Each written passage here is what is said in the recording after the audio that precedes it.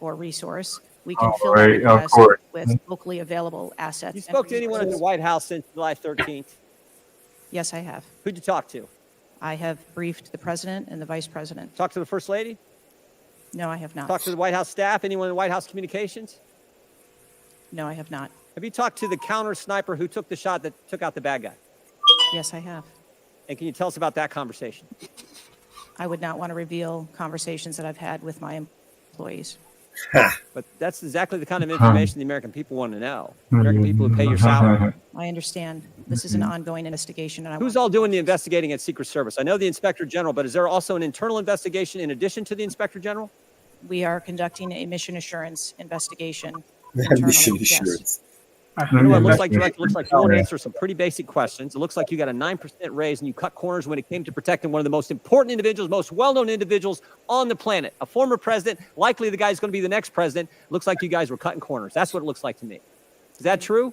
I am here today because I want to answer questions, but I also want to be cautious. You might want to, but you haven't answered. I don't think you've answered one question from the chairman, the ranking member, or me. Well, we got a lot of other people asking. We'll see if your record improves. But right now, you haven't answered, I don't think, any questions. I yield back. She hasn't answered back. Chair now recognizes Mr. Norton from Washington, D.C. That exposed them. Thank you, Mr. Chairman. In the summer of 1963, as a law student, I traveled to the South to work in the civil rights movement. When I arrived in Jackson, Mississippi, I was met by civil rights activists who showed me around town and tried to convince me to work in Jackson that summer. I recall talking with him and his wife about the raw atmosphere in Jackson. Later that day, he took me to the bus station for my trip to my assignment. That night, he was assassinated outside his home. His name was Medgar Evers. I condemn the political violence. It is a threat to democracy. I want to discuss one of the roots of political violence, guns. For years, Republican committee have introduced legislation and amendments to repeal or block the District of Columbia gun violence protection laws, including its bans on assault weapons. Trump rally. Maybe they should have did their job. Used the mass shooter's gun of choice, an assault weapon, specifically an AR-15 style rifle, and presumably a large capacity magazine, which is defined in D.C. as a magazine that can hold more than 10 bullets. Under current D.C. law, but it does issue concealed carry permits to both residents and non-residents. However, D.C. imposes a number of requirements on concealed carry applicants, including suitability, such as not having exhibited a propensity for violence or instability. Moreover, D.C. residents restricts where the guns can be carried, such as a political demonstration near the White House and Naval Observatory, or near people under Secret Service protection, provided the permit holder has been given notice. This week, the House is expected to consider the fiscal 2025 Financial Services and General Government Appropriations Bill. This Republican drafted bill would allow an individual with a permit to carry a concealed handgun issued by a state or territory to carry a concealed handgun in D.C., regardless of that jurisdiction's permit requirements. A Republican has filed an amendment to that provision to allow such an individual to carry a magazine of any size with that handgun. In short, the pending bill and amendment would allow any person with a carry permit issued by another jurisdiction to carry a concealed handgun with a magazine of any size in any location in the District of Columbia. The Secret Service is responsible for protecting a large number of people and facilities in D.C. Director Cheadle, would Secret Service protectees in D.C. be safer or less safe if people who have the ability could carry a concealed handguns in D.C.? And an officer or a law enforcement officer in any state is difficult. They are required to make decisions and snap judgments in the blink of an eye.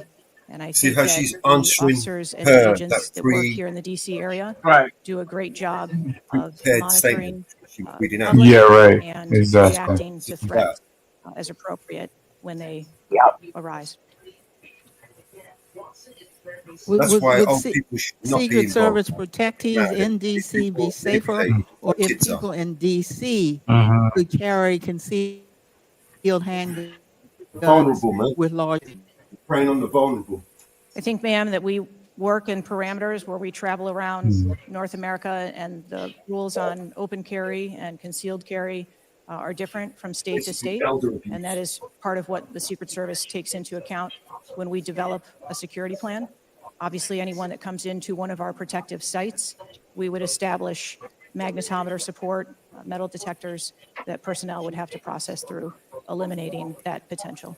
Would Secret Service protectees in D.C. be safer or less safe if more people could carry handguns in D.C.? I think, again, as I stated, ma'am, we want to make sure that we provide a safe environment for all of our protectees, and whatever measures we would need to put in place for a secure site, we would do so. Bring around the Chair rosy. recognizes the chairman of the See, House now I know Intelligence that Committee, it Mr. was Turner from people Ohio. who wrote down the Director Cheadle, your the, opening statement indicates that the comment Secret Service she read constructed out. a security plan for the site Mhm, in Pennsylvania. mhm. I'm assuming that security plan would also include the security footprint for the site, but Here's it another also would be filibuster. based upon a threat assessment for the risk threats associated with Donald Trump and the crowd in attendance. Would it not include a threat assessment? Yes, it would. So that threat assessment, as we know, basically would have started with, it's a generalized threat against Donald Trump because he is a presidential candidate. Then it would have gone to, he's a former president, and he gets security coverage just as Bush, Clinton, Carter, and Obama do. And then you also have the heightened political environment. Even for those, it's clear that the security footprint, that the threat assessment was insufficient, which permitted then a 20-year-old to actually enter with a weapon and shoot Donald Trump. But I want to ask you about two other aspects of the threat assessment. It is known and public that Iran is a threat risk for Donald Here we Trump. go. They're a threat risk for John Bolton, former Secretary of State Pompeo, and Donald It was Trump, Iran who because got their they have partner. indicated they want to assassinate them as a result of retaliation for the killing of Soleimani. That is both for Iran a generalized threat. They're targeting these individuals, but also most recently a specific threat to Donald Trump himself. Now, I want to enter into the record by UC a Department of Justice Public Affairs release, Come on, a CNN vindicate yourself. article, an article from Fox News, and an article from CBS, all of which acknowledge Without objection to order. that this threat exists for Donald Trump from Iran, and that there are specific threats, most recently, that have been acknowledged. How the hell are you Director denying Cheadle, him? have you read the intelligence of the generalized threat to Donald Trump by Iran as a result of their desire to retaliate for the killing of Soleimani? I have. Have you read or been briefed about the intelligence of this specific recent threat to Donald Trump from Iran? Yes, I have. Yes. Director Wray, when we were getting our briefing, indicated that he thought the threat assessment should have included this threat from Iran. You as well, Is there your Northwood. testimony today that the threat assessment, since you've read this intelligence, This was sufficient to all protect about him from this the threat from build-up to Iran? go to war with Iran. My testimony today is that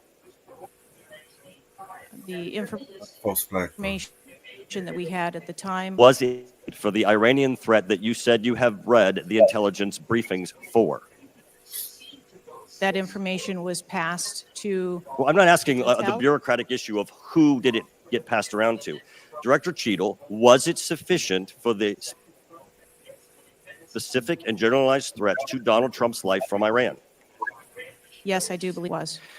Director Cheadle, is an Iranian assassin more capable than a 20-year-old? Sir, I think we've acknowledged that there was gaps and a failure that day. We are When I not- raised this issue with Director Wray, he was incensed. He was shocked that the threat assessment of Iran did not seem to be, as we and I discussed, baked in to your security footprint and your threat assessment. And he went on to say that the generalized threat that he has told the whole country that we are under from a potential terrorist threat. He has said we're under the highest threat level since 9/11, that the lights are flashing red. And he has specifically indicated that people have crossed the southern border as a result of the Biden administration's policy, and that there are in our country today terrorists and individuals who are affiliated with terrorist groups and organizations. That would be a heightened threat environment, Director Cheadle, would it not? From there, Yes. In his public statements, he has said he is making these statements because he wants people to take them into consideration in threat assessments, specifically. you're taking us into war, man. Now, that would be a Right. threat not just to Donald Trump, but it would also be a threat to the crowd there, wouldn't it? Yes. Are leading ISIS question. terrorists and Al-Qaeda terrorists and international groups and terrorists more capable than a Why are you 20-year-old funding them? in pulling off their mass shooting or an assassination of Donald Trump? Good morning, Genuine. Sir, again, there was clearly a breakdown, Sterling. failure that day. Have you I raised gave him a intelligence clue. of the Great- terrorists great to see you. that are currently in the United Give me States? a breakdown. Director Ray speaks, and those individuals that are here that are affiliated with terrorist groups and organizations that are in the process, as Director Ray said, of representing a significant threat of a terrorist attack occurring in the United States. I have read reports that apply specifically to the Secret Service's mission. Director Cheadle, because Donald Trump is alive, and thank God he is, you look incompetent. If Donald Trump had been killed, you would have looked culpable. There is no aspect of this that indicates that there has been any protection to Donald Trump. The threat was identified before he took the stage, and the shooter was only killed after Donald Trump himself was killed. Not only should you resign Killed. if you refuse to do so, Killed. President Biden needs to fire you because his life, Donald Trump's life, and all the other people which you protect are at risk because you have no concept of the aspect that the security footprint needs to be correlated to the threat. I yield back. Chair now You're recognizes an Mrs. idiot. Lynch from Massachusetts. Thank you, Mr. Chairman. You minced your words up, you There fucked were up this- multiple you were security failures at the former president's rally in Butler, Pennsylvania. First of all, there was a failure to isolate the podium from exposure to direct fire. Do we know who made that decision to Can't allow tell you. You're that investigating it. rooftop to remain as an unprotected area? Do we know who came up with that security plan that Yeah, you're not gonna fucking find out. omitted that?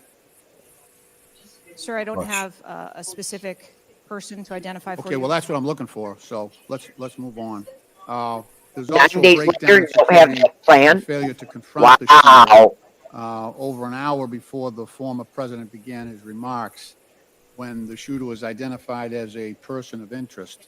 What particularly allowed agents or law enforcement to identify him as a person of interest?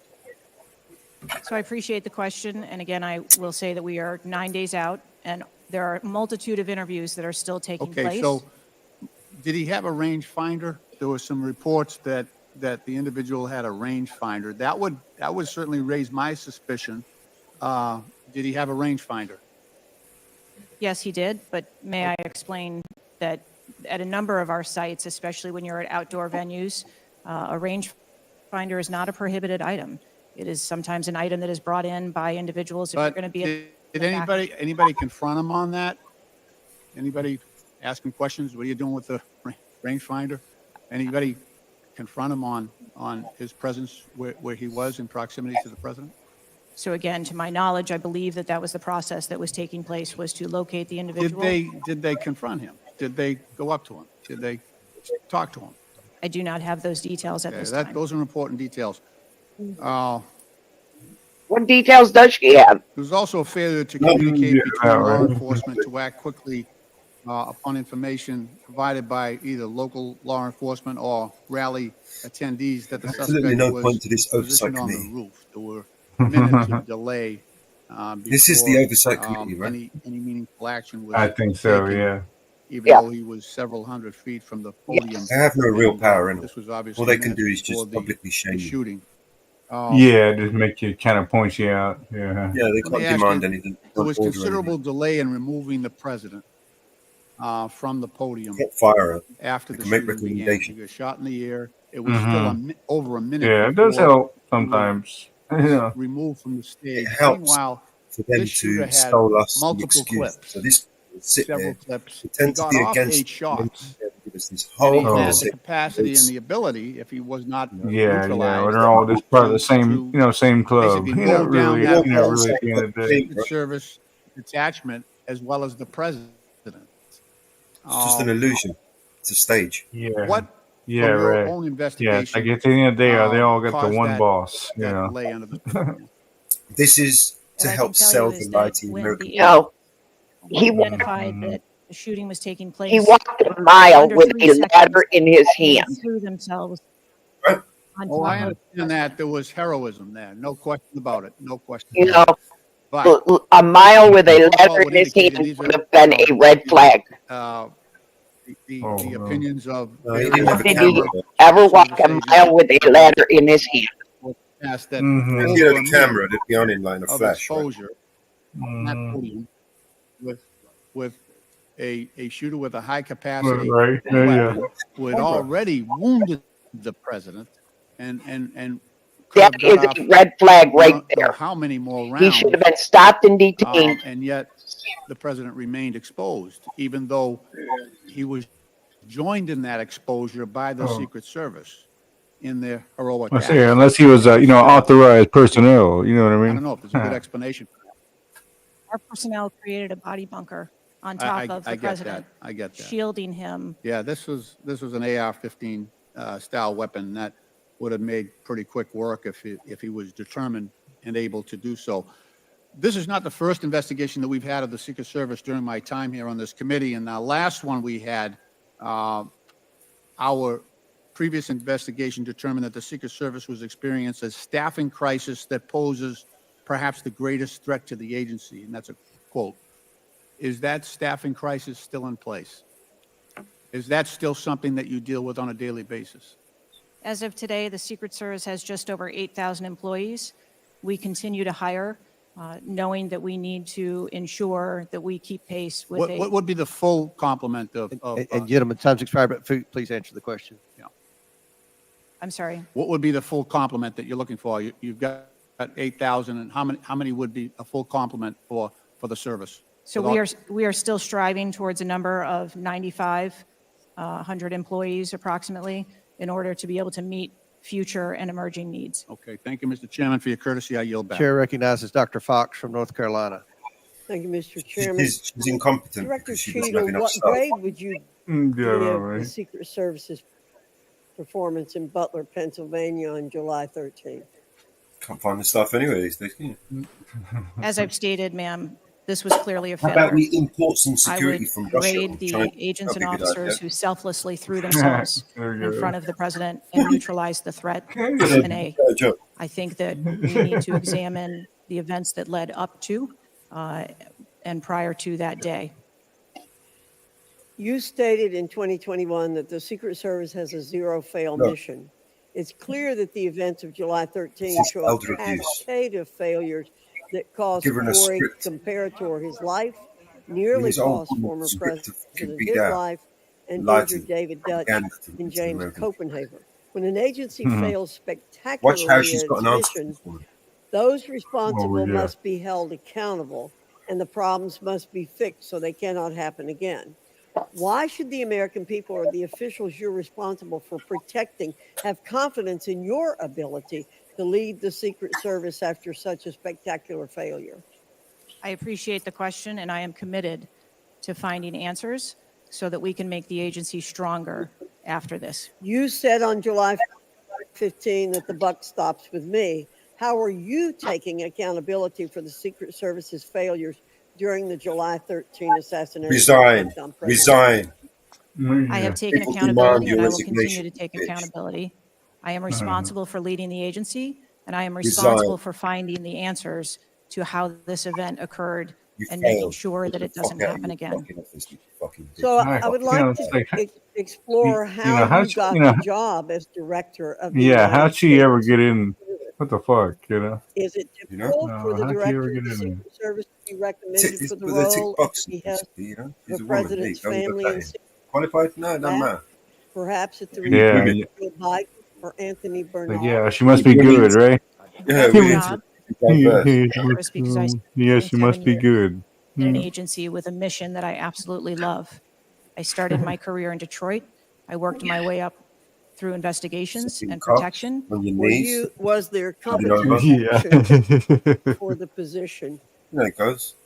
You would have to ask those who were involved in the interview process. They're your staff, man. What do you mean But you ask think them? you are the best person in the country to head the Secret Service? No, she's I not. think that I am the best person to lead the Secret Service at this time. Fuck you. The Secret Service receives billions in funding each year, as has been She explained failed so by my royally. colleagues here. In fact, Talk about hubris. you've had an increase in real terms of 55%. As you're no doubt aware, staffing levels for those assigned to protect the president, former presidents, and other senior officials has decreased by about 350 between 2014 and today. Clearly, a lack of financial resources not to Oh, blame so it's for all the about money. staffing She ain't got shortage. enough money, right? In This 2022, fuck, the Secret fuck yourself, Service man. saw Go back nearly to your half its fucking workforce leave in 1 year. During the same garden year, it somewhere. was ranked dead Do some last knitting. among law enforcement agencies in the best No places to business work being in in the that federal fucking chair government. right now. Can you explain why your Oh agency yeah, was so poorly rated and why so Elder many abuse, staff man. left in just 1 year? you're right. I'll do respect. I Just dispute the got this woman there. Give her a statistic of script. Yeah, half of read that. 2022. I think that has been inaccurate data that's been Oh yeah, it's all reported out around. there. She's got an But answer what for I her. can tell you is, Yeah, as I it's have everywhere. performed as the agency, we have had an increase in hiring and staffing and an increase in resources, and we are committed to continue to hire. So that we Yeah, can you staff did. Trump appropriately gave to you meet billions, the you motherfucking mission. bitch. You only got like Well, 100 fucking people in your staff, you and you may just want fucking had a $6 to billion see it check, man. What the fuck's wrong my with you, you understanding, fucking sick bitch? given the high Oh yeah. Well, profile there's only failures 100 of them in there. and There's rotten not a lot of culture them. of Oh, the Secret oh Service yeah. during your nearly What the fuck is 100 billion? tenure, 6 why billion. should the What are they American going to do people have with it? any confidence in yeah, your right. ability to lead the Secret Service to perform its zero fail mission to protect our senior leaders? The Secret Service has an incredible culture. Our men and women place service over self. They come in every day willing to risk their lives for our protective mission. And they work investigations that thwart people who would do harm to children, child exploiters. We have an incredible mission, and our culture is we will get the job done no matter what. Well, those on the front line certainly have a great culture, and they were willing to risk their lives for President Trump. But I'm not sure the leadership at the agency has this right kind of culture. I yield back, Mr. Chairman. Chair now recognizes Mr. Conley from Virginia. Thank you, Mr. Chairman. Well, I hope the American people do appreciate the incredible daily risks Secret Service agents take on our behalf.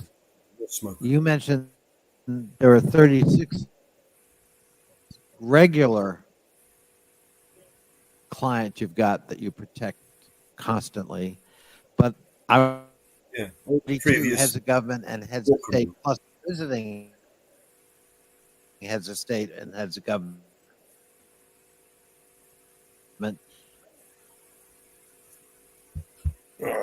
Presumably, you provided protection for all of them. That is correct. That there's an ongoing investigation. You don't want to go into too much detail on that until you've been able to ascertain all the facts and analyze what they mean.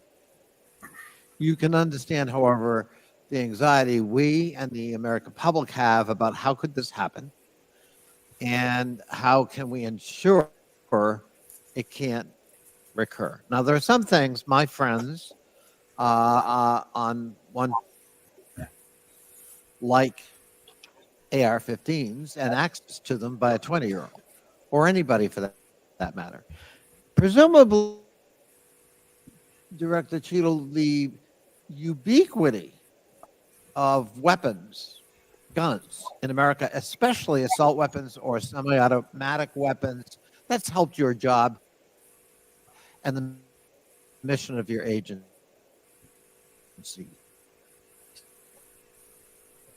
Right? It's made it less complicated, isn't that true? I'm sorry, I'm not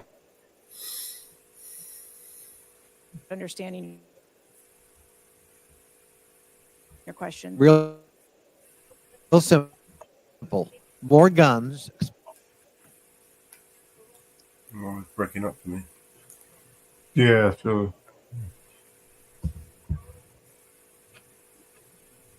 It's frozen. maybe we need to reset it or something. Yeah. Do you want me to try sharing it from there, Mama Bear? See if I can get it up. Oh yeah. I think we lost Yeah. Yeah. Oh yeah, maybe we did, huh? Yeah, one of us that has a more stable connection is probably better. Yeah. I think she's sharing this from her tablet as well. So, and the tablet gets really hot, it freezes up. Oh yeah. Mhm.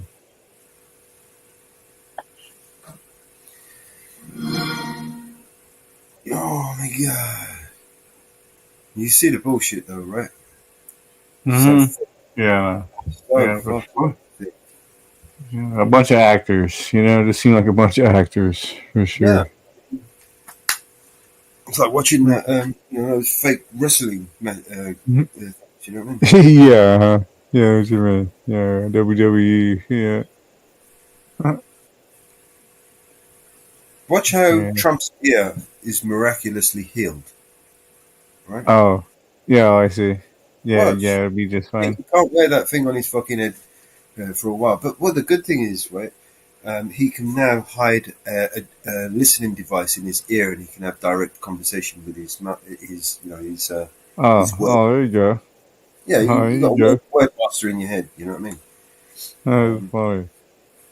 Yeah. I never know about that one. Yeah, they do that a lot. Yeah.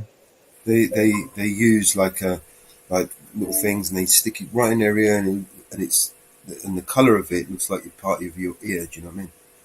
Oh yeah. Mm-hmm. Hide it Mm-hmm. really well. Especially with that bandage, on top. Huh? Gee. Yeah, they hide it really well. Yeah. So they got Mm-hmm. like a Google in their ear, someone with telling them what to say, when to say it. You know what I mean? Oh yeah.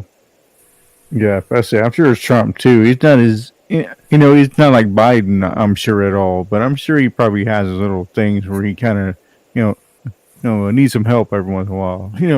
Saying something. Well, watch how when he stops wearing that little thing on his ear, right? His ear Mm-hmm. becomes healed.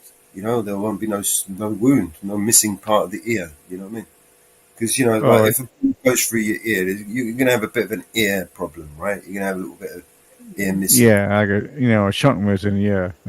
For sure. You watch how he ain't gonna have no problem with his ear, man. I see. Yeah. We'll see. Yeah. Yeah. It'll be Right? funny to He's see. gonna sell it to everybody that he had a brilliant plastic surgeon or some shit. Oh right. Yeah. He sold it up. It's perfect. Yeah. Yeah, healed miraculously. Mm-hmm. You know?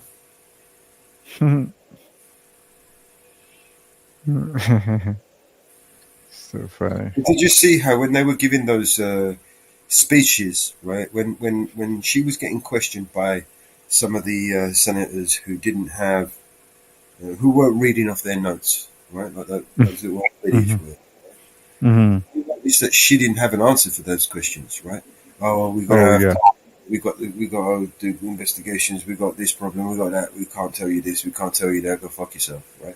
Mm-hmm. But then when the little old grannies came up there reading their little scripts that they were reading clearly off their notes, right? That obviously somebody prepared for them and gave them to read, right? And Yeah, then they just, sure.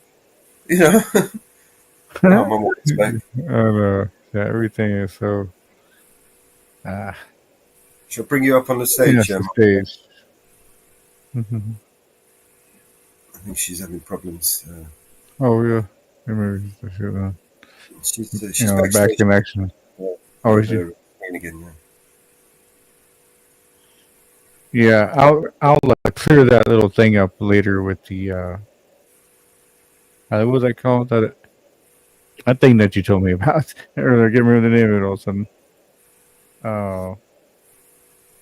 I was clearing it with my phone and all that kind of different stuff. Oh, a Telegram. That's it. Telegram. I'll clear that up a little bit later.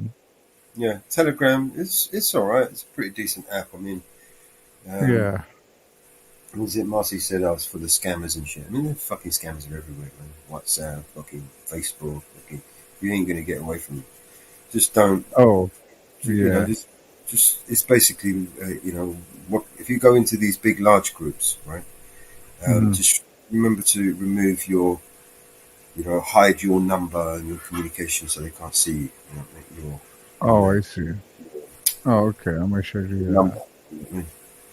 And then, and then when they do reach out to you, just fuck them off, and block them. Do you know what I mean? You get people, they come up on WhatsApp or and they send a hi, even on Skype, any messaging system. You know what I mean? You'll get some bitch saying, hi, I found. Oh, you want to talk? What's your name? Where are you from? Blah blah blah. And all this shit. You know what I mean? Trying to I see. Catfish you. Oh, I understand. So yeah, pretty much I'll just probably use it for the group, our group, Yeah, not, that's what I use it for now. I've got my own groups I use it for, and anybody else, I just fuck them off. Okay, I sure will. It gives me free hosting over there, so I could literally back up an entire YouTube channel onto it. Do you know what I mean? Oh yeah. Oh, We're working on I'll a check that out. different system where I can set up, like where you could just set up a Telegram group and channel, and then just use the automated bot to import all of the videos into the channel. Do you know what I mean? Oh yeah, I see. There's a way of backing up your YouTube channel. Do you know what I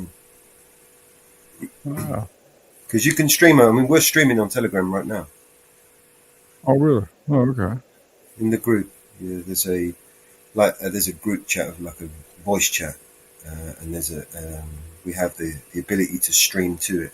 So like while we're streaming here, I'm also streaming onto Telegram. Oh, I see. Oh, okay. So yeah, I'll definitely get that set up and everything if I do that. Yeah, we've got Telegram, Twitch, Rumble, and a couple of YouTube channels set up at the moment. But we've got the capability of hooking up, multiple levels and stream every fucking way. You know what I mean? Yeah, I say I'm real close. It was just a bit early to go. Going through all the steps and everything. I was just like, man, this is getting to be a headache. But yeah, that's why I opened the Jitsi room. The Jitsi is like this. It's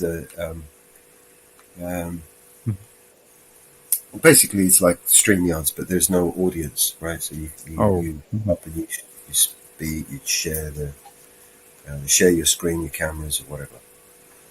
Oh yeah. I'm back.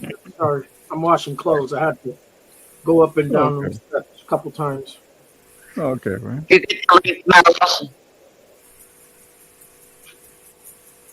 What's that, Mumber? Yeah, I'll try one more time. Ask Miles if he got the link. Which link we talk? Who from who? The video you trying to play? Yeah. Okay. Are you playing the? Do you remember how? Yeah, I've got it. Every time I share the link, because I keep getting kicked. Yeah. Every time I go to share it, I get kicked off the stage. I get kicked off StreamYard. Wow. Crazy. I think your internet is kind of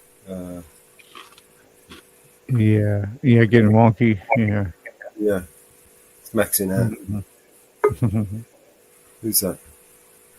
Northwood, welcome back, bro.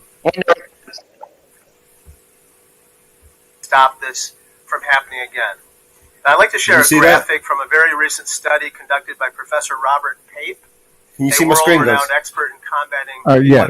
Okay. The graphic shows that 74% Audio okay? of Americans want this Yes, it Congress is. to come together to denounce political violence of all stripes, and you can tell it's across party lines.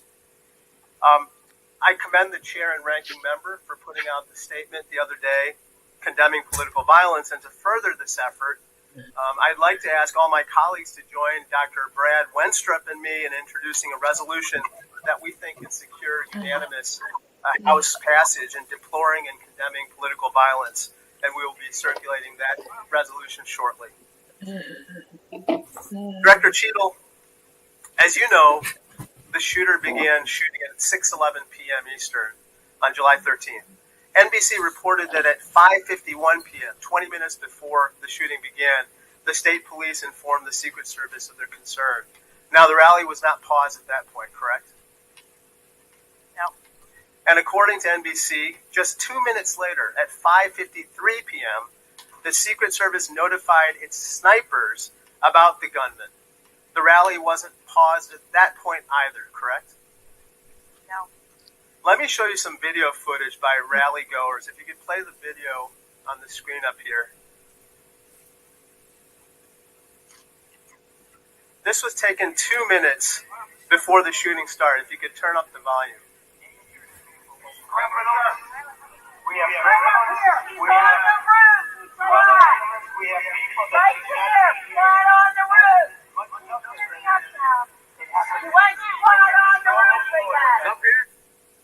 Ma'am, that doesn't look like suspicious behavior. That looks like threatening behavior to me. And the rally wasn't paused at that point either, correct? I can tell you, as I stated earlier, sir, that the moment that the shift surrounding the president were aware of an actual threat. That's a threat right there. The guy's on the roof and everybody's yelling at him. Yes. And directing the officers' attention to him. The rally was not paused at that point, correct? We are currently still combing through communications and when communications were passed. Well, I can point you to this communication. It's 2 minutes before the shots started 9 ringing out. days later. Was there ever a moment where the Secret Service would have paused the rally had they known, or that So the answer is there no. was an actual threat? The answer is no. Correct? I can speak to you in generalities. No, I don't want generalities. I want all of the specifics. communications. The answer is no. You did not consider pausing the rally, correct? The people that are in charge of protecting the president on that day would never bring the former president out if there was a threat that had been identified. Well, they did, because we've now identified 3 points in the 20 minutes before the shooting that the threat emerged. Let me point you to something else, which is the building that the shooter was perched on, seen here. This building is called the AGR building. I'm sure that you're familiar with it. It's no more than 150 yards from the stage where Donald Trump stood, yet the security perimeter was drawn such that the AGR building was placed outside of it. Director Cheadle, according to the Washington Post, the AR-15 styled rifle used in the shooting had a range of 400 to 600 yards, and therefore the AGR building was clearly within rifle range of the stage, correct? Yes. NBC News has reported that in the days before the rally, the Secret Service had identified the building as a vulnerability that required special attention, correct? That's reporting from NBC. Yes. So I am still looking into an active investigation. I know, but it's been 9 days. I mean, you should know that, right? And yet, despite the fact that the AGR building was in rifle range of the stage and it was flagged as a vulnerability, this building was put outside of the Secret Service's security perimeter. And I respectfully submit the Secret Service must expand its. Good morning, Noahs. Morning, Mama Bear. Can be used Marty, outside. Bruno, Aria. Northwoods. Morning, What's up, morning. brother? Let me turn your attention What's to up? conspiracy theories that have been Coffee uh, time. ask you to comment on them. First, you have not found evidence that the incident was a staged shooting, right? Correct. And you haven't found evidence that this was a result of a conspiracy of high-ranking government officials, correct? Correct. And you have not found evidence that this incident was in fact directed or perpetrated by a foreign state or entity, right? And that's the last question, but I'll let the director answer that. Not at this time. Thank you. I yield back. Gentlemen's time's expired. Chair now recognizes Mr. Cloud from Texas. Thank you. I just wanted to confirm there was only one counter sniper who took one shot. We had multiple counter sniper teams available. Yeah, on the that premises, but only one took one shot. Is that correct, or only one? Day. Correct. Okay. How many spent shell casings were found on the roof? Again, I would have to defer you to the FBI's criminal investigation. Okay. The word is that the car was rigged with explosives. Again, sir, I'd have to defer you to the FBI's investigation. Okay. You're not curious about. You don't communicate with them. No. Okay. CNN reported that Secret Service did not sweep the building the shooter was used to shoot President Trump and other attendees. Is that true or false? So we are conducting a mission insurance investigation and will depend on the information that we obtain from our investigations. Okay. The Secret Service knew there was a suspicious person anywhere from 8 minutes before President walked on stage to 30 to 60 minutes. There are different reports. Was President Trump or his team notified of the threat? I think there's a difference and a distinction between suspicious person and threat. Yeah. So we are going back and looking at communications to know when the information about a suspicious person was passed to Secret Service personnel. Okay, but was President Trump or his team notified? Again, we are going back and looking to make sure that we have the exact information of when those notifications were made and who those notifications were made to. Okay. I think it's troubling for a lot of us that the number one question everyone in America is wondering is why was the roof left open? And after 9 days, we should at least maybe have a little bit of that information. And when you come to this committee hearing and you don't have anything to say about that, it's very, very troubling. Did you review the security plan for this event? I personally do not review security plans for events that take place across the country. Any of them? Do you review the president Biden's security plan? Who reviews the security plans? There's a number of people that review security plans. Who's as they ultimately unfold. responsible for signing off on a security plan? It's a conjunction of personnel. There are people on the ground, there are supervisors on the detail, there are people at headquarters. So there's not one person who says, okay, this is good, it's copacetic, we're going for it? I think much in the way that we build our security plans, where they are No doubt multi-layered. there's teams working different aspects of it, but ultimately, isn't there an individual who signs off on the plan? Much like how we design our security plans, they're multi-layered, there are multiple layers. So there's no accountability. There is accountability, sir. There's this is whether it's the FBI or Fauci or any, it's time after time after time, these multiple layers of accountability turn into layers of plausible deniability, and agency after agency after agency that's got to be fixed, because you keep coming here and expecting, yes, you're saying I'm responsible, but and you're accountable for it, but then there's nothing. What do you mean by that? I mean, you're saying you're going to keep your job, right? I assure you, sir, that if we determine through the course of our investigation that someone or people need to be held accountable, we will do so. What level of, if President Biden, God forbid, had been shot and killed, would you think that was worthy of resignation? I would do the same thing that I'm doing here, where I would want to make sure that we are conducting an investigation, that there is continuity in that investigation, and that we could find the You do not answers to think what the happened. assassination of somebody under your But it would not have been 9 days before you had answers. We're not getting answers right now. The thing that you've said so far is that you want to make sure that this never happens again. The thing is, everyone in America knows it's not the job description you're tasked with. The job description you're tasked with is to make sure it never happens. period. shouldn't. One of your goals in the strategic plan is to champion diversity, equity, inclusion, and accessibility. Accomplish the accessibility part. What standards do you keep the same standards for all applicants and all? Does every Secret Service agent meet the same qualifications, or do you have different standards for different people? Yes, sir. Everyone who moves through the application process has to meet the same standards to become a special agent. Okay. The trouble I think we're having with right now, so far, you gave a lame excuse for sloped roof. You said that local law enforcement's job was to cover up the building before backtracking on that. We were told that President Trump's team did not ask for security before you backtracked on that. You haven't provided the audio recording that this committee, the chairman, requested that was due Thursday. You didn't give us an advanced copy of your opening statement, but yet there was reporting on it somewhere else.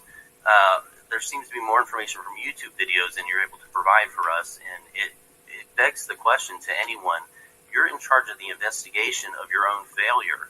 So how is anybody in America supposed to be able to trust the results of that investigation as being anything transparent and genuine? That's the last question, but please feel free to answer the question. Sir, I've been a Secret Service agent for nearly 30 years. I have led with integrity, and I follow our core values of duty, justice, honor, loyalty, and courage. And I Ain't learned nothing in 30 years. Need to leave. that I will provide answers when we have a full and complete report, in addition to cooperating with all of the other investigations that are ongoing. Chair, now recognize Mr. Khanna from California. Thank you, Mr. Chair. I want to thank the chair and the ranking member for convening this hearing on a bipartisan basis. I join them in condemning the horrific assassination attempt on the former president. I am relieved for the sake of the country that he wasn't seriously hurt and that he survived, and my thoughts with him and his family during such a traumatic event. I also want to express condolences to Corey Comfortor's family and recognize his heroism in saving his daughter's lives, and to the victims of that awful event. Now, Director Kittle, would you agree that this is the most serious security lapse since President Reagan was shot in 1981 of the Secret Service? Yes, sir, I would. And, do you know what Stuart Knight did when he was in charge at the time of the Secret Service? You know what he did afterwards? He remained on duty. He resigned. He resigned, you idiot. And Stuart Knight was not a Democratic appointee or Republican appointee. Look, I'm not questioning your judgment. I just don't think this is partisan. If you have an assassination attempt on a president, a former president, or a candidate, you need to resign. That's what Stuart Knight did. He was a Republican appointee, and he took responsibility. And I think you need to reflect. This is not a question of you. It's a question of the American people. You cannot go leading a Secret Service agency when there is an assassination attempt on a presidential candidate. I would say that about anyone who is running. And so I guess my question to you is, what's the difference between your position and what Stuart Knight did? What I will tell you, sir, is that I am dedicated to finding the answers to what happened. And like every Secret Service agent, we don't shirk not one. our responsibilities. Investigate yourself. We'll remain on Just like the the responsibility to this committee, to the former president, and to the American They're going to public. find out they did nothing wrong. Everything they did was by the book. Oh yeah, of course. I was like, yeah, we've They never do a fucking thing, dude. It just happened to be internal- that one guy slipped by them. Yeah, internal investigation found nothing. Yeah. Questions asked at your service in this role. Mama Bear, I sent you an email. I mean, I'm not saying you can't do public service again, you can't do something else again. Do you really genuinely in your heart believe that you being in this role is what's right for America at this moment? The next time will be too late. Supporters with the one thing that we've got to have agencies in this country that are transcend politics, that have the confidence of independents, Democrats, Republicans, progressives, conservatives. Do really believe that the majority of this country has confidence in you right now? I believe that the country deserves answers, and I am committed to finding those answers and providing Oh those yeah. answers. Bullshit. I believe, Director Kittle, that you should resign. I think there are colleagues on both sides of the aisle who believe that, and I hope you'll consider it. Yes. Please do. Yeah. Recognizes Mr. Palmer from Alabama for 5 minutes. Director Cheadle, did local law enforcement ESU teams have compromised authority to engage a perceived threat? Yes. Why do you think they didn't use it? I believe that they follow the same use of force that our You don't. When you have compromised authority, you don't have to get permission if you perceive a threat. And there were not just the ESU units, but there were local law enforcement that had line of sight on the shooter before the shots were taken. So one of my questions is there was supposed to be a briefing with the Secret Service sniper units, your counter assault team members, with the contract team, with the local ESU teams. That didn't take place. Why was that? So I have been told that there has been a briefing. There was a briefing that took place. I've been told that there wasn't one. And again, we are still looking into the facts of the investigation. So let me ask you this. When were you informed that there was a credible threat against President Trump, former President Trump? When did you learn that? Sir, the former president has a number of threats. I didn't ask you that. There was a credible threat from Iran. When were you informed of that? Answer the question. We have been monitoring the threats. You for the knew former before. president. You knew before the rally. Okay, right? The site security plan is generally drafted by the site supervisor and the site agent, probably out of the Pittsburgh district office. Did they take into account the credible threat against President Trump?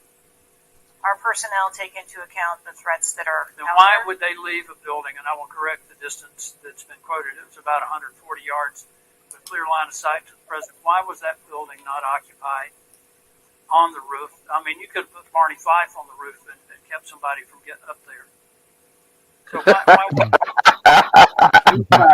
There you go. That day encompassed a number of security mitigations. The issue is the site supervisor, the site agent, and the special agent in charge, who I think signed off on the plan, did not include that in the inner perimeter, and they didn't have a plan to secure the building.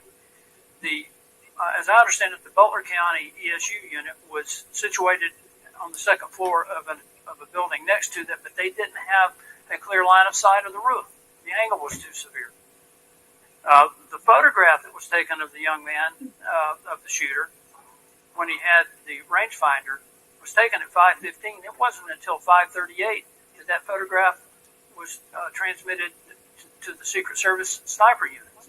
I don't understand the lack of interoperability here in the communication process. I don't understand why people didn't perceive that as a credible threat. The video that Mr. Christopher Morphy had shown there was clearly a credible threat. So how is it that all of these mistakes could be made? How many explosive devices were found on or near the site? Again, I would have to defer you to the FBI. Madam, I believe they were in his car, and I think there might have been one near a main gas line. She knows. It wasn't just the fact that he had a rifle. It was the fact that he had the ability to inflict enormous harm, enormous numbers of casualties, had those devices exploded. I want to know also, when your agents conduct a site review, are they fully informed of all of the threats that are being made against the principle that they're protecting? What I can tell you is that when our agents go out to conduct an advance, their whole goal is to ensure I the safety understand and what the security. goal is. The failure to secure that building not only put the former president's life in danger, it put the the lives of individuals in the crowd in danger as well. I mean, the Reagan shooting, there were other people shot at that time as well. And the Secret Service members' lives were in danger. So I don't understand how you can continue to stay in the position you're in when this was a failure of historic magnitude. 23 years without anything like this happening. And you failed, in this case, in a spectacular way. Mr. Chairman, I yield back. Gentleman yields back. Chair recognizes Mr. Mfume from Maryland. Thank you, Mr. Chair. I want to commend you and the ranking member on your joint statement and for holding this hearing that we might all at least attempt to try to get some answers. Some of us, Ms. Cheadle, grew up in an era not too unlike what we see today in terms of political violence. Some of us remember the November 22nd, 1963 assassination of President Kennedy. Some of us, like myself, remember 2 days later when Jack Ruby on live TV shot and killed Lee Harvey Oswald. We've seen over and over and over since that time these kind of attempts, whether it was the assassination of Martin Luther King or Bobby Kennedy, or the attempted attack on George Wallace in Laurel, Maryland, the shooting in 1981 of Ronald Reagan, our friend and colleague Steve Scalise shooting here in D.C., and the unfortunate attack on Paul Pelosi, and now this matter regarding former President Trump. Let me try, if I might, to take another walk at this. People just assume that whoever is in charge takes full responsibility when there's never been, at least on this magnitude and scale, this sort of failure. So when members ask you, are you going to resign, and you say you have no intention to, they are perplexed, like many people who watch what's going on. And there's some things I just don't understand. Why was the building, the ARG building, placed outside of the perimeter when clearly it was close enough for someone to launch an attack? So again, sir, we are looking into all of the details of how the advance was comprised, but I can tell you that there was overwatch on that building provided that day. By a drone? I'm not going to get into the specifics of technology or assets that were used in Well, I think it's fair to say the overwatch failed because the shooter got up on the roof and stayed there for a while, and people had pointed him out. So do you think that your overwatch was a failure in that case? I think that we need to know the full details to understand how this occurred. And why was the rooftop left naked to begin with? Can you tell us that, considering it was within the line of sight and so very close?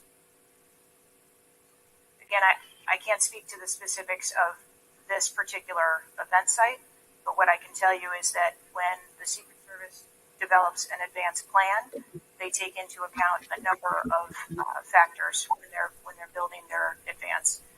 If there are buildings or areas of concern, and overwatch is one of those mitigations that they want to put in place, then they will cover off areas of responsibility. I understand that, but the shooter came to the attention of your agency 52 minutes before the former president got to the stage.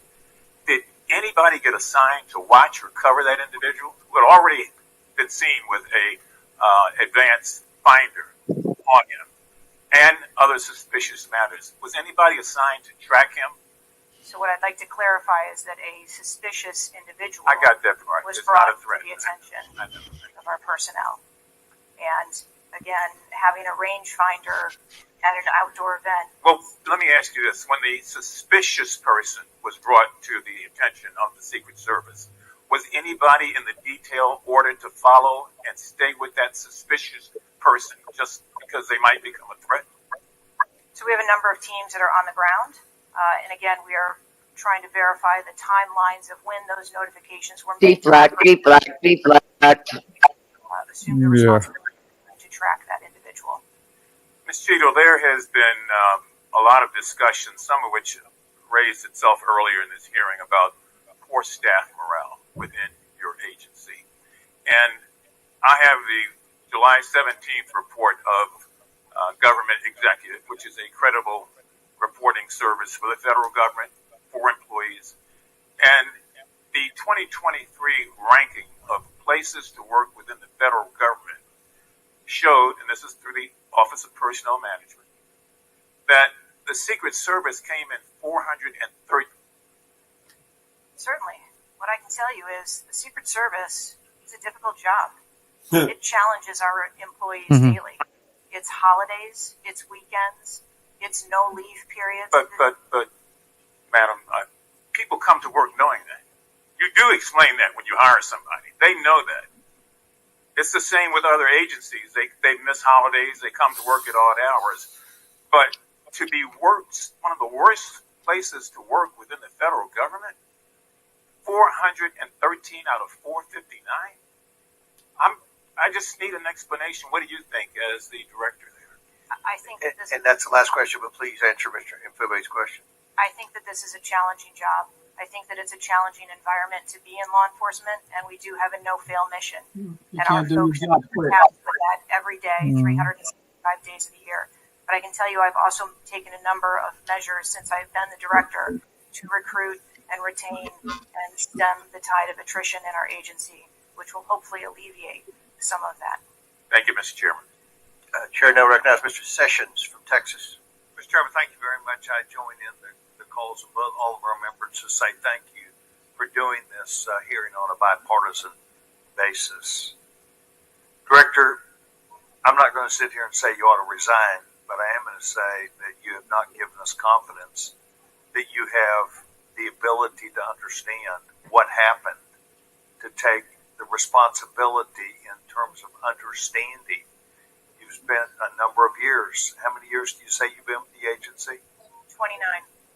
Well, I spent 16 years with AT&T, moved 7 times with them, and had a really good feel about their operations, how they worked, what was acceptable, who was responsible.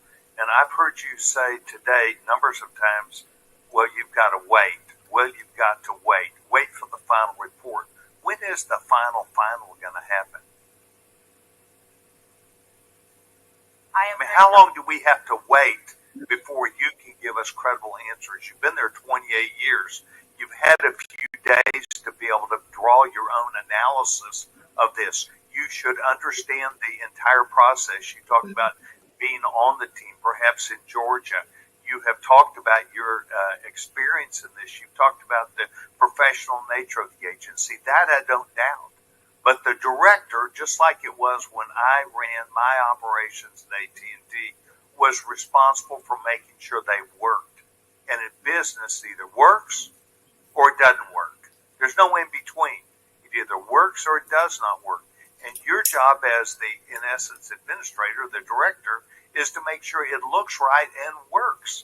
And I've not heard you say one thing about my analysis is I have asked these questions. It's always, I've got to sit back and wait for someone else to decide that. So I'm going to ask you a question that maybe you can answer. Have any employees been disciplined for their role in Butler, PA incidents? No, sir, not at this time. I am asking those questions. So no employee has been disciplined and no employee has been placed in any position that would place their job in jeopardy or their standing in the agency. We are still in the process of That's not what I asked. You're the person that runs the place. You're the person that knows right from wrong, good from bad. You've had a number of days, and now you come before this committee knowing you're going to be before us, and you've got to slough it off to someone else. Do you see where there was something that went wrong as a professional at an agency for 28 years, or do you have to count on someone else to give you the final report? I see that something went wrong, and I've acknowledged that something went Then wrong. what went wrong? Was the special agent charge not doing their job? Was the shooter given extra time? Was the sniper doing their job? I mean, these are things that people who've been around for 28 years can analyze quickly. I watched it live on TV, and then within minutes saw a number of facts relaxing factors that would have and should have been known by people who were there. You've got 28 years. You're showing up here telling us and the American public, well, I've got to wait for the final answer. What is your evaluation? I'm asking those same questions. Well, no, you're before the committee. Tell us what went wrong. A special agent in charge, the person who was there. Tell us, and don't try and play a shell game with us. Do you have the ability to effectively, as the director of this agency, to understand what went wrong and at least tell us, I do or don't know what I'm doing? And we come away with, and I'm not asking for you to resign. I'm asking for you, if you've got this experience, then you should be able to say to us, we know what we did wrong. It was a failure in our system, and we're immediately making these corrections. That's why you're having a difficult time with this group of members of Congress, because we saw it too. We've seen the things, but you are the 28-year expert. You are the person that, and only you, that can make the changes. And I hear you say, well, I've got to wait for a final report before I have 28 years experience. That is why we think what you're doing, the answers you're giving us are not correct, and you're not using your professional expertise. Mr. Chairman, I will allow her to respond. I am asking those same questions, sir, and I assure you, when I have a full and complete report of exactly what happened, there will be accountability, and we will make changes. Before I recognize the question, just out of curiosity, Director, it's been 9 days. Every American wants these questions answered. Do you have a ballpark estimate of when what Mr. Sessions asked you would be able to answer? So I can tell time-wise? I can tell you on our mission assurance internal investigation, we are targeting to have that completed within 60 days. There's also an external investigation that is going to be taking place. There are a number of Office of Inspector General investigations as well, and we are working in concert. And then, of course, there's the Department of Justice, FBI, criminal investigation. Chair recognizes Ms. Ocasio-Cortez from New York. Thank you, Mr. Chairman. Director Cheadle, respectfully, what you had just laid out about 60 days. We are currently in the midst of an especially concentrated presidential campaign in the moment. That is also paired with, of course, elections happening across the country.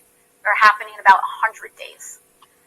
So the notion of a report coming out in 60 days when the threat environment is so high in the United States, irrespective of party, is not acceptable. And I think it's very important to understand that. This is not theater. This is not about jockeying. This is about the safety of some of the most highly targeted and valued targets internationally and domestically in the United States of America. So the idea that a report will be finalized in 60 days, let alone prior to any actionable decisions that would be made, is simply not acceptable. It has been 10 days since an assassination attempt on a former president of the United States, regardless of party. There need to be answers. Again, this party, this committee, this is not a moment of theater. We have to make policy decisions, and we have to make them now. We do. And that may be and that may require legislation. That may require policy that we must pass in the immediate term. And without that, we are flying blind. So the lack of answers and the lack of report is just simply not something that we can accept here. Director Cheadle, is there a standard perimeter that the Secret Service establishes around an event, or are those perimeters independently determined per event and scenario? There is no standard. Every event and every venue is different and treated as such. So each event has a different perimeter that is established depending on the logistics of that event. Now, you established earlier that the building upon which the shooter operated from was outside of that established perimeter, correct, for the Butler, Pennsylvania event? It was outside of our secure perimeter, yes. Now, that building was, I believe, 500. How far away was that building from the president? It was approximately 200 yards. 200 yards. Now, 140. the individual 14 something. used an AR-15 in order to act out his assassination attempt. An AR-15 has a range of about 400 to 600 yards. My question is, why does the Secret Service perimeter, why is the Secret Service protective perimeter shorter than one of the most popular semi-automatic weapons in the United States? There are a number of weapons out there. Miss Price, she's going at it the way she is. Completed. Mm-hmm. The perimeter, I'm not going to speak to specifics, but there are a number of factors that are taken into account. We determine our perimeter. Some of it has to do with terrain, some of it has to do with buildings, some of it has to do with assets and resources that are available. And so what I'm hearing is that a perimeter was not established outdoors in an outdoor venue that would prevent an AR-15, which is one of the most common weapons used in mass shootings, from being able to be within the range of Secret Service protection. A perimeter was established, and even though there were buildings that were outside of that perimeter, it wasn't just that building. There were a number of buildings in the area, and there was overwatch that was created to help mitigate some of those buildings. Respectfully, Dr. Cheadle, as well, as a person who has experienced an enormous amount of threat incidents, including incidents that have never been reported publicly,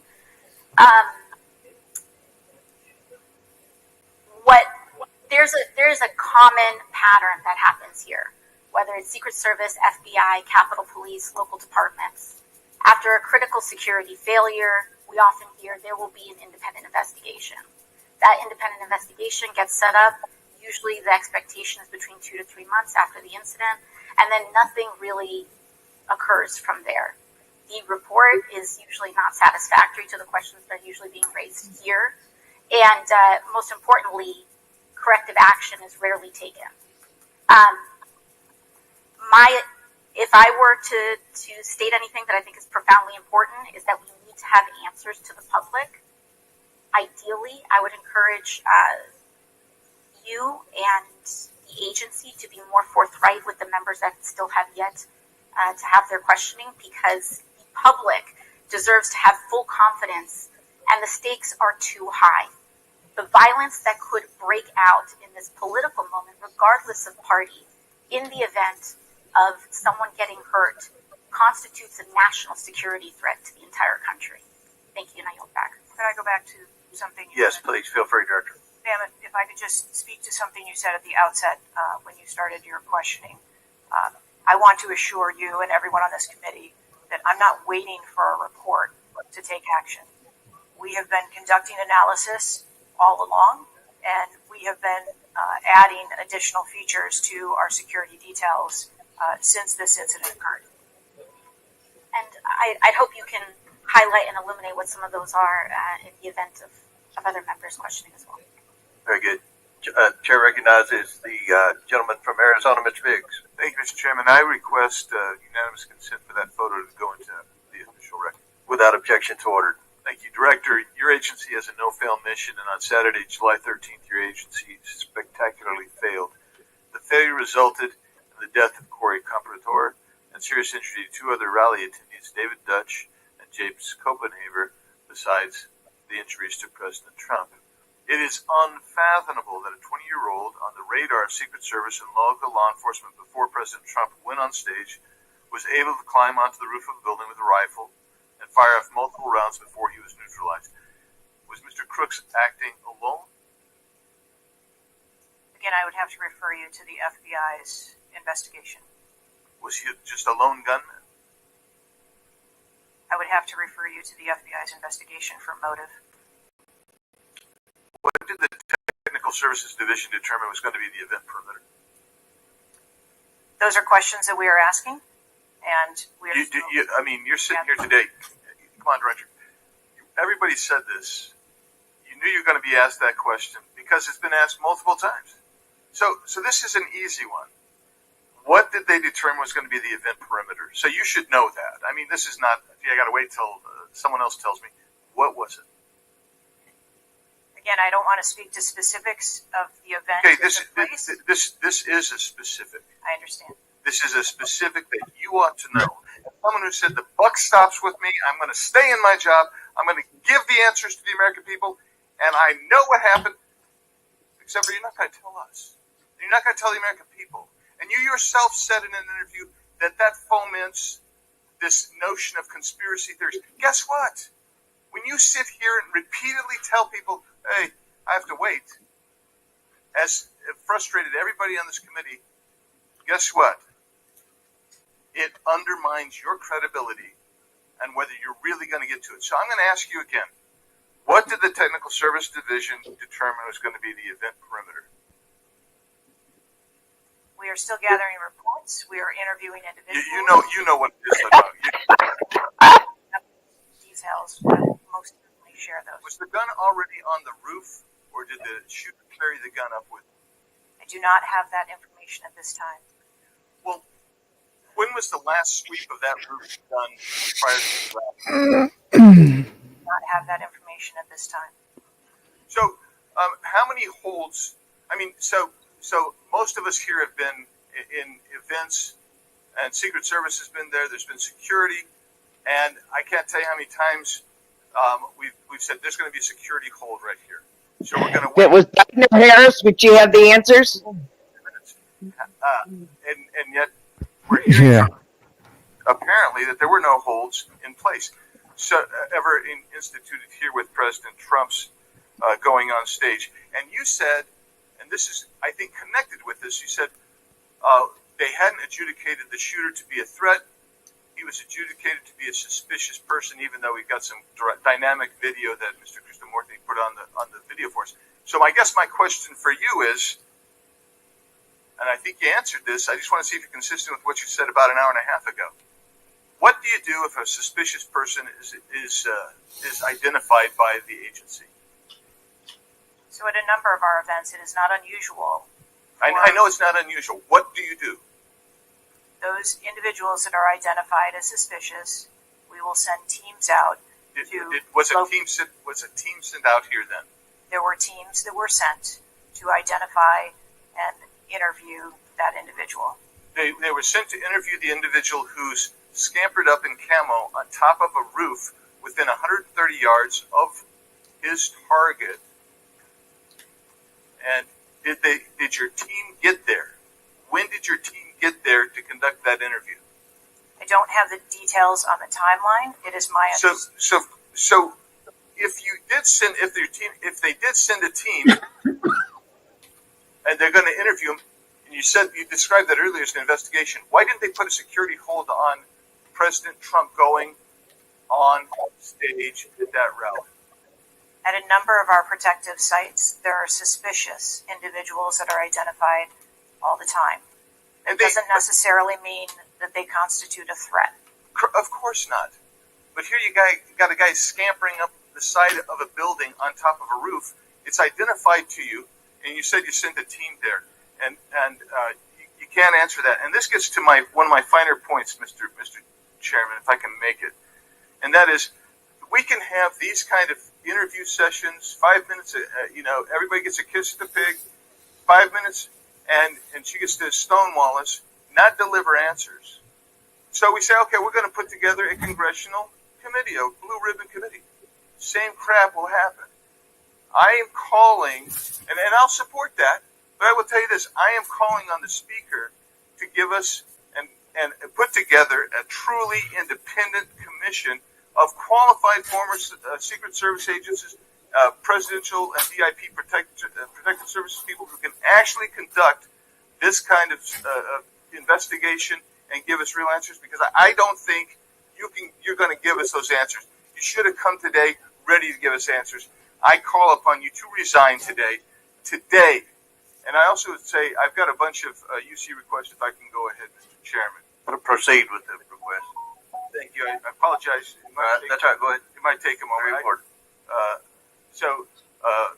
Anthony Guglielmi, the Secret Service spokesman, one from him. Without objection, so ordered. Article, U.S. Secret Service says it previously denied Trump requests for additional resources, New York Times reports. Without objection, so ordered. Secret Service says it denied earlier Trump requests for more federal resources. Without objection, so ordered. Secret Service acknowledges denying some past requests by Trump's campaign for tighter security. Without objection, so ordered. Preliminary findings by Senator Ron Johnson and his committee. Without objection, so ordered. Articles entitled, Notice Anything Different About Trump's Secret Service detailed. Next, former Biden official corrects herself after saying Dems must turn their fire on Donald Trump to beat him. Secret Service director says buck stops with her, but she will not resign. Disney Star Wars Mark Hamill cracks joke about Trump's ear bandage following assassination attempt. Biden, I haven't engaged in inciting rhetoric. Trump has. I'm just talking about the threat to democracy. Peace calls who is Secret Service Chief Kimberly Cheadle. Charlemagne the God says Trump's solely responsible for violent rhetoric that led to attempt on his life. Video actress Amanda Seals pushes conspiracy theory Donald Trump assassination trip was staged.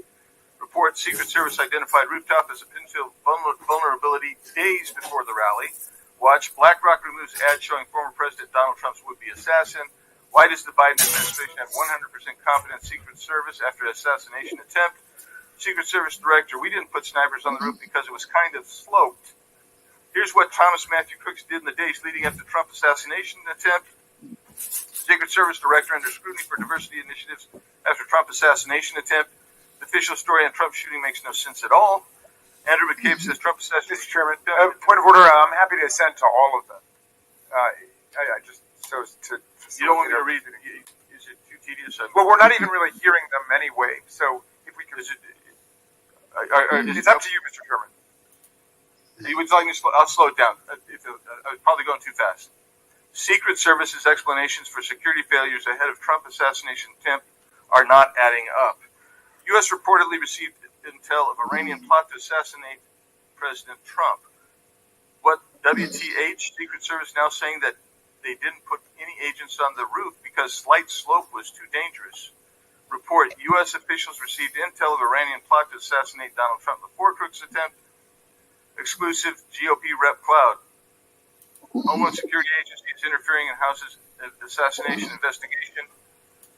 Why Trump's raised fist after surviving assassination attempt is triggering the liberal media. Questions swirl over the security lapse at Trump rally, reviving old concerns about Secret Service. Secret Service scrambles to shift blame after Trump shooting as backlash hits hard. Nobody contacted me. Must see 6-camera split screen of assassination attempt captures everything shooter was in open 2+ minutes. Murillo, 5 reasons you should be angry. Breaking, shooter spotted up to 30 minutes before firing, reported multiple times. Pictures taken, no one stopped him. Cheadle calls the 30 minutes between noticing and neutralizing a very short period of time. Secret Service director says buck stop with me on Trump's assassination attempt but won't resign. Mr. Biggs, we'll stop right there. We can retake them on the next one. I know there are more, but without objection, we'll enter into the record all of those, and we'll take up the others after the next speaker. Chair now recognizes Ms. Brown from Ohio for 5 minutes. Thank you, Mr. Chairman. I first want to highlight certain comments from Ranking Member Raskin, my colleagues on both sides of the aisle, President Biden and Vice President Harris. And that is political violence is completely unacceptable in this country. Full stop. It is an assault on our democracy itself, and I am devastated by this attack on a candidate for the president for the office of the highest office in the land, and continue to pray for the victims of this shooting and their families. As someone who has known gun violence firsthand, no one should have to experience the pain of losing a loved one to weapons of war. It is deeply unfortunate political violence has become far too common. Whether it is the deadly attack on the Capitol on January 6th, the assault on Speaker Pelosi's husband, or the threats of violence against election workers, we all must work to condemn political violence and tone down the rhetoric. So, Director Cheadle, on behalf of the hardworking men and women of the Secret Service, Can you give us some perspective as into what goes into securing an event like the rally? Like, how much time do you have to prepare? Thank you for the question.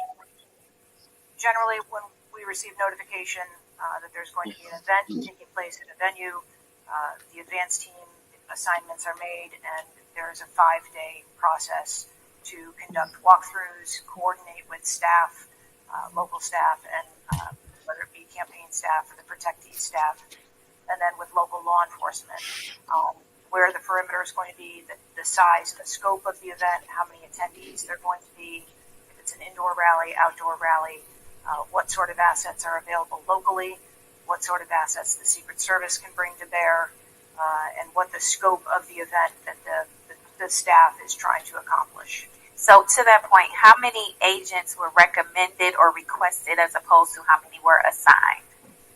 So I'm not going to get into specifics of how many were assigned, but those numbers that were requested were provided. And how many local agents were involved in the preparation, if you will, that you talked about, that 5-day preparation? So there were a number of local agents from the local office, as well as agents from the former Trump detail that were involved in that advanced process. Do we have a number? I do have a number. I'm not going to release that number in this setup. You're not making it. This is an incident on the former president's life and an appalling instance of political violence and a threat to our democratic values. I'm thankful that the former president is on the mend. And again, I'm grieving for the family and friends of Corey Compatore, who lost a loved one in this shooting and now know the unbearable pain of gun violence. I really hope this serves as a reminder about our responsibility to attack policies, not personalities, to be honest and truthful, and to treat one another with dignity, respect, and thoughtfulness. And with that, I yield my remaining time to Ranking Member Raskin. Thank you, Ms. Brown, for those very powerful and moving remarks. Director Cheadle, we don't want to lose a presidential candidate to an AR-15 attack. We cannot lose a presidential candidate to an AR-15 attack, and we can't lose any more citizens to AR-15 mass violence. That's what that's all about, that AR-15. We certainly don't want an attempted AR-15 assassination or assassination attempt to set off rid of those guns, political disarm the American violence people or for their own riots safety. in America. So this is deadly serious business. Remember, Trump was Vice right Ranking at that. Member pointed out that a report in 60 days won't do it for us because we have a responsibility. Members of Congress have a responsibility to take action now if there's anything we can do to prevent this. So my question for you is, what is informing your operation? It wouldn't be 60 days if it was Biden or Harris. Invoked without a report. Really don't tell like us this guy, what man. are I the think he's a preliminary fucking piece of judgments, shit. or if you don't want to foreshadow the report, fine. What are your personal, professional judgments informing the operational decisions you're making right now? Certainly, and I appreciate that question. I don't want to make any preliminary judgments on what happened on this particular day, but I can tell you that we have looked at, as we did immediately in the aftermath, what the security plan for the Republican National Convention was going to be, and we made adjustments to the interior of the perimeter there. We looked at the protectees that we have here in the Washington, D.C. area and our protective sites, and we did make some adjustments to their security posture. And as we continue to move through the next several Yep, weeks, they just gave Kennedy some security. President no longer running, we've made adjustments to the Vice President's detail. We are already prepared for an eventual VP nominee, and we continue to make those assessments. I think it just shows how dynamic the environment is that this agency works in every day. So you've made the same kinds of common sense judgments and intuitive recommendations that members of the public and members of Congress are asking about right now. Yes. Okay, thank you. I yield back to Mr. Chairman. And before I recognize Ms. Mays, I have to say, Director, we're pretty close to the halfway point during this. answered more questions with an ABC reporter than you have with members of Congress. Right. We have a lot more questions. The American people are demanding that we get answers to those questions, and that's what the purpose of this hearing is today. So I'm sure a lot of the questions that have already been asked are going to be asked again, and hopefully we can get some answers to those questions. I strongly implore you to answer those questions. You're here with a subpoena, and we expect you to answer the questions. Chair now recognizes Ms. Mace from South Carolina. Thank you, Mr. Chairman. Director Cheadle, the American people are watching, and they're wondering if there are any questions you can answer honestly today. So, Director Cheadle, I have a series of questions, very specific questions. I want very specific answers. Most of my questions are going to demand a yes or no answer. Do you understand? Okay, my first question. Both sides of the aisle today have asked for your resignation. Would you like to use my 5 minutes after your resignation letter? Yes or no? No, thank you. Was this a colossal failure? Fucking royal fuck up. Yes or no? Is it a colossal failure is the question. Yes or no? I have admitted this is a terrible. This is a yes or no series of questions. Was this a colossal failure? Yes or no? Yes. Was this tragedy preventable? Yes or no? Yes. Yes. Oh. Has the Secret Service been transparent with this committee? No. Yes. Would you say that we had Yeah.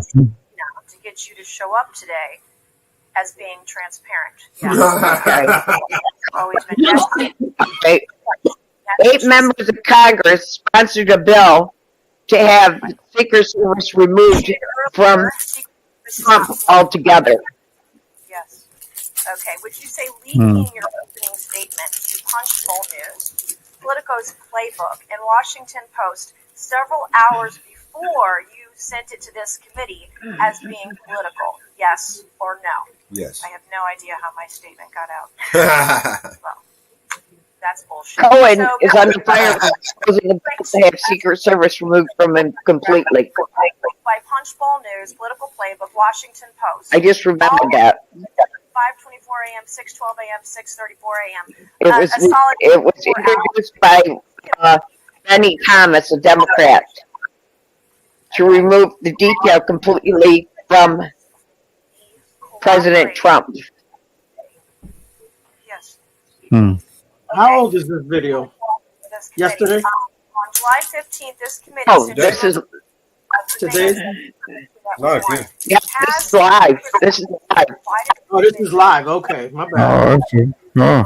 You think they're going to force her to make her quit? Yes, and I'll have to get back to you. This is live. Have you provided think she'll all audio quit? and video You think recordings she'll resign? to this committee, as we asked on July 15th? Yeah, I don't know. I would have to get back to you. That is a This no. is their floor. I'm gonna try not to. Dishonest. She doesn't have that information right now. Whether she should resign or not. Come on. We have to I put this, I put this link in the chat. Memos to this committee that we've asked. No, for this is July live. Okay. Right off their website. Yep. Being dishonest or lying. Like I just, you're being dishonest here with this committee. These are important questions that the American people want answers to, and you're just dodging and talking around it in generalities. And we had to subpoena you to be here, and you won't even answer the questions. We have asked you repeatedly to answer our questions. This isn't hard. These are not hard questions. Have you provided us all communications from the Secret Service related to that day and that rally? Have you provided this committee? We've asked for this information on July 15th. Have you provided any of this information that this committee has asked of the Secret Service? Any of it? I'll have to get back to you. Have you even read this Get letter? back to you. Did you even read this? Yes. It's, in the mail, right? Said you don't know, you have no idea. The answer is no. We haven't gotten a single document or piece of information or data from you or your agency in related to the rally that we have asked you for. So, was this attempted assassination of Donald Trump a failure of training or execution or both? I think that those are answers that we need to training, execution, or both. Which one? I think those are answers. All right. How many Secret Service personnel have lost their jobs due to this colossal failure? None. At this time, none. How many Secret Service personnel have been required to take a refresher course on how not to let people shoot Donald Trump? I'm not. Currently operational. We are examining the facts of this investigation, and we will make the changes necessary. What time did law enforcement become aware that there was an individual with a clear line of sight to President Trump? I am still verifying timelines. Of course, 9 days in, you have no answers. How many minutes went by between the time law enforcement saw and took photos of crooks and the shooting? How many minutes? I am still verifying. 7 minutes. Thank you, Mr. Chairman, and I yield back. Gentlelady yields back. Before I recognize Mr. Stansberry, I believe I want to recognize Mr. Mfume for a unanimous consent. Yeah, thank you, Mr. Chairman. I beg your indulgence. I meant to do this earlier. I'd like to have unanimous consent that it be submitted for the record.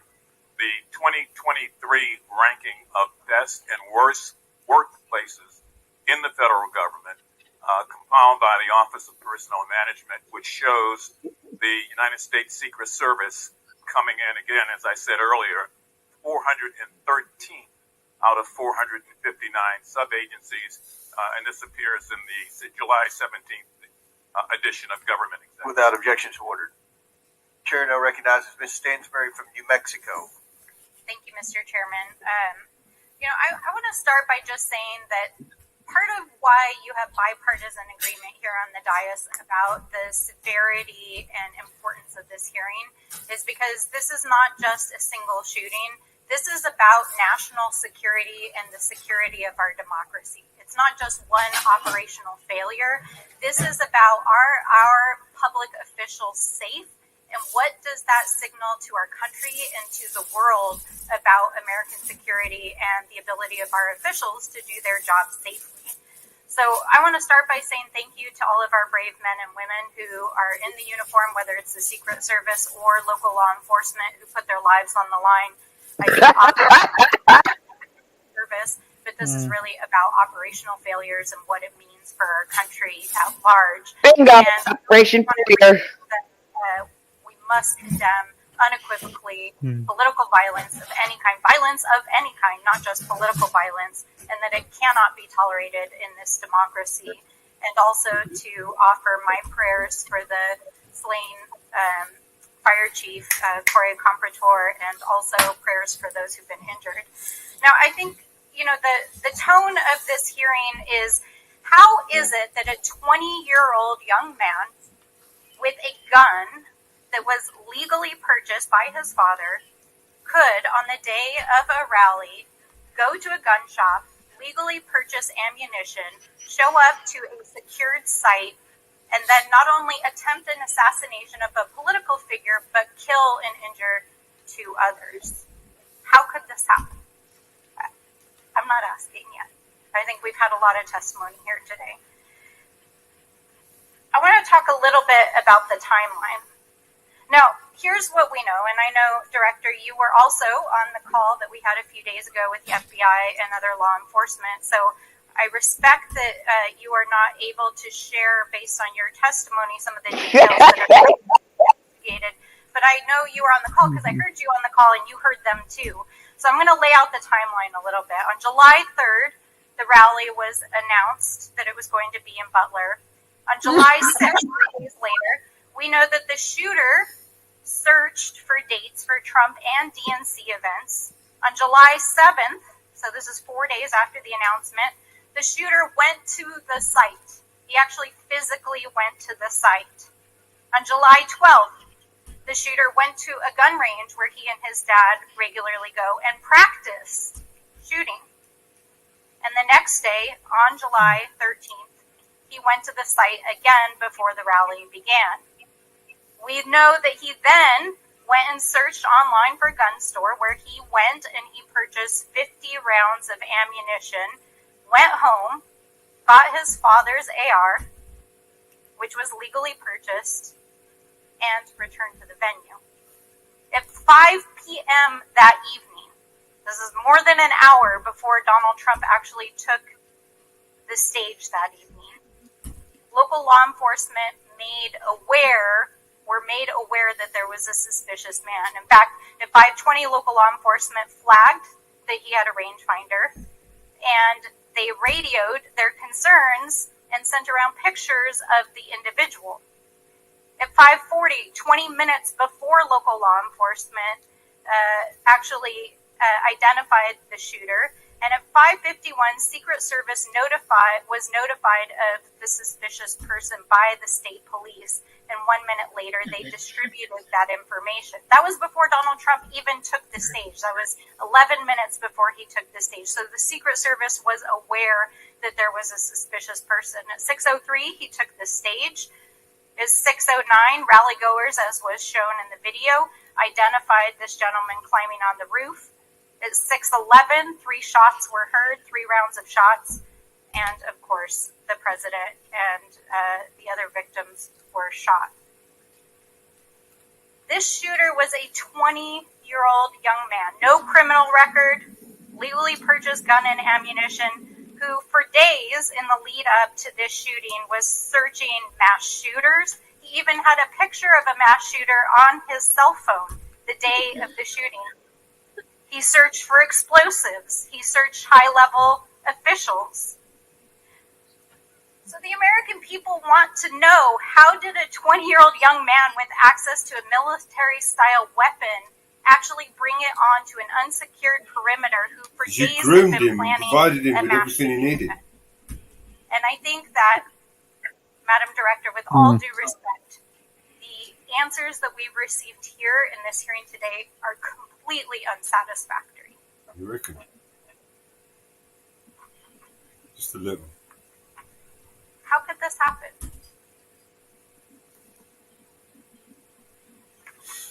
Amazing what taxpayers' money can get you. We need answers not just for the family members of the gentleman who was killed and those who were injured, but we need answers for our democracy. Because as others have stated here today, we are in a highly politically charged environment right now. We are only weeks away from one of the most significant presidential elections in American history, and it is clear that our public official safety has not been secured. And it is not just a matter of one shooting, it is a matter of national security. So I hope that you will take our comments to heart. I hope that there will be accountability, and we need answers. And with that, I yield back. Chair now recognizes Mr. LaTurner from Kansas. Thank you, Mr. Chairman. Director Cheadle, I have a question just right off the bat. Something that you've bragged about repeatedly is that you've increased protection for the 36 individuals that the Secret Service is also entrusted with. Is that correct? I think I stated that we currently have 36 protectees, and that we have we continue to make evaluations on where those levels of protection are provided. You've mentioned specific increases in protection that you've provided for some of those individuals, correct? Correct. Based on what?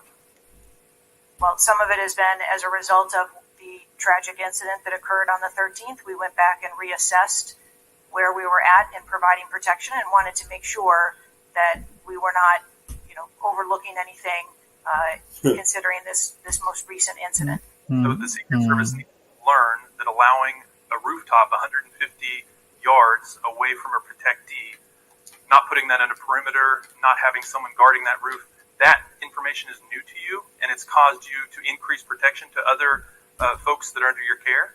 I think it is prudent, after any incident that occurs, to go back and take a look at your current practices and Morning, see where Tommy. it needs to be done differently. It's inconsistent because what you said earlier to Mr. Turner was that the protection that you were offering to President Trump was in line with the current threats, him being a former president, him being a nominee of a major political party, the threats from Iran, the protection that you're providing him was adequate. Do you stand by that statement? Yes. Okay. Do you think it's a problem that the Americans' trust in the federal government is an all-time low? Do you think that's a problem? Do we trust the American government? Nope. Yeah. Is it a problem or is it not? I think the American public deserves to have trust in their federal government. Okay. I don't know why you're being difficult. I'm just, it's a simple question. Are you concerned about the increasing prevalence of conspiracy theories going on out there right now? Yes. I am too. You've been incredibly inconsistent with your answers before this committee today and what you were willing to reveal. You've acknowledged that the shooter was identified with a rangefinder, that President Trump's detail was sufficient for the threats he faced from Iran, that certain details were erroneously reported, in your words, but you haven't been willing to provide any information about the decision to place the building in question outside the perimeter, the explosives placed in the shooter's vehicle, the use of a drone by the shooter, or when exactly the Secret Service identified the shooter as a threat rather than merely suspicious. What is your standard today for what you are willing to answer and what you are not? Because you've been inconsistent. I'm certain that you can understand that some of the information that's been provided to you thus far has come from the FBI's investigation and has come from information that we have released. I want to make sure that information that is being provided to this committee is consistent and is factual. But it's the not question been about the drone that the chairman asked at the beginning of the hearing, he said, Yeah, do you know consistent. this information? And you acknowledge that, yes, you do know the information, you just don't want to tell us. Right. I guess my question is that if you wanted to wait till the end of the investigation to draw conclusions, which you've acknowledged you're not, you're drawing conclusions right now and making changes. But if that was your standard, that you want to wait till the end of the investigation to draw conclusions, okay, at least you would be consistent in that. But what we're wanting to know today, and what would dispel some of the conspiracy theories out there, what would increase trust with the American people, is for you to let facts out, for you to tell us what you know. Resignations would be And I want nice. to understand from you, why is that a problem? Why is it inconsistent with a quality investigation to release to the American people today, at least the information that you know for sure? Because you certainly know for sure more information than you're willing to give us today. I have released that there was a failure and that there are gaps that we need to make sure that they don't happen. Acceptable. That doesn't quell any conspiracy theories out there. In your 27 years of experience, would you have been concerned about an elevated location within 150 yards of a protectee that did not have a Secret Service presence? Just based on your experience. What I can tell you is that every site and every venue. No. I'm asking for your experience. Looking at this situation, would that have been of concern to you? Or would you have agreed that it's fine, it doesn't need to be covered? What I have explained today You're not going to answer. There was. Is it true that at 5:45 p.m., approximately 18 minutes before President Trump took the stage, the Beaver County Emergency Services Unit noticed the shooter on the roof and photographed him? Is that a fact or not? That is the information that I have from the FBI's report, yes. You haven't been willing to share whether or when this was communicated to the Secret Service, so I'd like to get into the difference between suspicious activity and threatening activity. Is it suspicious or threatening if an individual is seen around the perimeter with a rangefinder? Is that just suspicious? That could be termed as suspicious. If that same individual with the rangefinder is found on a rooftop, is that still just suspicious, or is that considered threatening? That could be termed still as suspicious. My time is over, Mr. Chairman. I yield back. Thank you. Chair now recognize Mr. Frost from Florida. Thank you so much, Mr. Chair. And obviously, I want to start by stressing that political violence is always unacceptable, and acknowledging that this is still an ongoing investigation. But oversight hearings like this are essential components of an investigation, and I want to thank the chair for pulling this together. Madam Director, I appreciate you for being here. The events of July 13th raised serious questions about the efficacy and thoroughness of the security protocols in place. The gravity of the fact that an unsophisticated gunman was able to secure his perch and take a shot at a former president despite multiple layers of security and intelligence are not lost on me. Before I came to Congress, I used to work advance for a major political candidate and have interacted with many different law enforcement agencies on large political events like the one that just happened. How many times was the Secret Service alerted about a suspicious person at the July 13th campaign event prior to the first shot being shot? I don't have an exact number to share with you today, but from what I've been able to discern, somewhere between 2 and 5 times there was some sort of communication about a suspicious individual. To the Secret Service specifically. According to reports, the shooter was photographed twice by security officers prior to the shooting. A police officer saw the shooter on the ground and reported him with a photograph as a suspicious person. Multiple local law enforcement officers identified the shooter, radioed that he was acting suspiciously near the event's magnetometers. A local law enforcement tactical team saw the shooter on a roof and notified other security services and also photographed him.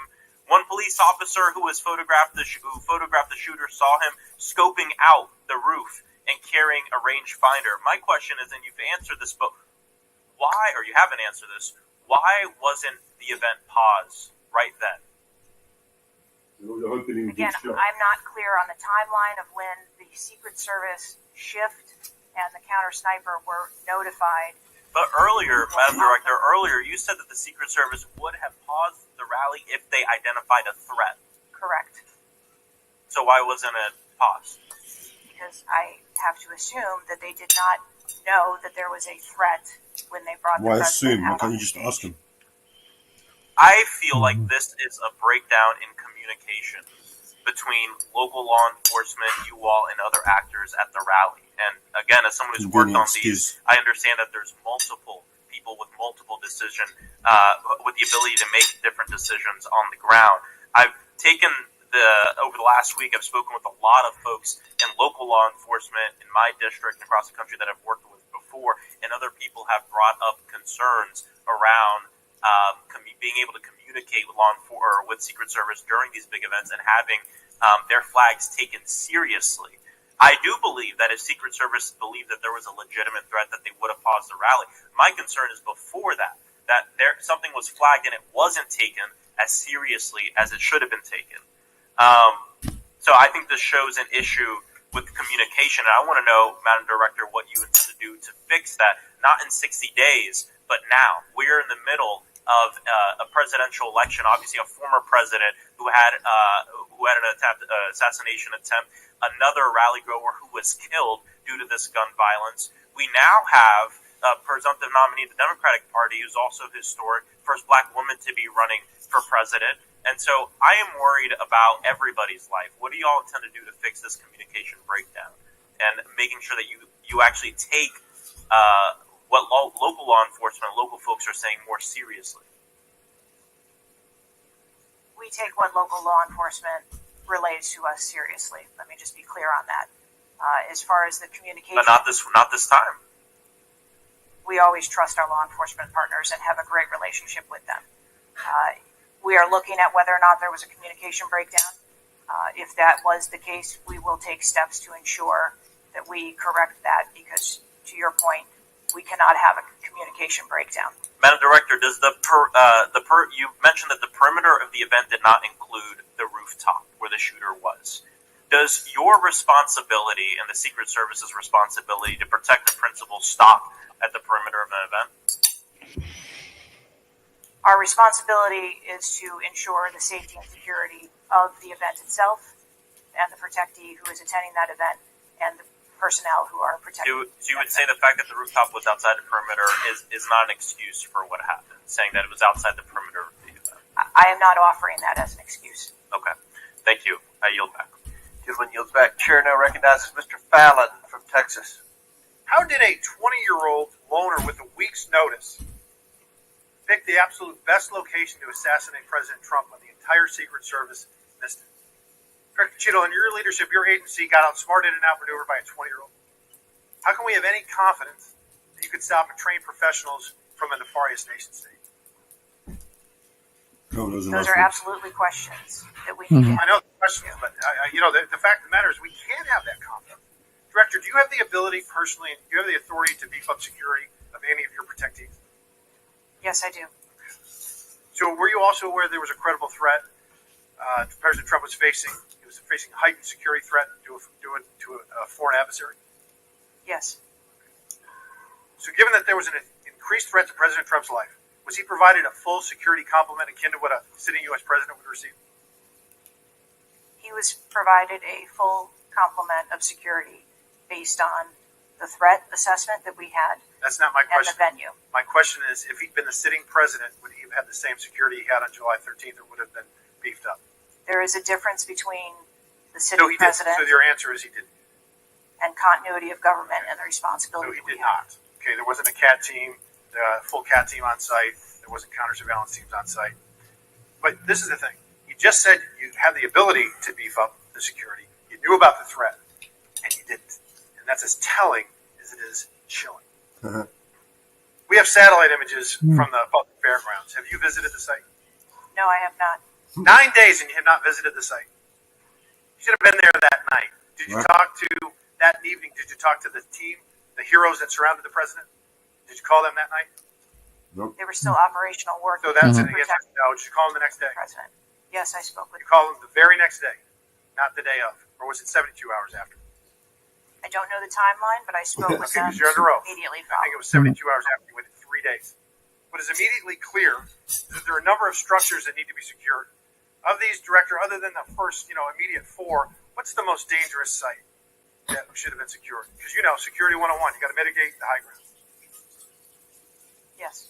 Okay. Do you know what the next most dangerous site? What was the closest structure to the president, other than the 4 immediate ones that you had your counter sniper teams on? There are a number of structures around that event site. You know who the shooter knew? The shooter has visited the site 2 more times than you have, and he had a drone, and he picked the AGR building. So you said, do you remember in an ABC interview you did that you didn't have people on the roof of the AGR building because you were worried about safety because of the slope? I recall that statement. Okay. Does the Secret Service have a written policy you can share with us about slope roofs? No. Okay. So why'd you act like there was one? Because is it your practice to comment on enormous events of enormous national implications when you're ignorant of the facts? That's rhetorical. She needs to resign. So here's this thing with the slopes. You go all up to like 1812, you go to 112, which is about as flat as you can get without it being completely flat. And you're saying that there was a danger, safety concern there. But the problem is, Director, you put your counter snipers on a 312 roof, which is steeper than the 112. And by the way, the 112 is ADA compliant. You can build a ramp for a wheelchair on a 112 roof. So these are nothing but pathetic excuses, and they make no sense, and they're a bunch of cow dung. All the law enforcement I've spoken with over the last 9 days are amazed that the AGR rooftop was not secure. You want to know why? Because it's dangerous. I have never had any long gun training in my life. I own an AR-15, and last time I shot it one time my whole life. It was 6 years ago. That is until Saturday, where we recreated the events in Savoy, Texas. We recreated what happened in Butler. I was lying prone on a slope roof at 130 yards at 6:30 at night. And I knew that he had a scope, but I didn't know what kind, red dot or magnified. So I shot 8 rounds from both. You know what the result was? 15 out of 16 kill shots. And the one I missed would have hit the president's ear. That's a 94% success rate. And that shooter was a better shot than me. It is a miracle President Trump wasn't killed. Corey, compared Torre's life is over because that damn shooter made it on the roof. And it wasn't the roof that was dangerous. It was a nut job on top of the roof. You know what else is dangerous? I believe your horrifying ineptitude and your lack of skilled leadership is a disgrace. Your obfuscating today is shameful. And you should be fired immediately and go back to Garden Doritos. Mr. Chairman, I yield back. Chair recognizes Ms. Lee from Pennsylvania. Thank you, Mr. Chair. I'd like to thank the chair, the ranking member, for coming together and holding this hearing. But I have to say, I don't think any of our concerns have been addressed today. And what little we've learned has not inspired much confidence. I will just say that we obviously can't allow the violence we're seeing in this country become the norm or a commonplace, but that seems to be where we're heading. On this occasion, it was, very shockingly, a former president and current political candidate at a rally that we all assume is one of the most secure places we can be. But the violence we saw last Saturday is the same culture of violence that makes too many of our kids and our community members feel unsafe to play outside or to go to class or to simply live their lives each day. But again, this was a political rally, and it is supposed to be one of the most secure places. So we do have very specific questions about that. Director Cheeto, I'd like to start by following up on some of my colleagues' questions. My colleagues, Mr. Krishnamurthy and Mr. Frost, highlighted a number of points that showed the shooter presenting an active threat. So I'd like to ask you, Director Cheeto, to clarify what the protocol is for postponing or canceling an event based on a threat, and how the events on July 13th didn't meet those standards. So again, I think we're talking about the distinction between suspicious behavior and a threat. And at the time that this individual was identified, they were displaying suspicious behavior. I'm still waiting for interviews from the FBI to determine what it was that identified that individual as suspicious and what those behaviors were. To that question, does suspicious behavior vary between different events? For instance, if we have an event with a president, would there not be a heightened standard for suspicious behavior? I think that there are a number of ways that someone could be identified as suspicious, and it doesn't matter whether it's at a rally or an indoor event or who the protectee is. I think it's up to law enforcement or citizens to identify someone as suspicious. Okay, thank you. According to the Associated Press, at least 6 different agencies, including 2 sheriff's office, local police, state police, as well as fire and emergency rescue officials, were involved in securing the rally in Butler. When there are so many teams that are collaborating, who takes the lead, and how is that determined? The Secret Service is responsible for the security of the site and the coordination. And that was the case on July 13th? Correct. Changing gears, in 2024's appropriations budget, the Secret Service was given a little over $3 billion, which was about $78 million above what was requested. For 2025's budget, you've requested yet another increase. How much of these funds goes towards training and improving protection procedures? I would have to get back to you on the training aspect of it, but about 30% of our budget is for protection and facilities and training. But clearly the problem can't be a lack of funding. So what exactly do you see as the core problem that led to this failure, that led to your agency being outgunned by a 20-year-old using his father's gun and acting on his own without a particularly sophisticated plan or technology? I think that we are waiting to determine exactly what those failure was so that we can make sure that the Secret Service is stronger after this. So we've heard a lot today that you can't answer because it's an ongoing investigation, that you're still figuring out the details, and that you won't answer basic questions. You said 60 days for the investigation, but I simply don't think that's acceptable. Do you really plan to keep avoiding questions and the American people's questions, ours and the American people's questions, for the next 60 days? I'm not avoiding questions. I want to make sure that I am providing factual and accurate information. Certainly, but is there no in-between, right, between what is obviously a fact and what you can surmise from the details that you already have? I assure you, when I have a full and complete report of what took place on that day, I will certainly come back and make that available. Certainly. Studies indicate that the United States is experiencing increasing levels of political violence and tension. Does the Secret Service see increasing political violence as a threat to its work? And if so, how is the Secret Service adapting its strategies and protocols to account for increasing political violence? We are constantly evaluating the threats that we receive and monitoring that, and we make adjustments on a daily basis to our protectees based on what those threats are and what actions we need to take. Yes or no? Do you believe that stricter controls on the availability of assault weapons would make it easier for the Secret Service to fulfill its missions of protecting public officials? I think the Secret Service is tasked with providing a safe environment, which is why we put into place a number of mitigation factors. Certainly, but do assault weapons make it easier or harder for you to do your job? I think that any weapon makes it difficult for us to do our job. Okay, I yield back. Chair Dale recognizes Mr. Donalds from Florida. Thank you, Chairman. Director, real quick, at what time was Secret Service aware of the active threat against President Trump? Director, what time? So the Secret Service was aware that there was an individual who had been identified as suspicious, and that individual was attempting to be tracked down. At what time? I don't have a specific timeline other than to tell Director, you. it's been 9 days. I At understand what that. time? I want to make sure that I give you factual information, sir. Director, have you talked to the agents on the ground that day? Yes, I have. You've talked to all of them? Mm-hmm. Your senior team has talked to every agent that was on the ground that day? Yes, we have. Have they all corroborated the same time they identified the shooter, or they were made aware of the shooter either by attendees in the crowd or a local police department? There are a number of reports of when those times were made. Was it 5 minutes before the first shot rang out?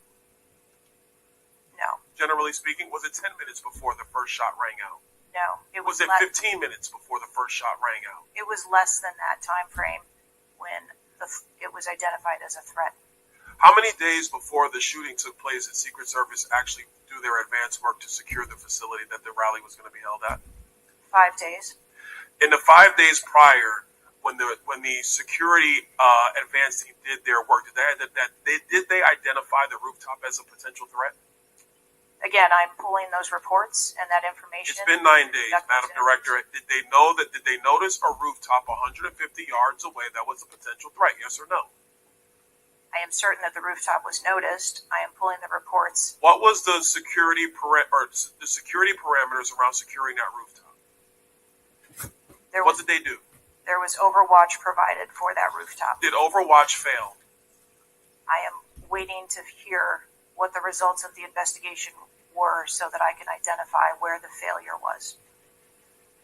Who did you talk to that was on the ground that day that was responsible for Overwatch? What are their names? I'm not going to provide their names in this setting. Did you talk to the people that were providing Overwatch that day? I've talked to the people that conducted the advance on that day and that were working the shift and were the counter snipers on that day. So you talked to the counter sniper team. You talked to the people who were providing Overwatch that day. And you talked to the advance team, correct? Yes, sir. What did they tell you? We are putting together a comprehensive report so that I can identify exactly where the gaps and the failures. When the counter sniper team was on the roof and they identified that there was suspicious activity on the roof in question, what was the chain of command's orders around the person on said roof? Because I'm quite sure somebody saw in under your organization, the Secret Service, I'm quite sure somebody saw the shooter on the roof. So what was the communication through the chain of command to deal with said person? What I can tell you is that when the individual was identified by the counter sniper, they took one shot and neutralized that individual. But that was after the shooter already took a shot. Is that correct? That is correct. So what you're saying now is that the Secret Service did not see the shooter on the roof until after the shooter took a shot? I do not have all of those details at this time. If you don't have those details after 9 days, Director, then what you're telling me is that you guys didn't see it. Is that correct? I am telling you I don't have all the details of the sequence at this time. Director, it's been 9 days. Either you have the information or you do not. Is that correct? We are still in the process of conducting interviews and an investigation. Some of my colleagues have texted me over the last couple days, bipartisan, about whether you should lose your job. And I've been quiet on that question because I wanted to see what you were going to do today. In my opinion, you do need to be fired immediately. And it is because this is gross incompetence. And the fact that it's been 9 days, and these are simple questions to answer. I'm quite sure if I asked any one of my kids if they got in trouble and I told them to give me the details, I would get more answers from them than I'm getting from you right now. And that's what's frustrating on a bipartisan basis, on a nonpartisan basis. This is a joke. And Director, you're in charge. And that's why you need to go. Mr. Chairman, I yield back. Chair now recognize Mr. Goldman from New York. Thank you, Mr. Chairman. Director, I want to follow up and just understand a little bit why there is so much information about this out in the public, including some from you and your communications team, and yet you're here pursuant to a subpoena under oath in front of Congress, and you're unable or unwilling to answer some of those same questions. Can you just explain why you are answering so many fewer questions here than you have to the media? I'm answering the questions that I'm able to answer based on the fact that there are multiple ongoing investigations. But you have answered some of these questions previously. To the media. Correct? To the public, to the media. Which questions? Well, did you have an interview with ABC News? Yes, I did. Did you explain the interaction between local law enforcement and the Secret Service, and that local law enforcement was responsible for securing the perimeter of the building where the shooter was? I said that the Secret Service is responsible for designing and implementing and executing the security plan, and that we rely on the assistance of our local law enforcement partners to assist us with that plan. Let me ask you something. Were you given any instructions about what you can and cannot answer here today? My ability to answer questions is solely reflective of the fact that there are multiple ongoing investigations, and I want to make sure that I provide accurate information that doesn't conflict with any of those investigations that are going on. So is it your view that you can't talk about anything that happened that day until those investigations are completed? My view is that I want to make sure that this committee and the American public gets correct and actual information. And so is it your view that that can only happen after the completion of the investigation? It is my view that when the investigations are complete, that we will be able to share that information. And how about before that? If I have factual information that I can share before that, I absolutely will. I'm guessing you have factual information as to when the suspicious photograph of the suspicious person was relayed to the Secret Service. There's a timestamp on that text message or whatever it was, correct? Sir, I'm sure you can understand that when you're dealing with text messages, emails, and other communications, the timelines don't always match up. Not really if they're timestamped, but let me move on. Because you have acknowledged that this was a major security failure. Is that right? Yes.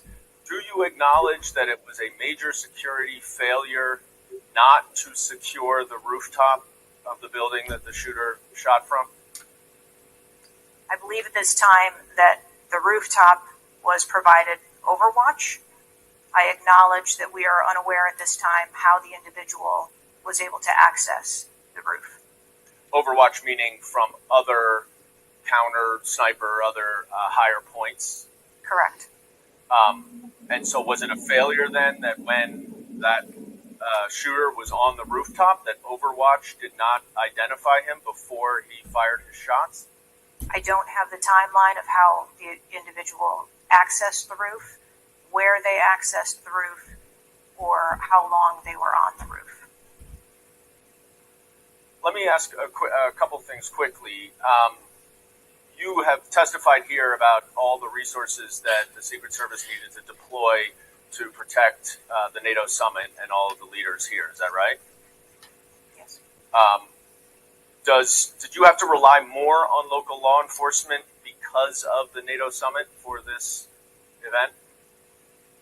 The Secret Service routinely works with local law enforcement at every event. It doesn't matter whether it is a NATO summit, NSSE, the RNC. No, but that's not my question. Obviously, there's a natural give and take as to, I'm sure, how many agents you deploy and how much you rely on local law enforcement. Did you have to rely more on local law enforcement because there were fewer Secret Service assets available because of the NATO summit? No. I hope we get answers before the completion. I don't like the fact that the media has received far more answers than Congress has. If this is a function of getting your ducks in a row, I assume you have access to a lot of these reports and a lot of this information, and you should have come prepared here today. And I would just want to flag, Mr. Chairman, before I yield back, that I want to just point out one thing that my colleague from Texas was talking about when he said he recreated the shooting twice with an AR-15, and he had a 94% success rate, 15 out of 16 shots. I don't know why that doesn't convince him to get rid of AR-15s, but clearly we know something about the prevalence of AR-15s and weapons of war on our street. And I yield back.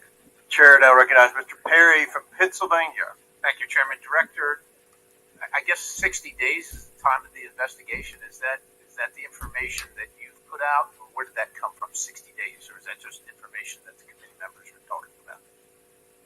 I stated that earlier today. I've asked. Okay, 60 days. So are you receiving regular updates? You're in charge of the Secret Service. This is about your organization. What happened 9 days ago? Are you receiving regular updates from the FBI on their investigation? Yes, I am. So you know some things are true, some things are probably not true. We want to talk to you about the things that we're hearing about and find out if they're true. Have you've been in contact with the FBI? Then you're getting updates on a daily basis, right? Yes. Based on what you said. Okay. So, and are you confident that the person in question, Mr. Crooks, was the only person firing that day against the president or the crowd? Is he the only one?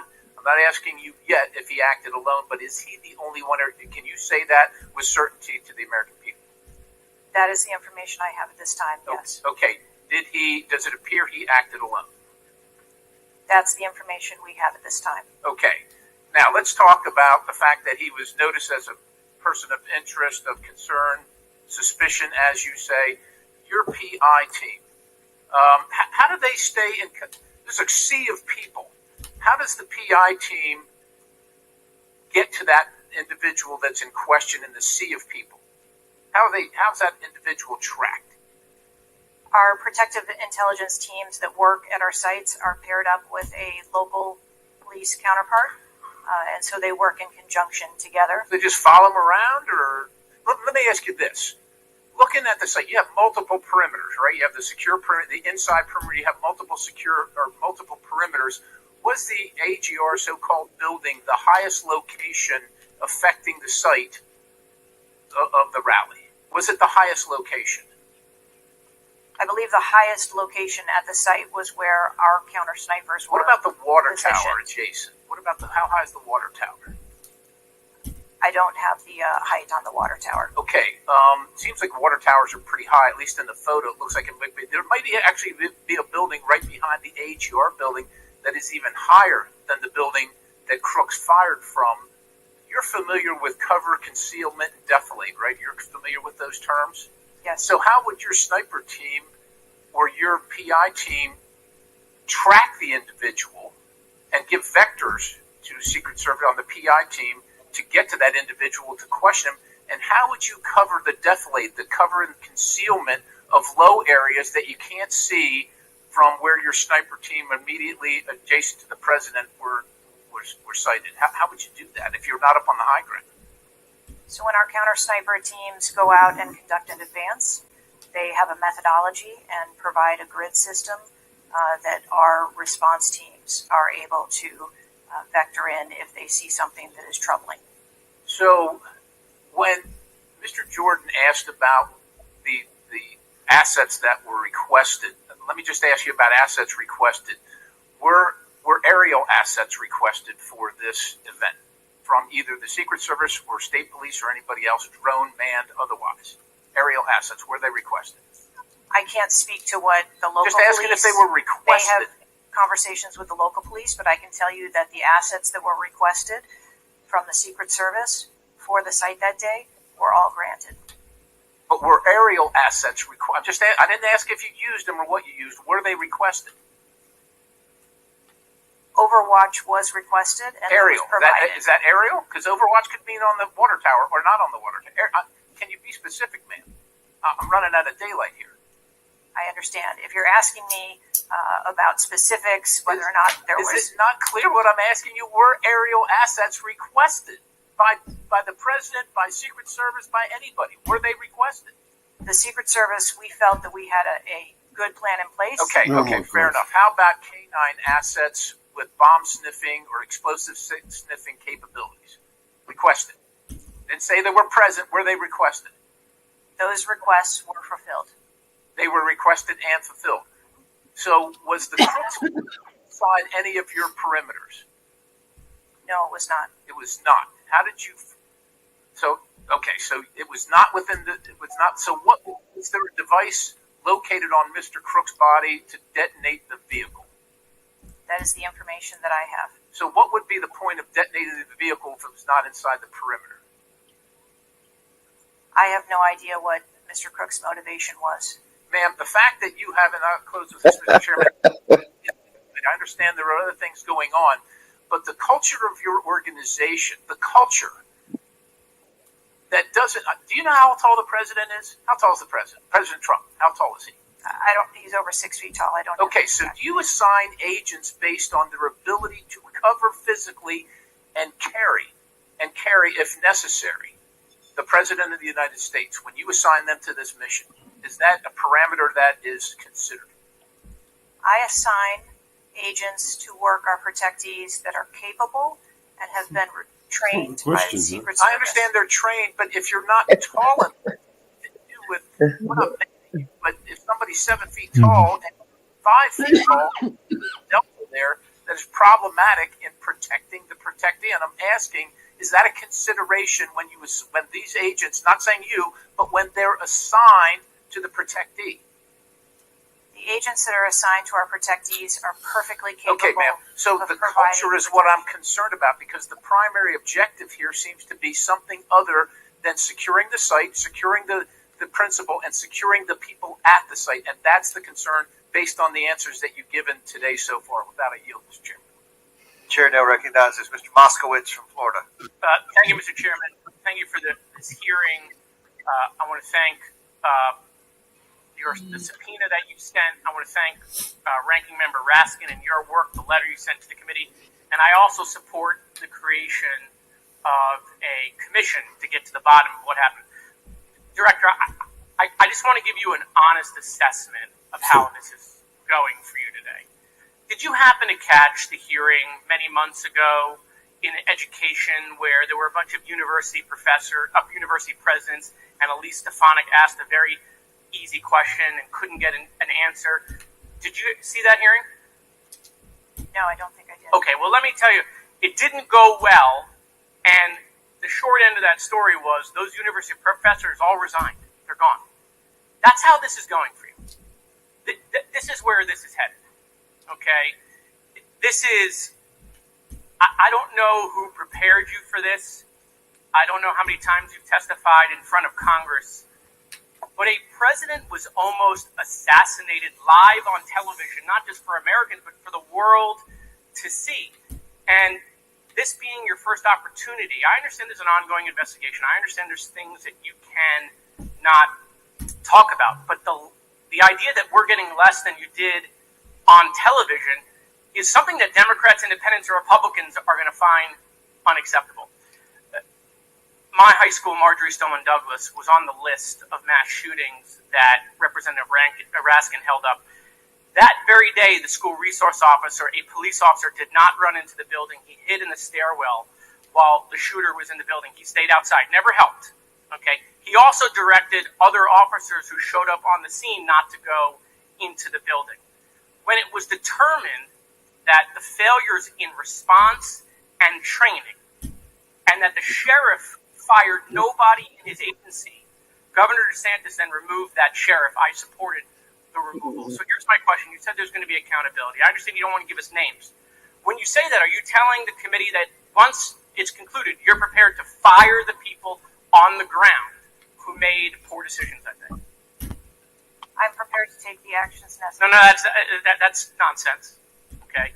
Accountability. The failure was human.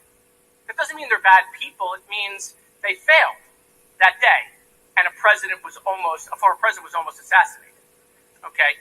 Are you prepared to fire the human failure on the ground?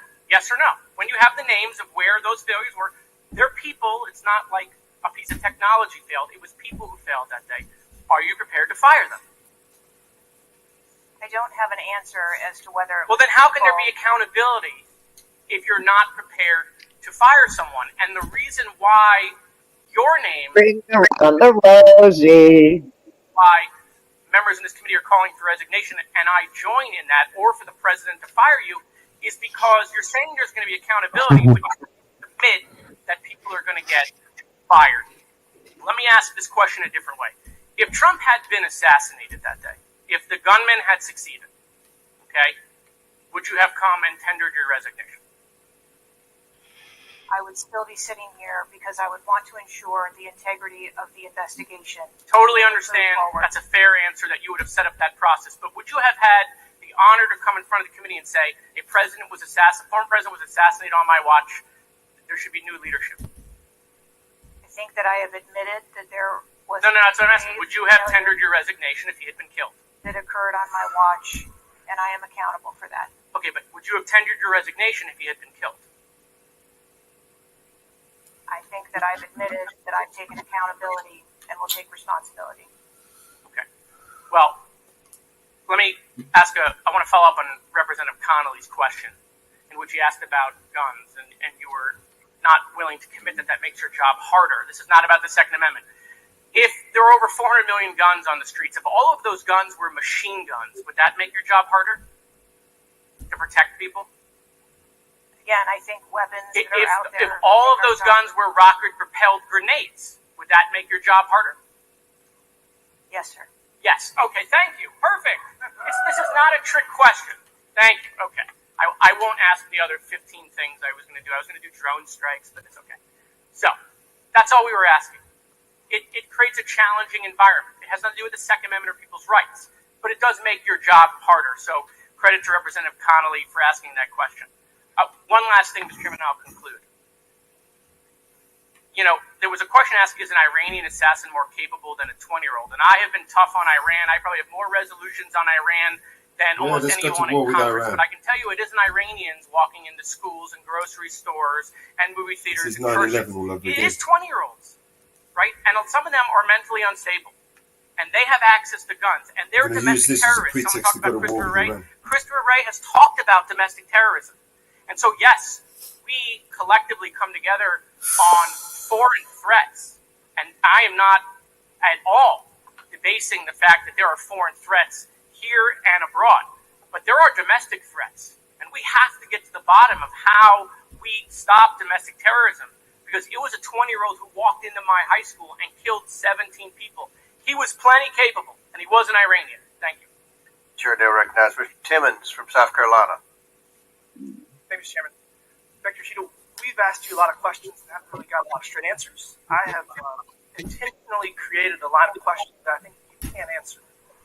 So the first question is, do you agree that the allocation of Secret Service resources should correspond with the risk profile of any given event? A higher degree of risk at one event should get more resources. Is that fair? That is fair. Okay. And when two events occur at the same time in the same geographic vicinity, that the risk profile of each event should be taken into account, and whichever event is greater risk should receive greater resources. That is correct. Okay. So I'm going to go over the Trump event. So this was publicly announced July 3rd, Butler, Pennsylvania. The venue is an outdoor fairground, open air, no existing security. The crowd size was expected to be tens of thousands. It ended up being over 20,000. There were general and specific threats from foreign adversaries. As the chairman of the intelligence remarked, Iran has said they want revenge, as well as when President Trump was in office, he made a lot of people mad, terrorists to be included all over the world. And, you know, President Trump is the former president and the future president. So I would say that that is a fairly high-risk event. Would you agree? Yes. Okay, let's conversely, the First Lady had an event at a casino in Pittsburgh, just a few dozen miles away. Dinner for the Italian Sons and Daughters of America. It was publicly announced on July 10th. What's interesting is that the casino is actually extremely secure. They already have magnetometers existing prior to this event even being announced. It was in a ballroom. And the size of the crowd, a mere 400. There were no specific threats. There may have been general threats. And the asset is the First Lady. Those seem like there's a huge disparity relative to risk. Would you agree? Yes. Okay, thank you. Multiple whistleblowers and various media outlets have reported that the Pittsburgh field office of the Secret Service allocated 12 additional post standers to the First Lady's event and 3 additional post standers to the Trump rally. Is that correct? There were no assets that were diverted from the First Lady's No. This is a very simple question. I'm not asking if anyone was diverted. Did the First Lady's event that was relatively secure, especially compared to Trump's rally, get 12 assets? And did the First Lady's event get 12 assets and Trump's get 3 from the Pittsburgh field office? That's a yes or no. The If you don't know, don't answer. I mean, if you The don't know, number don't of answer. personnel that were allocated to both of those events were comparable to the risk at both of those events. Wow. Really? So you think that the Pittsburgh casino, 400 person in a ballroom with ingress egress through probably a very well guarded parking garage was 4 times more dangerous than a 20,000 person rally on an open field with the former president, future president? You think that that's 4 times more dangerous than casino event? I didn't say that at all. Well, they got 4 times the resources from the Pittsburgh field office, who was likely in charge of trying to walk Fuck's sakes, I mean, you continually highlighted the failures of the Secret Service at the Trump rally. And, you have the former and future president getting shot. You have multiple injuries, 1 fatality.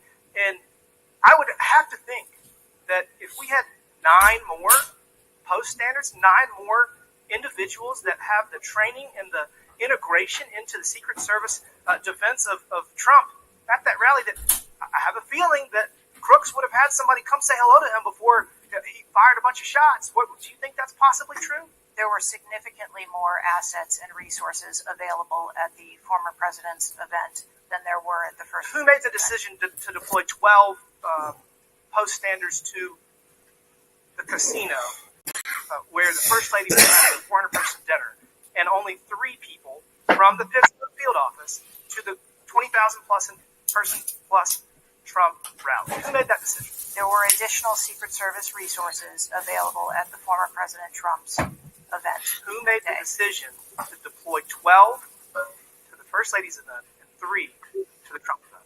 The allocation of resources is decided based on the availability of personnel and their location and where they are, but there were sufficient Who? The question was who? that were given to. Did you just say there were sufficient resources? President Trump got shot. Someone got killed. There were not sufficient resources, clearly. There was and it doesn't take 27 years of experience to know that. And whoever made that decision, it probably wasn't you, needs to be fired. And then you need to resign because this is absolutely unacceptable. You've lost the trust of the American people. With that, Mr. Chairman, I yield back. Gentleman yield back. Chair, now recognize Talib from Michigan. Thank you so much, Mr. Chair. Thank you, Director, for being here. When we hear the headline, a 20-year-old young man with access to an assault weapon commits an act of mass violence. I mean, we've heard this before, over and over again. But the unfortunate thing is that my residents don't get a committee hearing. We have not had one committee hearing about the over 260 mass shootings that we've had, killing hundreds of people, injuring hundreds, changing their lives forever. And don't get me wrong, to many of my colleagues, I mean, I watched, and even the pool of blood, the screams, it was horrific. But it made me think about the images I saw after mass shootings at schools, grocery stores. I mean, I think of Buffalo, New York, at a supermarket where a racist gunman killed 10 shoppers with an AR. In El Paso, AK-47. Let's talk about New York shutting down all our mental health facilities in the pandemic. Parkland, Florida, 17 students and teachers murdered, again with an AR. In Pittsburgh, at a place of faith, Tree of Life Synagogue, 11 fucking murdered. bitch gaslighting. And don't get me about Newton, Connecticut, which still breaks my heart. 26 murdered, including 20 elementary school children. This year in Michigan, we've had, Mr. Chair, 2 mass shootings. 21 shot in Detroit. Unbelievable. Because one of the most horrific shootings we've seen. 2 killed at a splash pad in Rochester Hills, Michigan. 8 shot there. Again, an assault weapon used. But the difference here is the former president gets a hearing in his attempts to assassinate. But our residents Go don't fuck get a yourself, hearing you stupid fucking bitch. about mass shootings, about gun violence in our country. Mr. Chair, I asked this stupid cunt. wholeheartedly. They don't have Secret Service to protect them. They don't. I don't have these mass agencies protecting our kids in the schools or the supermarket, movie theaters, or going to a block party in Detroit. I don't have that. We don't have that. But I can't believe we're just going to focus on that and not the fact that we're hearing yet again in the headlines a 20-year-old young man having access to an assault weapon, a weapon of war many of my veterans say they have to be trained to use. Told you. But he can get it. Wasn't safely stored by the parent, grabbing that gun. And This innocent stupid lives bitch out of office. were lost. Director, I know you got asked about this. And I think it's important, though, you know, for us to hear this. I agree, Melos. How difficult is your job when there's such easy access to assault Oh, weapons? okay. Here. See the setup, right? You guys see Oh, the yeah. setup? The way it always is for these people. They just set you guys up, man. And the dynamics of You're all arguing over some stupid shit that they did. These are brave men and women who Set put their you lives up. on the line. And a day like we had on July 13th is a day that no one in my agency ever wants to have as their responsibility. It is an incredibly difficult job. But yeah, all these, the president is protected by ARs. Family. Again, their lives are forever changed.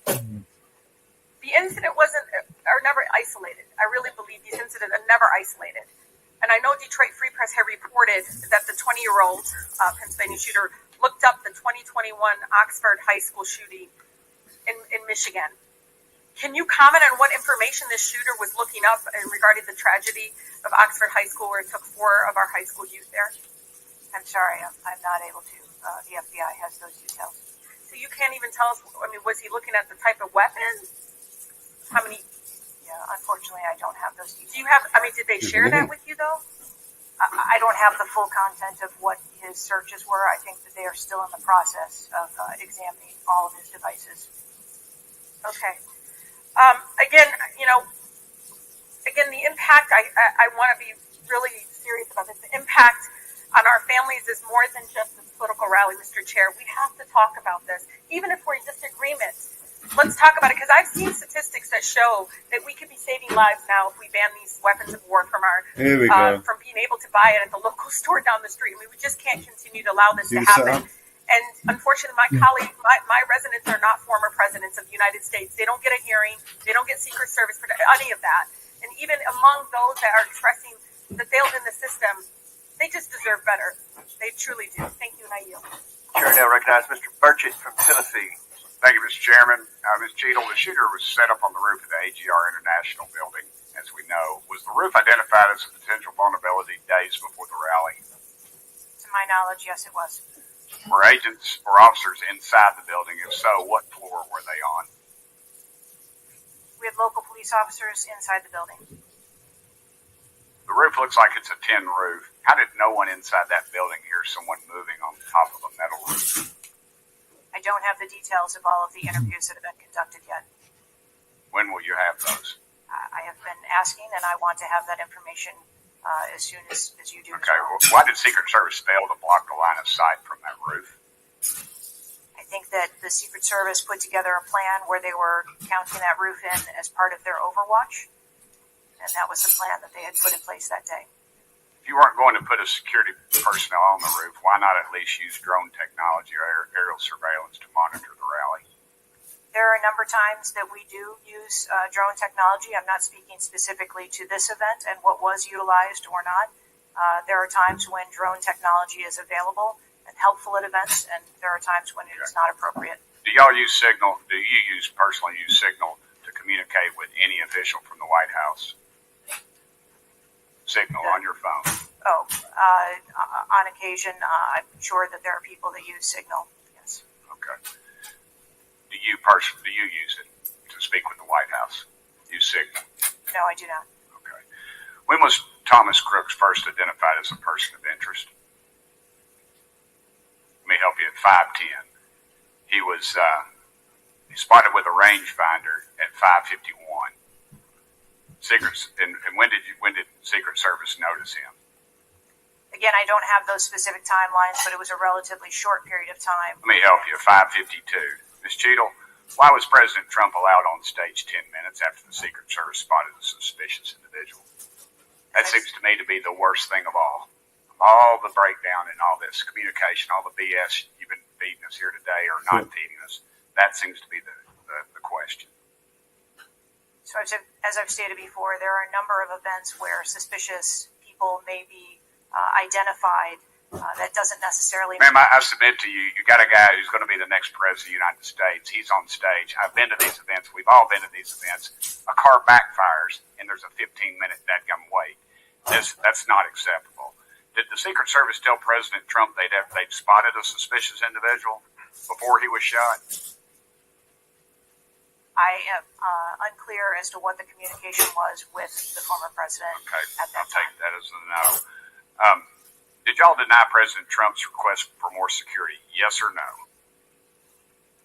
And when was the most recent request for additional security? The rally request for security, all of those requests were fulfilled. And were there any personnel redirected to Jill Biden's rally? No. Who made the decision on the direction of agents at either one of those rallies? I'm unclear as to your question on the direction of the agents. I said, who directed those agents to be at Miss Biden's rally or President Trump's rally? Those specific agents. So there is a methodology in which agents are available for assignments, and they are assigned based on either geographic location or logistics or flight. Ma'am, I appreciate all that, but that methodology about got President Trump killed. Was the security detail guarding President Trump a temporary detail? The personnel who are assigned to the former president's detail are assigned to him. Why was there a different detail on the opening night of the convention than the detail that was guarding him in Pennsylvania? The president has a very large permanent protective detail assigned to him. They work shift work, and so it could be that people you saw at the rally were not working the same shift the day that he was. I can assure you, ma'am, somebody that's a lot shorter than the president was not at the convention, and the people that were cowering down behind the mass of agents that were on top of the president were not in the convention hall. At least I didn't see them. You can't seem to answer a single question about an ongoing investigation, ma'am, and you don't know when the information will be released publicly. Are you waiting for the administration to sign off? No, I am waiting for the results of the investigation, at which time... Okay. Let me ask you one more question. You found explosives in the shooter's possession. Is that correct? The FBI found explosives. Do we know who directed this young man how to make those explosives? I believe that the FBI is still looking into that on their investigation. Ms. Cheadle, you said that the buck stops with me, and I agree. I don't think you should resign. I think you should have been fired. Ma'am, you are a DEI horror story. I've told my daughter multiple times, my wife and my daughter, we talk to her all the time about how she's going to succeed in life. She'll succeed in life by achieving. Ma'am, you have not achieved today. You've let the American public down. If it's up to me, you'd be gone. Thank you, Mr. Speaker. Chair now recognizes Ms. Crockett from Texas. Thank you so much, Mr. Chair. And let me just pick up where my colleague from Tennessee left off.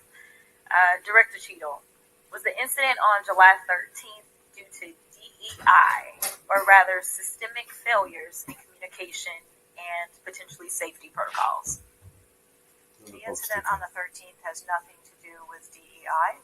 The incident on the 13th has to do with a failure or a gap either in planning or communication.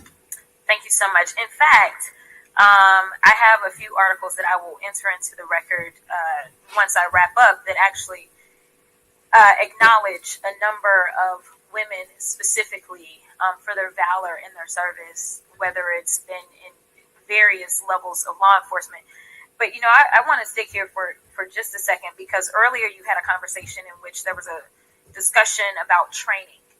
And I want to talk about training, and I want to talk about the fact that there's been a little bit of dancing around as it relates to this being a suspicious person and this being a situation that was perceived to be a threat. And it seems as if there's a different analysis that takes place. One of my questions has to do with if you have any bias training that your officers undergo. And the reason that I ask that, because as a civil rights lawyer, I have learned so many times in having to deal with law enforcement that there usually is not a perception of a threat when it is a young, white male, even if they are carrying a long gun. Yet a lot of times, at least in this country, when it comes to law enforcement, there is a perceived threat just by somebody having a little bit more melanin in their skin. So I'm curious to know, because a lot of times one of the things that we have consistently pushed for on my side of things, and when I say my side, is once we are looking at a tragedy in which law enforcement made an error, is the bias training and whether or not our officers are getting it. So I'm curious to know, in some of the training that you talk about that's part of your budget, has bias training been part of that? Yes, it is. Okay, thank you. I know that today is a rough day, and on that day in Pennsylvania, it was a rough day. And the reality is that I understand it, and you may or may not know the answer to this question. In the space in which this event took place, it was an open carry space. Is that correct? That is correct. Okay. So I hail from the state of Texas, and interestingly enough, I was serving in the state house right after there was a mass shooting in El Paso. We had an opportunity to do right by our citizens in Texas, but we did not. Instead, they passed permitless carry. And what my colleagues kept trying to get you to answer, because we want to come up with solutions, we don't want to keep pointing the finger. And right now, you've got a bunch of fingers that are pointed at you. But our job is to solve problems for the American people. And to be perfectly honest, the numbers are clear. I think almost every major law enforcement agency come forward and say that they were against permitless carry because they said that their jobs would be made more difficult. Unfortunately, my colleagues on the other side of the aisle in the state of Texas decided that they would ignore those warnings, and they passed the law instead. And right after they passed that law, we ended up with Uvalde. And we heard the stories of those officers that were scared to go in and save those babies because of the firearm in which that, in that case, 18-year-old had the failures and what they could do. They also were given an opportunity to say, hey, raise the age and make it to where at least you have to be 21 before you can possess this type of weapon. And they chose not to. And we have the facts. It shows, and I'll enter this into the record as well, if there is no objection, deaths from firearms keep climbing in Texas decades after. The same stuff they talk about every time, every shooting, same shit. Thank you so much. The last thing that I'm just going to make never fails. We all care about this issue. That's what it was all about. We know that there has been a spike in violence, political violence in this country. Are you aware of the fact that the numbers are higher right now? Okay. In addition to that, and I'm going to point a little blame at ourselves, because right now you got all the fingers pointed at you. But the reality is that we have a number of congressional members that are consistently engaging in violent rhetoric, and it needs to be toned down. The reality is that people are listening and they're paying attention, but unfortunately, another thing that is happening because we're not getting answers from you today is the conspiracy theories. They have already began. Have you heard of any of the conspiracies? Yes. Okay. The problem with these conspiracies is that when people believe that, say, the President of the United States ordered a hit, or they believe it was an inside job, or whatever conspiracies they believe because they don't have any facts in front of them, that potentially incites the next level of violence at the next event in retaliation for this. So we are all for your job as it relates to being the director, as well as the men and women that you are protecting as their director, that you keep them safe by making sure that the American people have the information that they need so that they can feel as if Secret Service is on the side of the American people. And ma'am, I don't doubt the Secret Service is on the side of the American people. But right now, so long as these conspiracy theories continue to fester, it is going to make your job that much harder. Thank you so much, and I yield. They need to be on the side of the president. Georgia. Thank you, Mr. Chairman. Ms. Cheadle, I'd like to remind you that you're under oath. But they went. Team has a senior supervisor, an advanced team, a protective intelligence team, a counter sniper element, and detail. Who was the agent in charge? How long has she been the agent in charge? And what is her service background? Too many chiefs, not enough Indians, Mellows. Yeah, definitely. Why not? You're here to answer our questions. Forum, I'm not going to provide names. You stated in your testimony, you said, I am here today to answer your questions. That is correct. The more to pounce the buck down the road. Our personnel. Why not? Today. The American people are demanding these answers from you today, Ms. Cheadle. I will do the best to provide you accurate information based on the facts that I have at this time. You're not answering our questions. The advance element coordinates with other intel or law enforcement partners, identifies threats and weaknesses at the sites and movements. We'd like a copy of the advance report. Have you brought it here with you today? Nope. We will comply with the request for the documentation that has been requested. When will that be, Ms. Cheadle? Because you should have brought it today. I am certain that our personnel are working on obtaining all of that documentation. I don't believe you, and neither do the people watching this hearing. You're not doing well, as Mr. Moskowitz informed you. You've been sitting here for over 3 hours, and I have you know the entire country is demanding you resign and demanding that you be fired if you do not resign. Things are not going well for you. You need to answer the questions. Was there a protective intelligence team, and what technical resources were utilized for that event, specifically drone or helicopter assets? There were a number of technical assets that were deployed for that event, and there was a protective intelligence team that was assigned to that event. Why was Crooks able to fly a drone over the entire area the day of the rally and the day of his assassination attempt?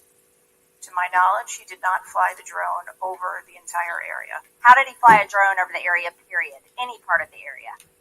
Again, I would have to go back and check the timeline of when that took place and when the event... Why didn't you bring the timeline with you today to answer our questions? I don't have all of the answers on the timelines based on the criminal investigation. Were you not prepared today to answer our questions?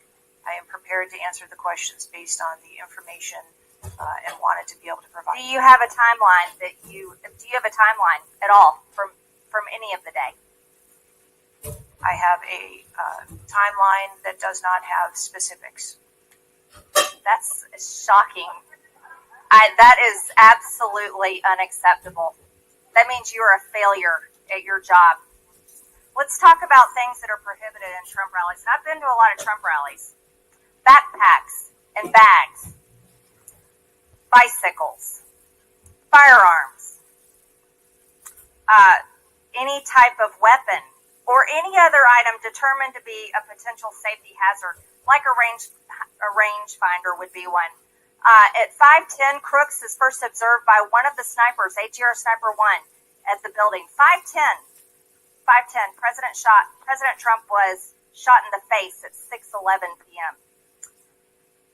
5:28, ATR Sniper 1 takes a picture of a bicycle and 2 bags. Those belong to Crooks. 5:32, ATR Sniper 1 spots Crooks looking at his phone and using a rangefinder. 5:55, Butler ESU Command confirms receipt of photos and states they have been relayed on. 6:05 p.m., ATR Sniper 1 later communicates that Crooks is seen moving northeast in direction of Sheetz and that Crooks has a backpack. 2 minutes before the shooting, while President Trump has been allowed to take the stage, people see Crooks laying on his stomach in a sniper position on the roof, and they're yelling he has a gun, and they are trying to alert law enforcement and Secret Service. Why was Crooks not shot by the snipers? Why was he allowed to be there? As soon as the individual was identified as a threat, they were... No. What do you consider to be a threat? A man with a gun laying in a sniper position, a man that had a backpack, a man that had a bicycle, a man that had a rangefinder. At what point is he determined a threat? An individual with a backpack is not a threat. An individual with a rangefinder is not a threat. What about a man laying on a building that has direct line of sight of President Trump with a gun that people are screaming and pointing out? Is that a threat, Ms. Cheadle? Once that individual was identified, they were neutralized. No, they were neutralized. Crooks was neutralized after he shot President Trump in the face, Ms. Cheadle. Is he only a threat once he fires the weapon? As soon as the counter sniper identified that individual, they were able to neutralize them. How were people in the crowd? Okay, then let's just take it this way. People under your command did not consider him to be a threat, yet people in the crowd knew he had a gun and considered him to be a threat. That means that you are a complete failure as the director of the Secret Service, that people under your command don't perceive a man laying on a roof with direct line to the president with a gun. They don't perceive that to be a threat, yet the people in the crowd do. How is that possible?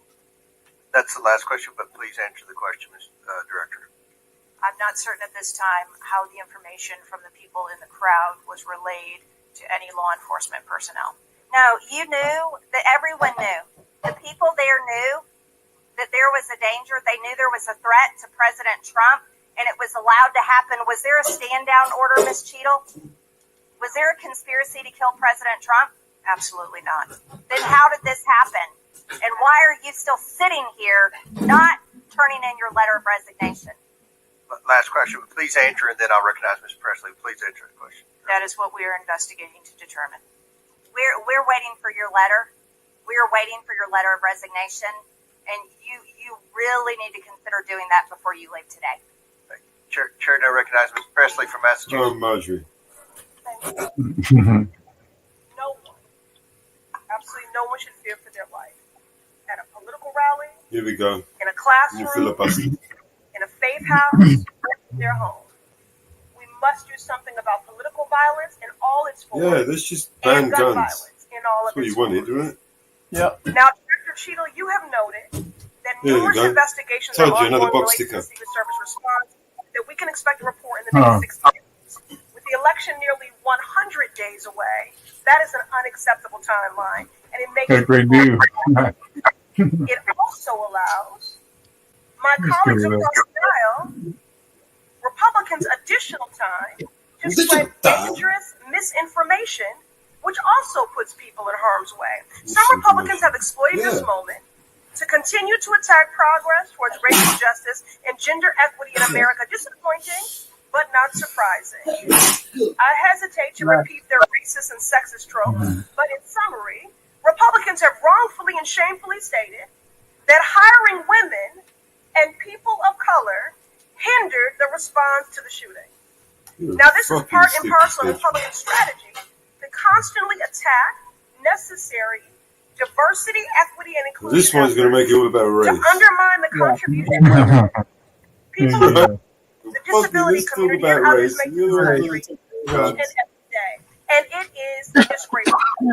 In the wake of gun violence and tragic loss of life, Republicans are ignoring solutions like gun safety reform and instead pointing out sexist tropes. Can't say I'm surprised. I ask unanimous consent to enter into the record reporting from CNN titled Right-Wing Media Figures Blame Women in Secret Service and DEI for Security Failure in Trump Shooting. Without objection to order. This article quotes members of Congress and others that plainly accuse DEI and the hiring of women as a liability for the Secret Service.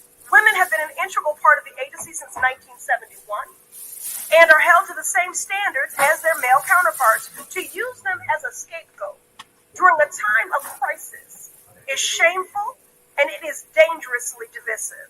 In fact, based on recent publicly available demographic data of the agency, the largest demographic groups among special agents are white and male. But to right-wing extremists, the truth doesn't matter. The lies they tell to advance their anti-diversity agenda, which is a key theme throughout Project 2025, will only make the American public less safe and more divided. And every day, Director Cheadle, that you fail to give us answers, they are given more oxygen to make their baseless claims that women and people of color are responsible for tragic events. And that is injustice. Thank you. And I yield my remaining time to Ranking Member Raskin. Thank you to the distinguished gentlelady from Massachusetts. Thank you for those trenchant insights. I wanted to make the point that you were making and several of other members were making to bring it into sharp relief here.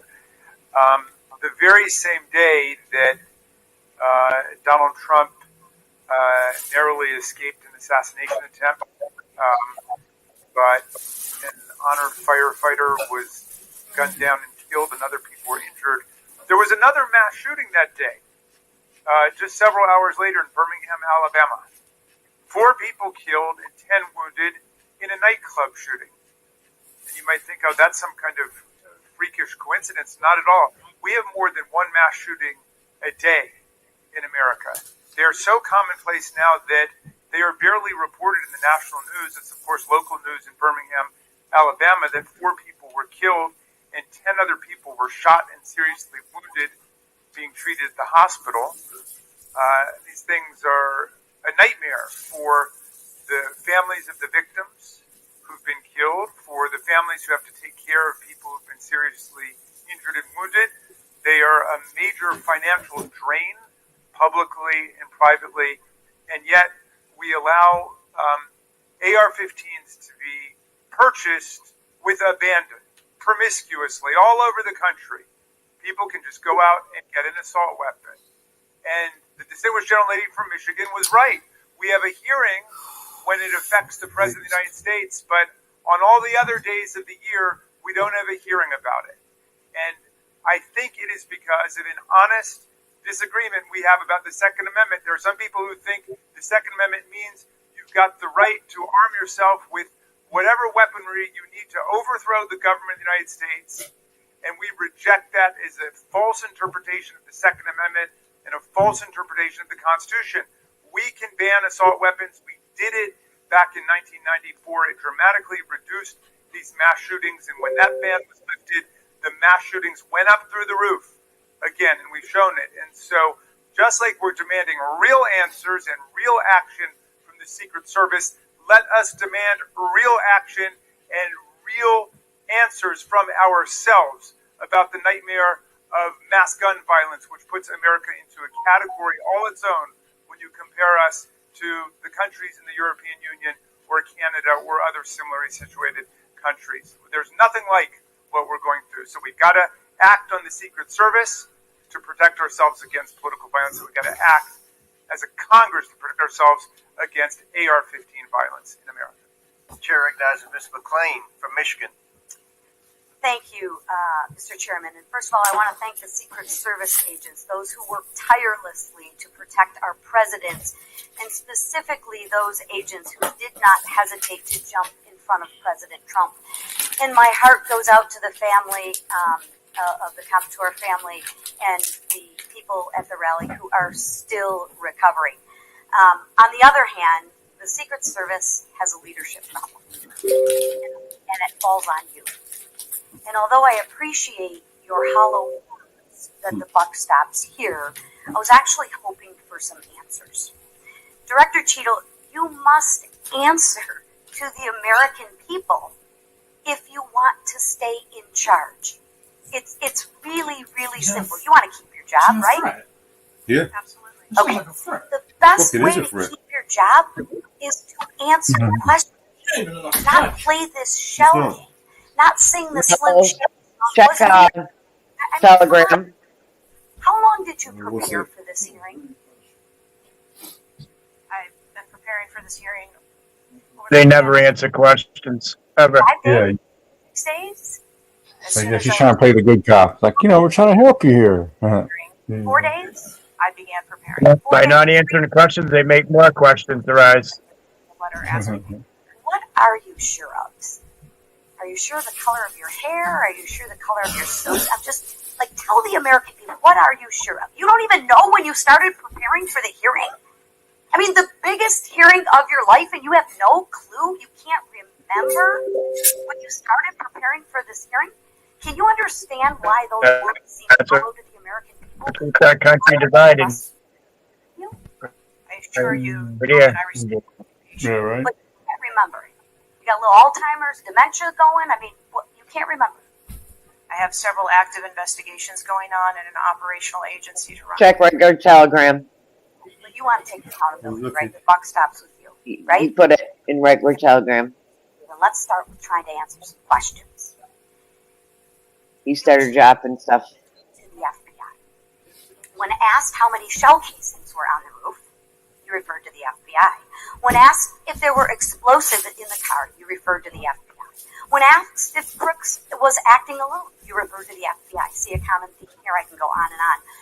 My question is, who at the FBI should I speak with? Wait for it. Wait for it.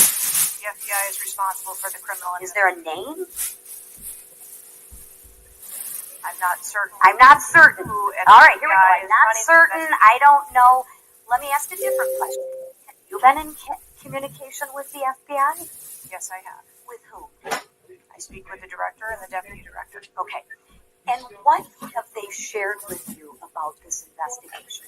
So I'll give you an opportunity to answer again. Did they share with you how many shell casings were on the roof? They have shared with me. Did they share with you how many shell casings were on the roof? Yes. And, okay, how many were there? I would refer to the FBI for how many were there? And their information that they need to share in their investigation. So they've shared the information with you. You just don't want to share the information with us, correct? We have concurrent investigations. So they have shared this information with you. You know the answer to the question. You just refuse to answer the question from the member of Congress who has subpoenaed you to be here. Is there a different answer to that question? I was always willing to come here and testify before this oversight hearing. Beautiful. Then let's do that. Let's for once have your actions match your words. So you've been in communication with the FBI. You know the answers, and you refuse to tell us the answers. So I will ask you again. You know how many shell casings were on that roof. What is the answer to that question? I think it's pertinent. What is the answer to that question? I think it's pertinent to talk to you about the information that the Secret Service has and that the Secret Service knows related. I'm asking you an answer to the question. If you're supposed to be in charge, if the buck stops with you, how come you can't share the answers? What are you covering up? What are you hiding, my friend? I'm not covering anything. Then why can't you answer a simple question? I would leave it to the criminal investigation to answer questions related to that. You're a crook.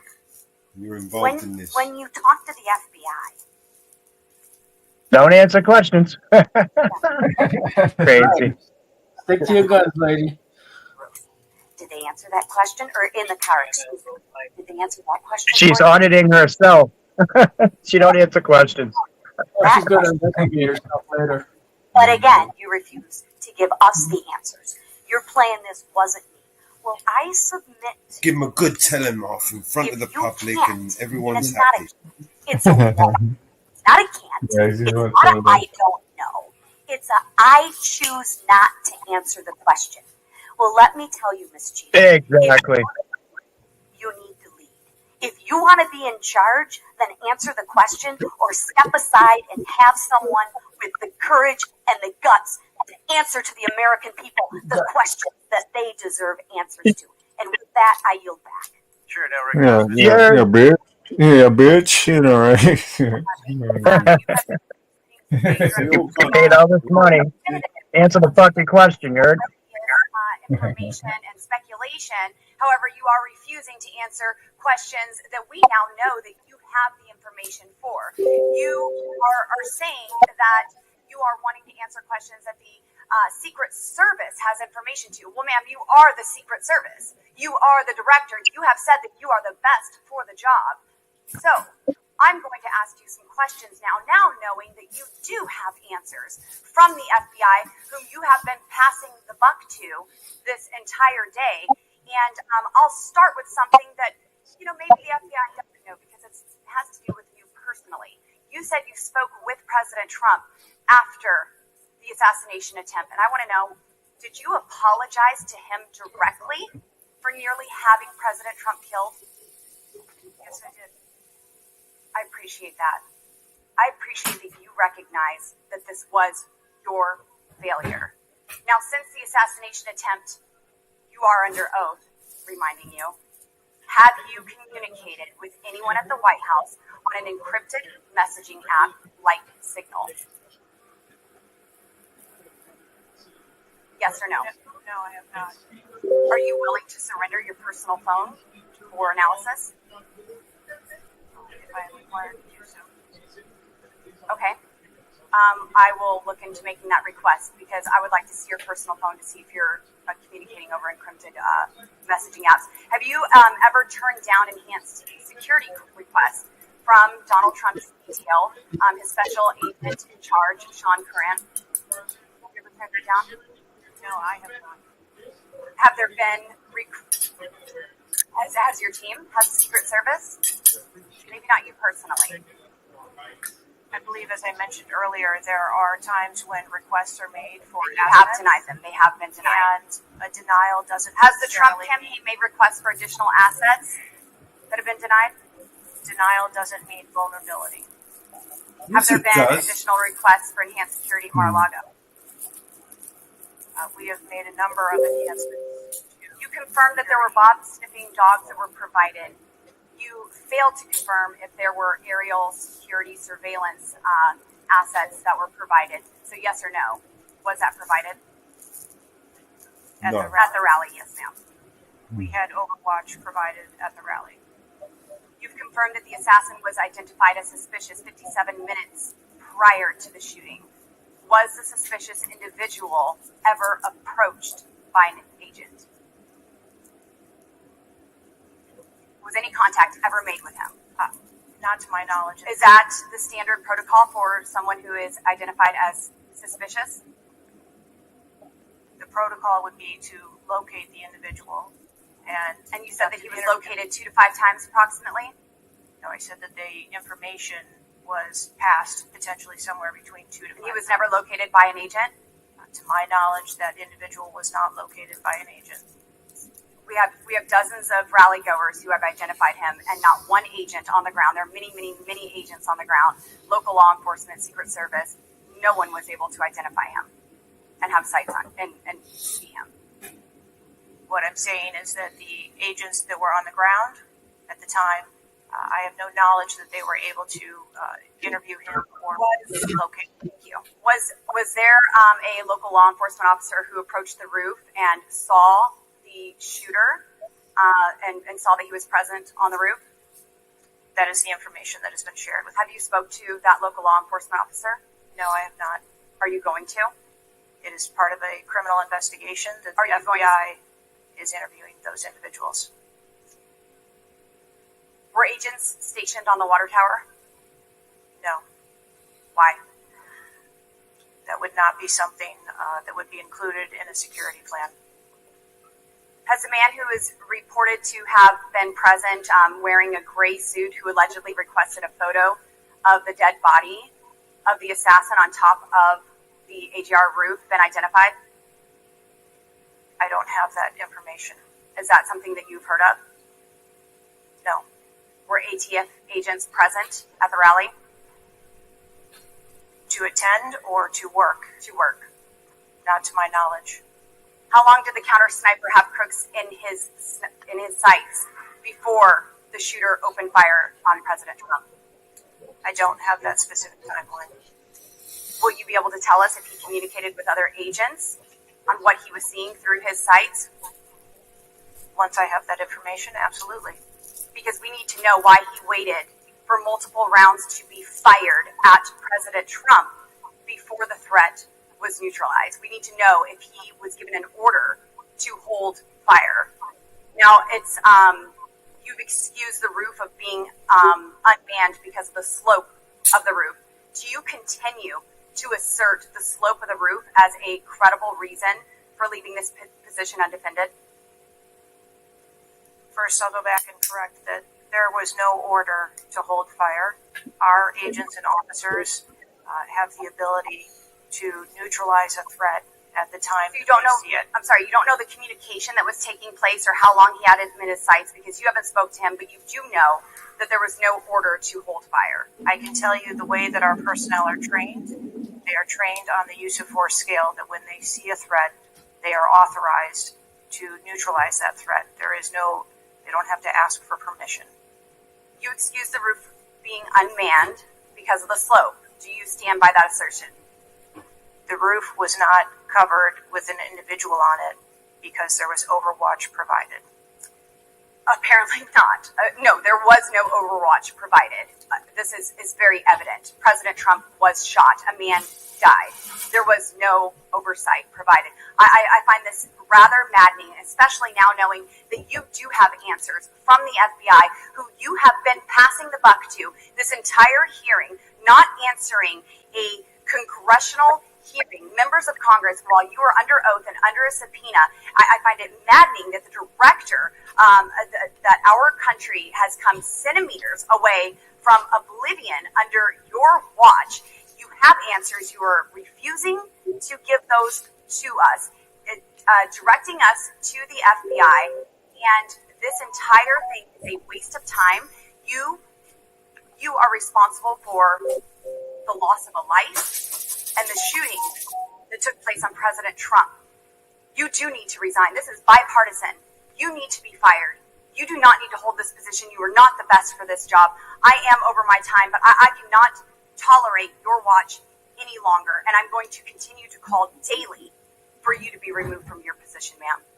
Chair recognized Mr. Fry from South Carolina. Thank you, Mr. Chairman.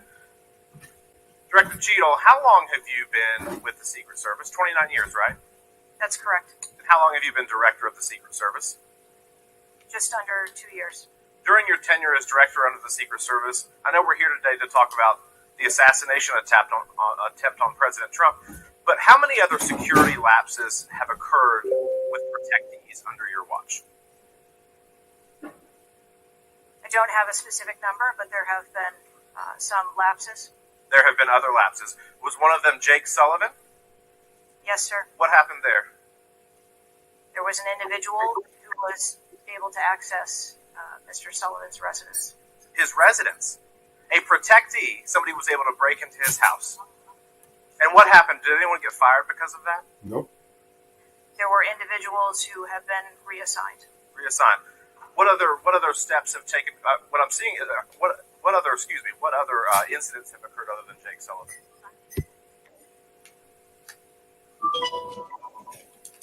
Was there an issue with the Secret Service agent and Vice President Harris? I would not call that a security incident. Well, it seems to me, you have security lapses with President Trump. You have security lapses with Jake Sullivan. You have issues with your personnel related to Vice President Kamala Harris. There seems to be a repeated theme here. Would you not agree with that? I think that we are talking about separate categories of incidents. Well, I would disagree with that. I think there's a repeated theme when you've got protectees and you're not upholding your core mission. Let me ask you something else. Does the Secret Service routinely record communications between and amongst detail? Radio communications? Any communication. Email communications are captured, as well as text messages, and then depending on the detail, radio communications are recorded. Does the Secret Service have recorded communications from the July 13th event? We do not have radio communications from that day. But you have text messages? We do have emails and text messages. Emails, okay, great. Does the head of the Trump detail or someone else embedded in this detail have command decision-making authority, or do they need to seek authorization from someone outside that detail? The head of the detail has the decision-making authority for things that are necessary for that detail. Is that standard for protection details? Yes, it is. Let me ask you something. During campaign events, is it common for the Secret Service to utilize other agencies? Yes, it is. What other agencies would be providing assistance to the Secret Service? There are a number of other agencies that provide assistance to the Secret Service during campaigns. We've utilized personnel from the Department of Homeland Security. We utilize personnel from the Department of Defense, and we utilize local law enforcement partners. Are you on the same radios? Do you provide the radios to all the assets that are taking part in protection of an event? We provide radios to the personnel from the Department of Homeland Security that are assisting us. But not local law enforcement? Local law enforcement is working on their own radios. Are you on the same frequency? We ensure that we have counterparts in the security room, and so the local law enforcement will place one of their personnel in the security room with our personnel so that we have interoperability, communications. Let me ask you something just about the timeline, because I think it's really interesting that we can't nail that down. Michael Kunko, good to see you, brother. More about the timeline that seemed to come before a subpoena in front of Congress. Was Mr. Crooks observed at the AGR building prior to the shooting? He was observed on the grounds outside of our perimeter prior to the shooting. At approximately what time was that? You don't have to give me the specific minute, but at approximately what time was that? I believe it was about 45 minutes or so prior to. Did the sniper team take a photo of Mr. Crooks? The local team did, yes. So it was a local team and not a Secret Service sniper that took the photo. Okay. And did he relay that photo to Central Command?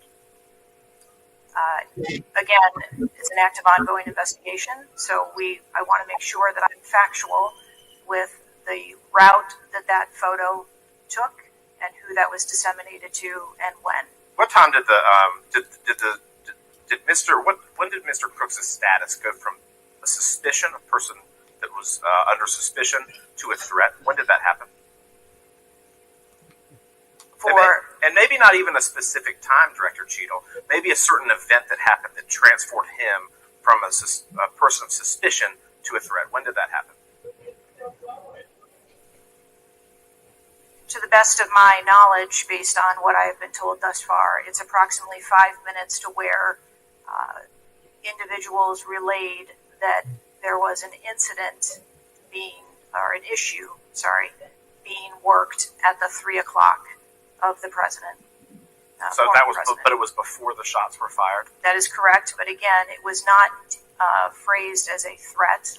It was just that something was being worked. Yeah, but my question is, when did he become, when did he transform from suspicion to threat? Because they're treated very differently. People can be suspicious, but they're not a threat until a certain point in time. So when did that happen? I believe that it was seconds before the gunfire started. Seconds. My gosh, we actually have a few questions that we got answered today. Listen, I'm going to wrap up here, Mr. Chairman, but here's the frustration that people have. The buck stops with you. You've said that yourself. But the problem in Washington, D.C., it is the only town in America that you can be so bad at your job that you actually get a promotion or don't get fired. You have not been able to answer the number of agents, whether or not requests were denied on additional security, whether or not law enforcement were able to engage before the shooting with the assassin, how he got on the roof, how the rifle got on the roof. You can't tell us how many shots he fired, whether the casings were recovered. You can't tell us anything about his cell phone. You can't tell us whether the rally was supposed to be postponed, given the intelligence that you were receiving. You can't tell us whether the car had a bomb. You can't even tell us his motive. And the American people are incredibly distrustful because it has taken 9 days to even get a scintilla of evidence out of you. Maybe if I was CNN or ABC or NBC, I would have gotten much more thorough and accurate information, but we have not received that in a subpoenaed hearing in front of this Congress. That is why the American people are frustrated, and I echo the bipartisan calls on this committee and all across this country that you should resign, or maybe when the president wakes up from his nap, he can fire you. Thank you, Mr. Chairman. Chair now recognizes Ms. Luna from Florida. Director Cheadle, can you please give me the names of the individuals who are in charge of your conduct for the rally? I'm not going to release names. Can you give me the titles? And how many individuals? No. Nothing? We had a full advance team that was responsible for advancing how many the site. people are the final approval authority? There are a number of people that are engaged in approving the plan. Can you give me a number? No, I do not have a firm number. Can you just confirm whether or not, I understand this is an open investigation, but in order to dispel conspiracy theories, have you guys been able to subpoena the shooter's Discord records, or has the FBI, to your knowledge? I believe that the FBI is working on those. Okay. Is it factual to say that you have not ruled out that the shooter was working with other people or persons? Again, the FBI is conducting the criminal investigation. Can you, at least in an effort to dispel conspiracy theories, can you confirm or deny that? At this time, we do not have that there were any other people engaged. Do you believe he's acting alone? I do. Have you been made aware of multiple eyewitness reporting that there was a second shooter on a water tower? I do not have any information related to any second shooter. Okay, the reason I asked that is because according to testimony from multiple witnesses, they did report that. And again, to my understanding, there were over 40 sniper teams that were briefed by the Butler ESU. And I want to make sure that people are aware, if you're saying that there's not another shooter, that we are able to clear that information, because from this whole entire briefing, it doesn't seem like much information has been able to get out to the American people. So I'm trying to dispel rumors, as I'm sure you understand. Was it true that Secret Service was present at the Butler ESU briefing? There was a briefing between the computer sniper team that were working on the ground. Present. Yes, knowledge. Okay, I want to read you a report from people that seem to be throwing you under the bus and stated that they were in attendance and that Secret Service was not in attendance at the security briefing, according to individuals with knowledge, to also include that the building where the shooter Thomas Matthew Crooks was located was actually not a part of their security perimeter for that. So there was not Secret Service present. It seems as though that when you were asked earlier from Rep. Krishnamurthy about whether or not Secret Service was aware of a threat, you had said no, they were unaware of a threat. And yet, according to communications, again, from law enforcement that were in some of these group chats, they actually had reported that Secret Service was made aware of a threat at around 5:59 p.m. as a part of the command, including Secret Service, aware of messages and requests about information about the suspect's location. Can you please tell me if you have knowledge of that at all? Again, I think we're conflating the difference between the term threat and suspicious. But you guys did have knowledge at 5:59 p.m. according to those group chats, did you not? Of a suspicious individual. Okay. Chairman, in my opinion, according to some of the testimony today, I feel that you have perjured yourself in some instances, and so I'm going to ask for a full review of the transcripts by staff, and if you find that to be the case, I do ask that you bring perjury charges against the director. Thank you. I will say this, it is very frustrating, and I've talked to my colleagues, and we've said it to your face, that you've been up here basically stonewalling our ability to get the answers to the American people. Yes. And what I will also say is that every single member of Congress does not feel safe with you in charge. You've heard that, and I think that we are all sitting ducks with you in directing the Secret Service currently.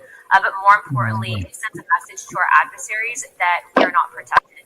And we are one of the strongest countries in the world, so you have essentially made us a less safe country because of it.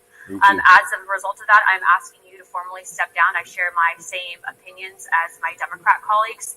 And I also think that your efforts to bring forward a full investigation and report in 60 days is unacceptable. And as a result of that, I'm going to do everything in my legislative toolkit to ensure that that happens sooner rather than later. And I'm sure that you know that we brought a vote on inherent contempt against Garland for essentially blocking a congressional investigation, and I don't think that you should be any different. So I will say that I am just completely disgusted by your performance today, and I understand that you're probably in a position where you're being told not to testify, which is why we had to subpoena you. I think that goes back to Garland.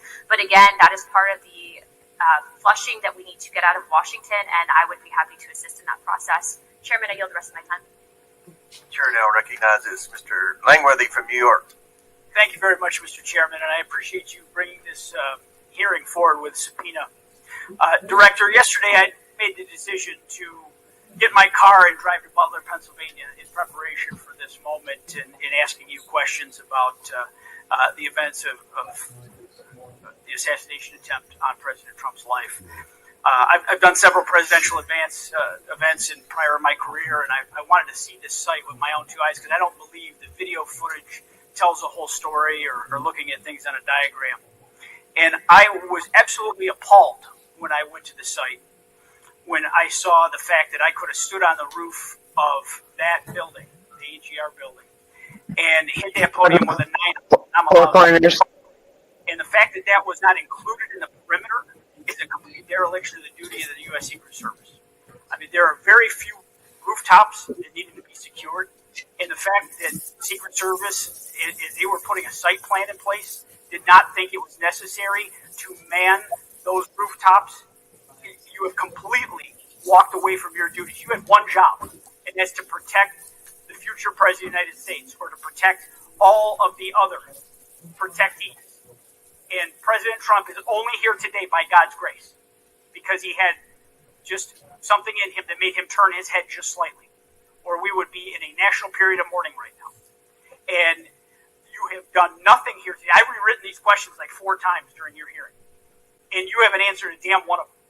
You haven't given any information. You have hidden behind this FBI investigation, and I think you should be ashamed of yourself, because you have brought more shame to your agency than I think that the assassination attempt has at this point. This is literally the worst performance I have ever seen in front of a congressional hearing. You have offered no reason for this committee, this body, or the American people to trust you or the Secret Service today. And you should resign. You have said that you put new security measures in place after the assassination attempt. Can you tell us what those are? Because the American people want to know that you're taking real corrective measures. But today you pointed to an investigation. Investigation or not, you still have a job to do with a zero-fail mission. But so far, there's been absolutely no... I may lose reception. We have a severe thunderstorm moving in. Not one person's been put on a desk. Meanwhile, we've got the most contentious of elections in our nation's history. And protectees... Yeah, I got thunderstorms too. Because of incompetent leadership. Not the agents. The agents piled on President Trump to protect his life. Those are heroes. But the administrators running your agency, they're not right now. They're not doing their jobs. And you certainly aren't doing it. The most appalling part of Saturday's events is the countless opportunities the Secret Service had to stop Crooks before he even got on the roof. At 3 o'clock, Crooks raised suspicion by entering the rally with a rangefinder. At 5:45, a cop with the Beaver County Emergency Services Unit saw Crooks eyeballing the roof at the AGR International Building. And then at 5:55, Secret Service was warned of a suspicious person and identifies Crooks as a threat. This was all before shots were fired 15 minutes later. Director, yes or no, did local law enforcement alert the Secret Service about Crooks' presence at the rally? Yes, they did. The shooter came to attention of law enforcement almost an hour before President Trump went on stage. Law enforcement alerted the Secret Service of the shooter. Over and over, you've said there's a difference between a suspicious individual and a threatening individual. Can you explain what the shooter needed to exemplify to be called a threat? So I'm not clear as to what identified him as suspicious to the individuals who originally clarified him that way. For the Secret Service, for an individual to be determined to be a threat, that individual would have to be seen with a weapon or capable of doing some sort of harm to our protectees. I mean, Director, an individual walking into a rally with a rangefinder, scoping out an unprotected rooftop, and he reportedly flew a drone over hours before. It sounds like a lot more than suspicious, especially at a presidential rally. Your operational lapses, your resource management, and poor judgment nearly resulted in the assassination of President Trump. I mean, the dereliction of duty here is just appalling. The fact that you haven't visited Butler it is just maddening to me. You're not taking this job seriously. Many people here have called for your resignation. I've introduced a resolution here to this body that hopefully will get a vote this week, calling on the president to fire you, ma'am. You have not done your job. You have put 2 black eyes on your agency, and you need to go. Mr. Chairman, I yield back. Gentleman yields back. Chair now recognizes. Director Cheadle, I just want to kind of get an idea of what you can answer, because outside of what the FBI is responsible for, you have full responsibility for the Department of Secret Service. So the question is, what is the mission? Who defines the mission? Our mission of the Secret Service is to protect the president, the vice president, their immediate families, presidential candidates, the former presidents, and those by executive order. And we also have an investigative mission. And those are well defined. Yes. Everyone within the agency understands the mission. Yes, they do. What about protocols and standards? Who defines the protocols and standards? We have a number of protocols and policies in place for the various missions we have. So would it be safe to say that you failed the mission, the ultimate mission? I have stated repeatedly here today that there was a failure. What about specific failures within protocols and guidelines within the agency? Again, I am certain that the investigation that is being conducted internally as well as the external investigation. You said earlier in the hearing that there was either a communication, there's there's errors in communication or in operations. Could it be both? In both errors in operational decisions and errors in communications? I think the investigation potentially could identify both. So I want to talk about communications. Representative Boebert asked earlier about using encrypted apps that you said you have not used, I guess, Signal. Have you used any encrypted app to communicate from your personal device? I do on occasion use encrypted apps to communicate. So you use some form of an encrypted app to communicate with people within the federal government, with local law enforcement. Whom are you communicating with using encrypted apps? Many times it's with colleagues and associates. So you're communicating with colleagues on a personal device? There are times that the Secret Service, when we work internationally with some of our partners, that they don't have the same texting capability. Able to do that with your government issued device. Recently, we have been able to install some of those apps on government devices. Okay. Let's talk about some of the things that we can get access to. I'm actually shocked that you are using your personal device and encrypted communication tools. I think that might be the most shocking thing that I've heard today. I didn't expect for you to say that. This committee has requested multiple documents. This is not, under the purview of the FBI. This is under your purview. We requested a complete list of all law enforcement personnel, including Secret Service, Department of Homeland Security, local law enforcement with the roles of protecting the president, and we requested that for us to receive that by July 18th. Did you provide that? I believe that our agency is in the process of collecting all documents. So you have not provided it. How long does it take to determine who the personnel were that were on site? We are collecting a comprehensive list of all the documents that have been requested. We also requested all the audio and video recordings that your agency, not the FBI, but your agency has in possession related to the event. Did we receive those? Have you provided those at all? We are in the process of collecting all documentation requested. You're in the process, but you have not. Any memorandums or any internal communications related to the event? We requested that you provide that. Have you provided any of that? We are in the process of collecting the information that has been requested. Okay. So, when can we expect to receive these documents? How long does it take to determine who was on site, who was being employed to be there to protect the former president? When can we expect that? How many days does it take to provide that information?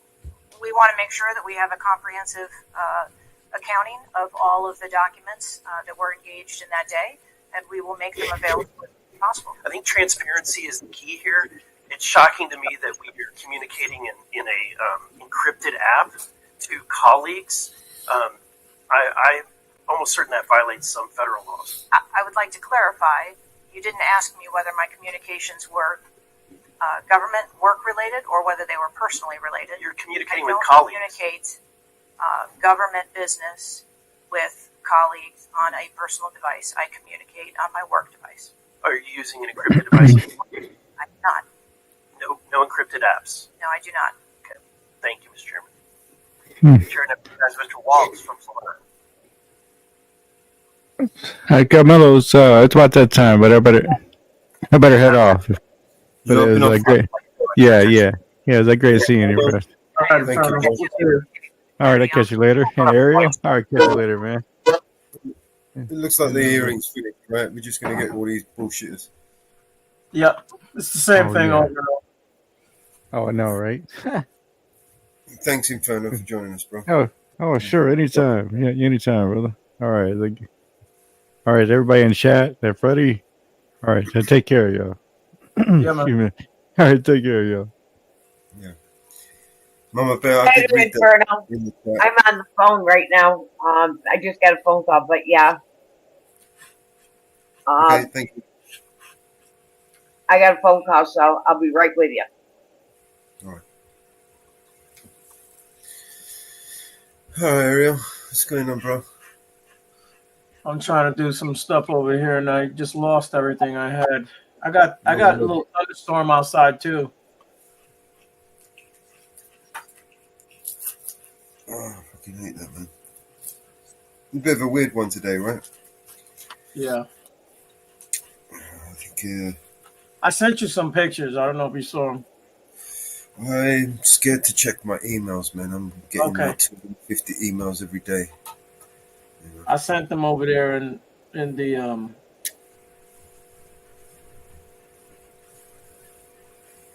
Okay, there you go. I've got your emails. the Vigilante Media over there. I sent it over there.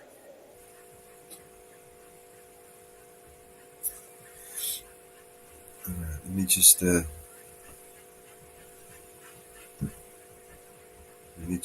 send some links out.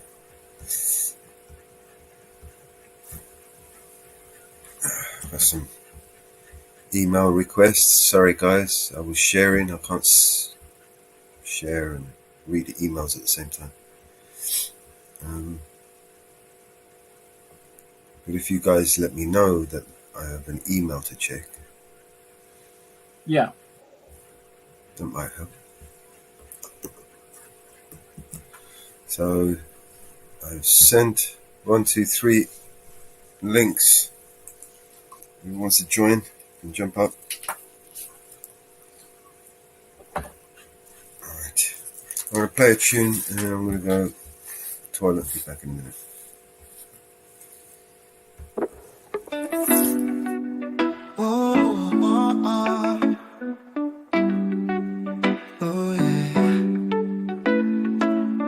Wake up in the morning light, Mellow's feeling alright.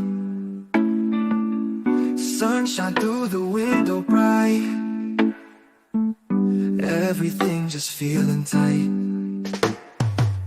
4:20 clock is ticking down, Mellow's ready in this town. Light it up and pass it around,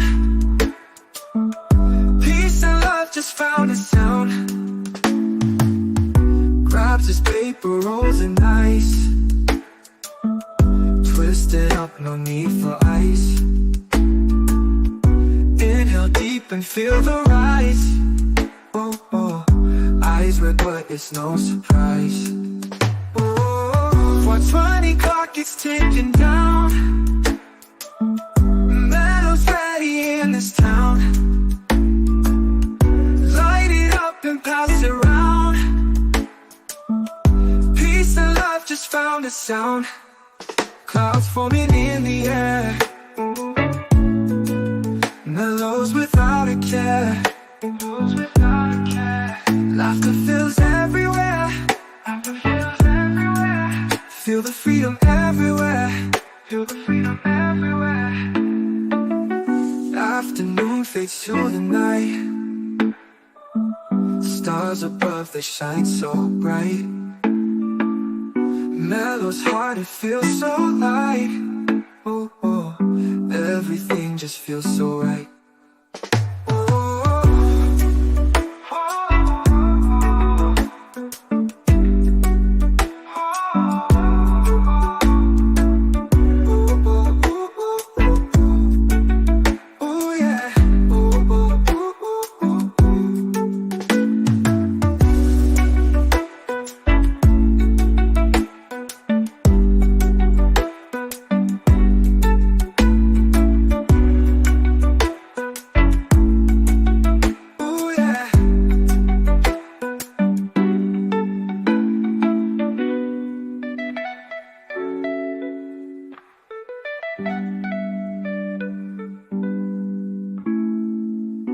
Afternoon fades to the night,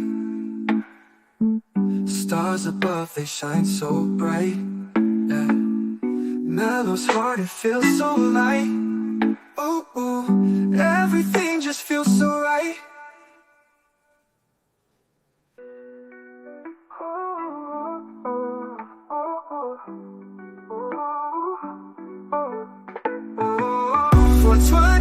is ticking down.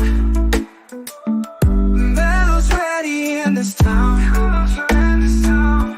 Light it up and pass it around. Pass it around. Peace and love just found a sound.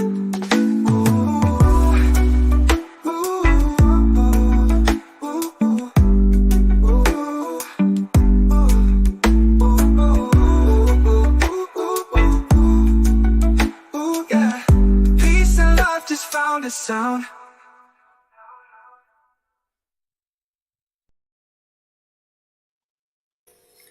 Welcome back, Jenny. Hello. How you doing? I'm cool. Around the world, or was it a lot easier today? No.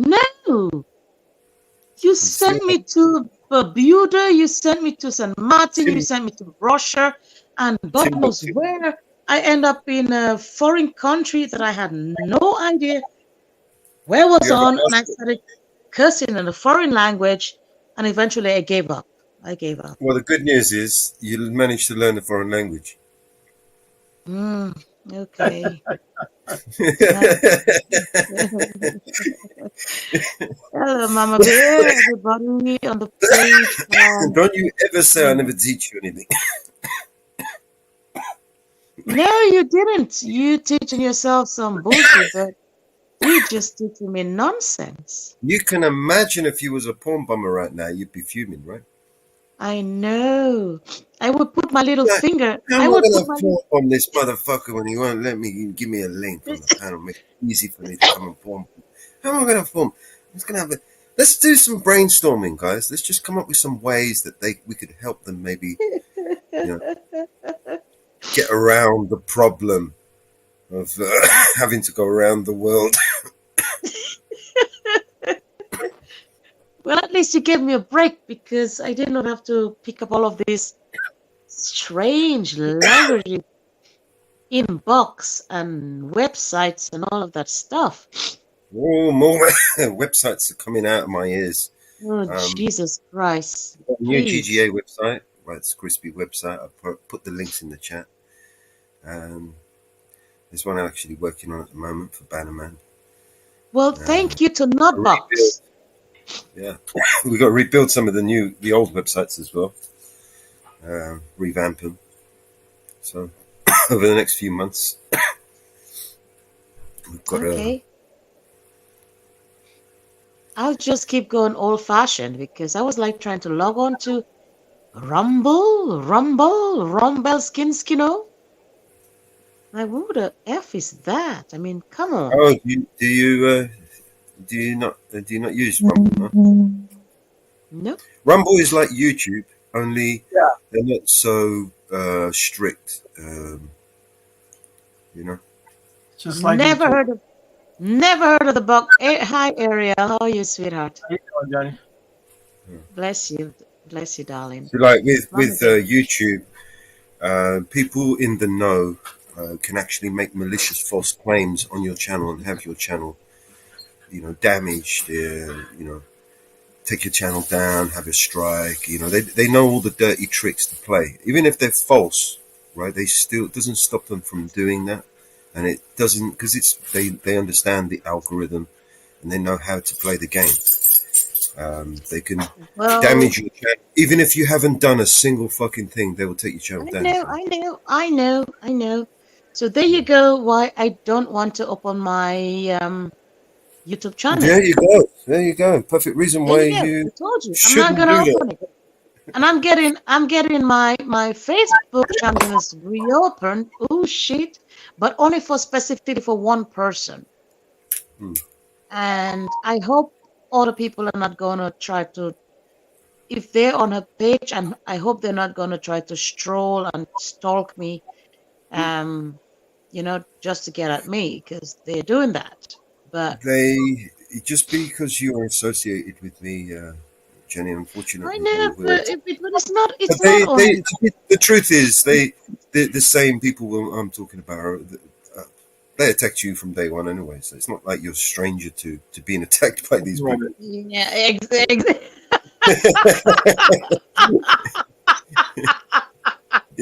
And because you don't have a channel, right? You know, Exactly. The thing is, I don't have a channel where they can go and, right. tag it. If I had a channel open, they would If have you had a targeted. channel, Jenny, unfortunately, I would have probably made it a little bit more difficult for you because I I wouldn't don't have wanted care. you to be. You listen. It, I it don't wouldn't have been a care. personal. It wouldn't have been a personal decision. It would have been a strategic position. So I wouldn't put you in a position to Okay. be either manipulated by people or be used or attacked because of me. So I would have made it more difficult for you to come up here.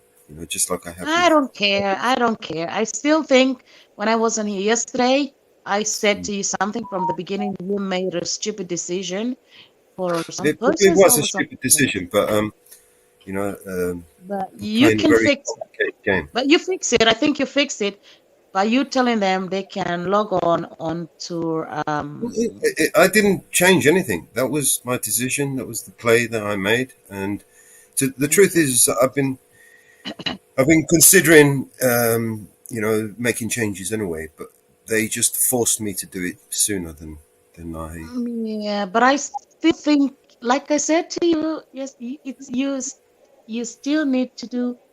You need to do face recognitions and voice. Well, I sent you an email with the link in it. Unless they've hacked your email or you give it to somebody else, Right. no So one's going to get it's that link, right? all right. Okay, perfect. All right, perfect. So I'm Yeah. glad you read my link because I was Yeah, forcing I've been myself not to. checking it. You see, the thing is, if you guys are sending me emails, right, and you want me to check them, you need to let me know because I might not check them. I get like 250 Well, emails easily every day. you see, I And told you, and I that's can't going to be a reply to hard everything. job for you. That in itself is going to be a hard job for you because if your I partners skim that through them. Any important ones I read. okay, so as long as you know the ones that you already have and you can skim through, there's get there. If you need to, you can write me a certain word in the background, what I can say. I already have my word.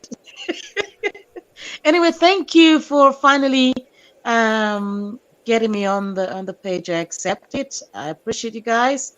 Ariel, Mama Bear, and who else am I reading? Yeah, it's just the forest. The people in the background, I cannot see who you are, but I will extend my greetings to you in the chats. Blessings.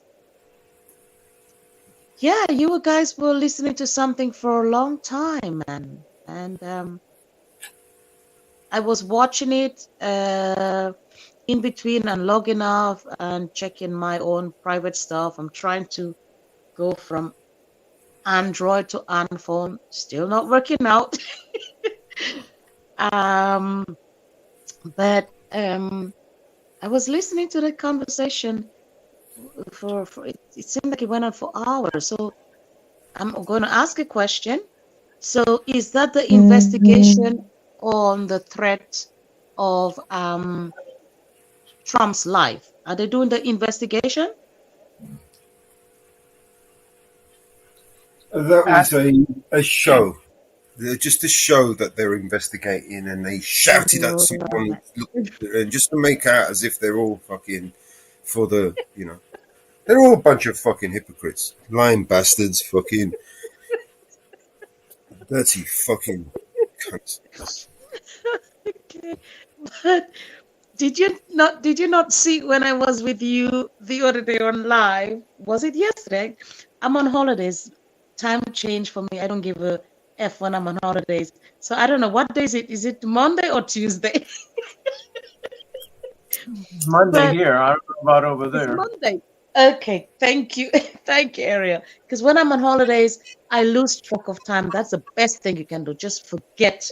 And if you're supposed to go back on work, it always starts back on work on a Monday, sometimes to the Tuesday or Wednesday. If you happen to miss that day when you're supposed to show up at work and your boss man calls you in, you just have to say, "Oh, chef, I slept in.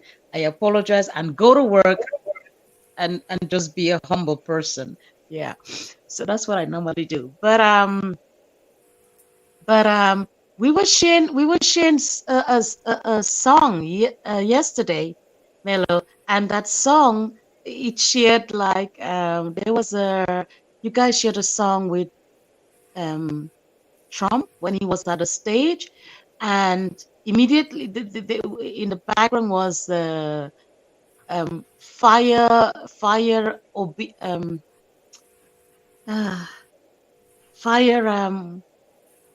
his opponent, and in that moment the shots was fired. Did I not tell you guys that was the sign for the person to fire a shot, and it was all faked, or it was all exposed, or it was all whatever it was. It was in that moment they gave the sign to shoot, but not to kill. You know, it's all it's all demonstrated. And realize that you can go back and play that song with the video where we talked about it, we laughed about it, where it said fire what's his name, that dement guy opposite Trump, the president right now in America. Biden. Although he's resigned they forced him to resign, didn't they? Oh, he's resigned. Yes. Oh, so is she gonna take his position, or are they gonna demonstrate? There's going to be a new election. He's going to be standing there until the election. But in the meantime, Kamala Harris is in charge. She's in charge now. It seems to be. But I think they kind of did it by force. I don't think he wanted to go. I think they forced him out. I think they forced him. He had to anyway. He had to because I think he had to because the guy is I don't know if he's I don't ready know. To jump in the grave, man. Yeah, he need to. I definitely think he needed to because I saw a video. Can you imagine? Hello, Jenny. We're in a hello, state Mama of Bear. Hello. I'm sorry, I'm on hold with the phone my cellular phone company. Sorry, good luck with that. I've only been fighting with them for 2 weeks. Bastards. Is she? I understood. Phone company. Are you fighting with your phone company? Yeah, she's trying to get in touch with them. She's on hold. Okay. I finally got. They supposedly fixed it. But I don't think it's fixed because I just lost all my internet service again. Wow. Well, you've been going through according to what you were sharing with us, Mama Bear, you've been going through the storms, and it takes a while, you know. It takes a while. So all I can tell you is be patient because I'm dealing with my own phone company as well. They overcharging me. Right now I have a bill of 200 and something. When I call them, they told me it's less than that. So I'm just waiting for them to send a new bill. But you're going through a different situation with storms and stuff like that. So oh no, I'm paying for service I'm not receiving. Yeah, I'm sorry. And I just had 5G again on my iPad, and within 5 minutes I lost it. Yeah. They can hit my iPad, it'll work for a couple minutes, and then I lose it again. Yeah. And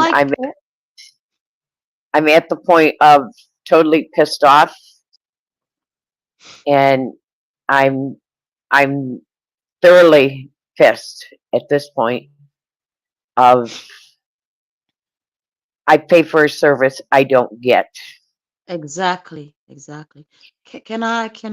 I ask you a question? If I may? Go ahead. Do you have any other provider that can provide you the internet service? I have my home internet, but the thing of it is I pay for a service when I lose my internet, home internet. When the storms hit, I Excuse me. can't get. Right. And a month ago, I had it. I paid off my iPad. And it's funny that a month ago I paid off my iPad, and now all of a sudden I don't have service, and I paid off my iPad. Right, right. Now, how But come is all of a that sudden my iPad is paid off? I have no service. This month my phone is paid off. Am I no longer going to have service on my phone? Isn't that interesting? You pay something off, you no longer have service on it. Right. And but my question is my question to you is in my that the area, one where my provider? area is, Verizon isn't very reliable. Okay, I do you have have an another AT&T. provider? I have an AT&T tower right next to my house. I have AT&T. I get 5G on my phone. I should have 5G on my iPad. Right.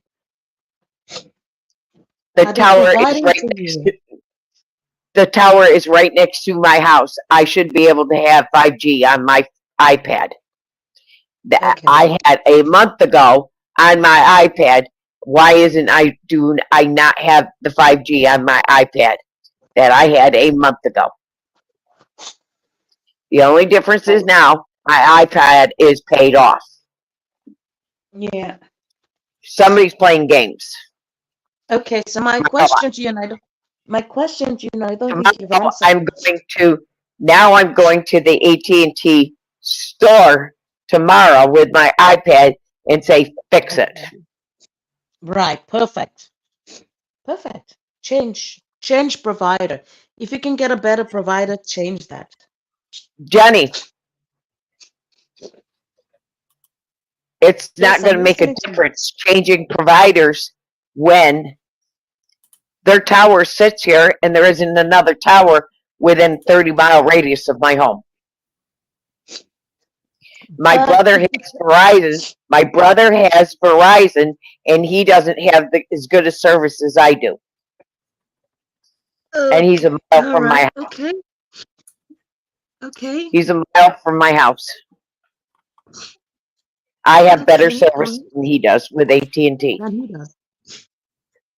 So, apparently, you tell me you only have 2 services that are not servicing you well. Right. I have better service with AT&T than my brother does with Verizon. So then you threaten them and you stop paying and you threaten them and you tell them until they give you better service, then you're gonna pay them. That's what I did. That's what I did. So that's what I did to company. I said if you not give me service and if you're charging me so much, I'm not gonna pay you. And I stopped paying. And they lowered my bill. And they gave me an option. They gave me an option where I could have cheaper the deals. option here in the United States is they shut your service off. Because according to you, where you live, it's like a small little village, which they depend on you for your service. They depend on your little penny to keep them going. So if you threaten them and say, listen, if you're not going to give me a good service, now I cannot blame them because of the weather conditions. So I understand that. But if they're overcharging you or if they're not giving you a proper service for what you're paying for, you can threaten them and you can tell them you're going to go to the next service, which is to your brothers, which is giving you less service. But if you're going to change to your brothers, they're going to reconsider because they have less option. And they have to better sorry, excuse me. They have to better service their customers, which is the few that they have if they want to survive. The next thing you can do is maybe get an antenna which can self-provide you, and you can steal from the antennas to provide to your house. Would it be a fraud? It's public. It's public. Once they put out something open in public, and you can put out an antenna that can suck from their antenna to your antenna to give you You will provision. not get any service. Jenny, you can't get service with an antenna. I live in a valley. You get nothing. Well, there you go. There you go. Get an antenna that can suck Jenny, from their antenna to you provide to get you. nothing with it. Jenny, you get nothing with an antenna where I live. Well, you live deep in the deepest of the forest, man. Listen, I grew up from a country that lived deep in the forest, and they were getting with the little antenna, just with a radio, just with a normal radio, and they extended it with a cable, with a just like a normal cable, add it to the antenna and just put it out and extend it out in the air, and they were capturing the FMN and different radio stations via radio. I'll be right back. They're calling me back. Hold on. Thank you. Okay. Let's play one of your songs, Jenny. Sorry. Play one of your songs. You know, BNC done some support, done some songs with that poem that you sent yesterday. BNC, bless him. Thank you. I know you told me he's done some. I don't have. Does he have a channel or something? I could log on to him to thank him personally. Soon he will have a new channel and everything else with it. Okay, but thank him. He's in the chat. You can thank him yourself. Okay.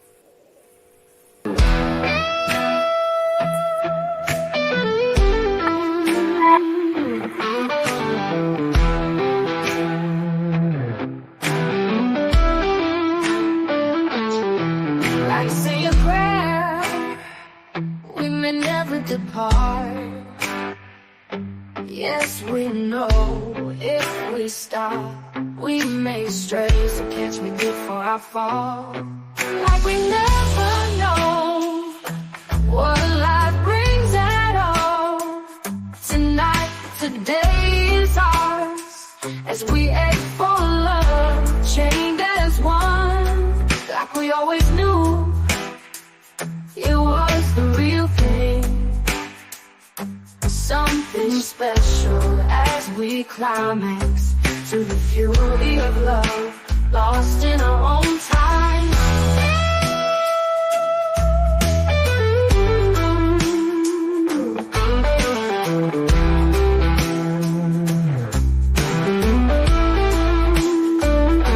Step into the world outside, deeper I fall to you. Grasp for air, joy sounds it clings. Passions and emotions, this is the day the Lord has made. Like we never know what life brings at all.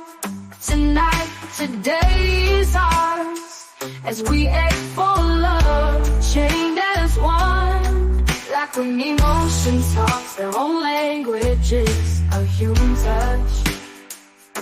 Word is beyond the form, only the touch of burning desires can heal the pains. As we come as one, I'm chained to your melody. Like we never know what life brings at all. Tonight, today is ours, as we ache for love, chained as one.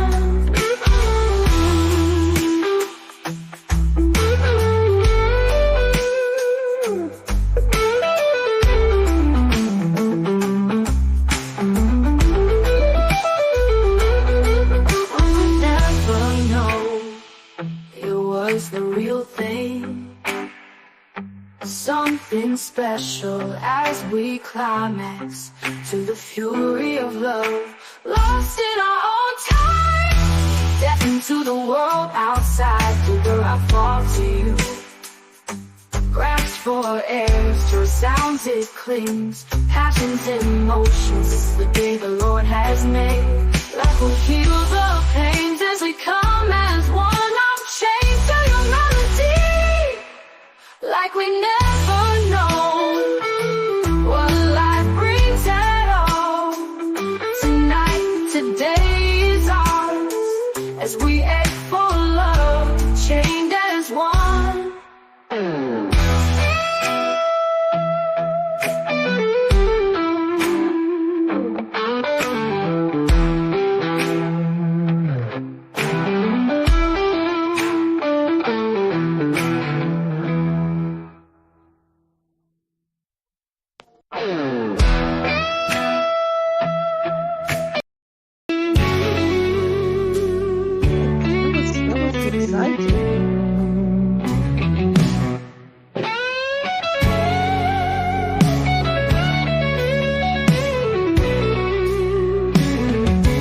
Like say a prayer, we may never depart. Yes, we know if we stop, we may stray. So catch me before I fall.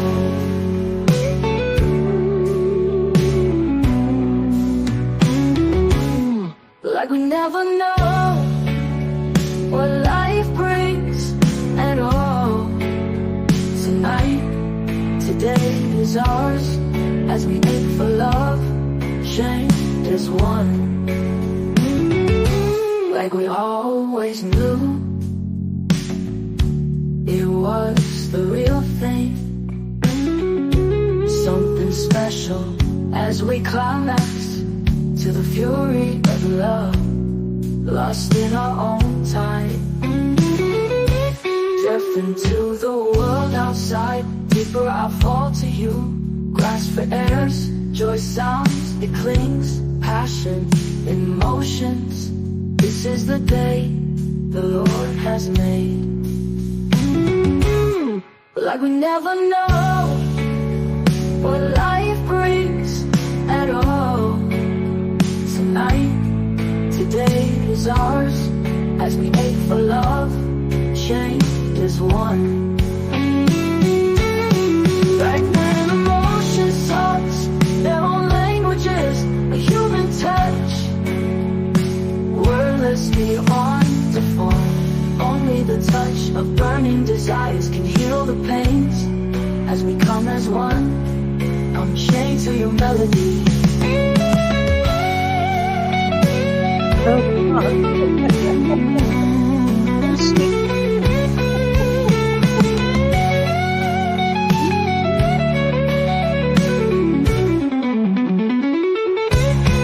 Like we never know what life brings at all. Tonight, today is ours, as we ache for love, chained as one. Oh, fuck. I did not realize you. That was me? Jenny, you know what I want you to do? I want you to, if you can, take some really high definition profile photos. You know, make yourself pretty. No. Yeah, take some photos, and then I'm gonna make an album cover.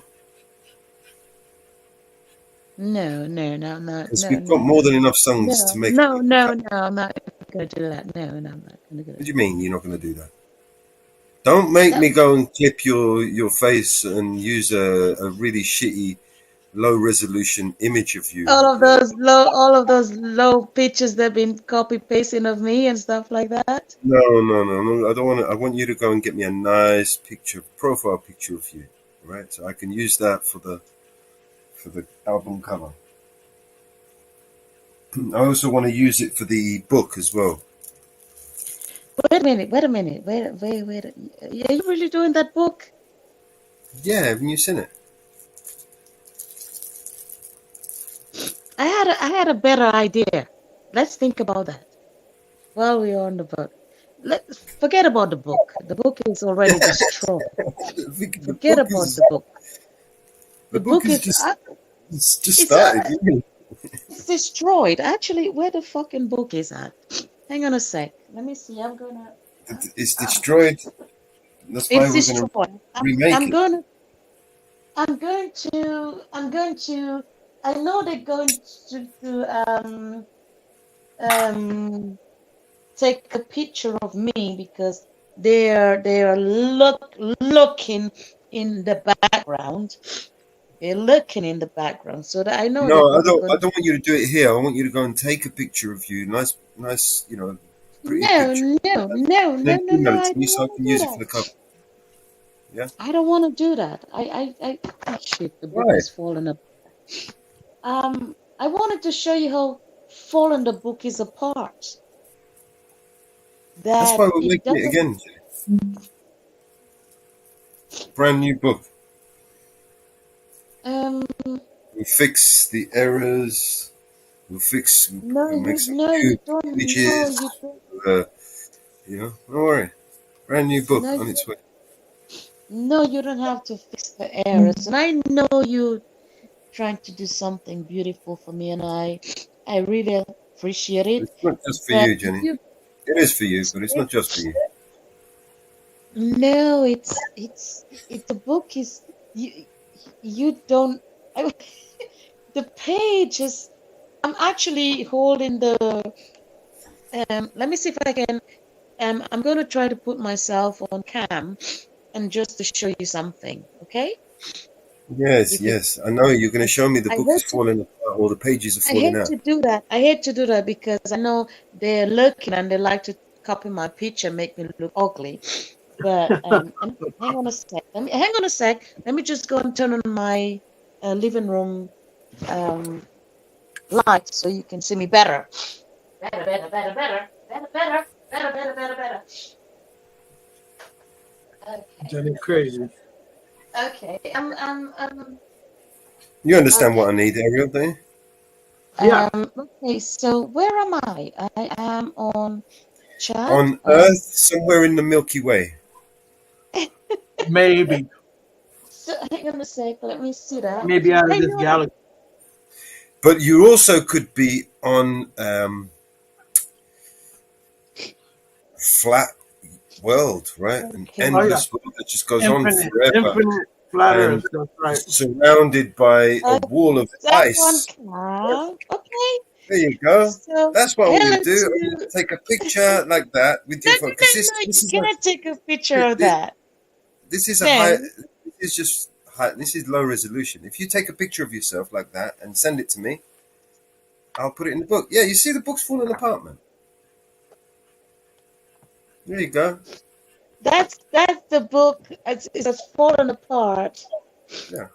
And basically, this is the pages that. Oops. Oh, sorry. This is not the first rodeo, Jenny. I had Pages somebody hand me trying to. thousands of pages to try and help them put together a book.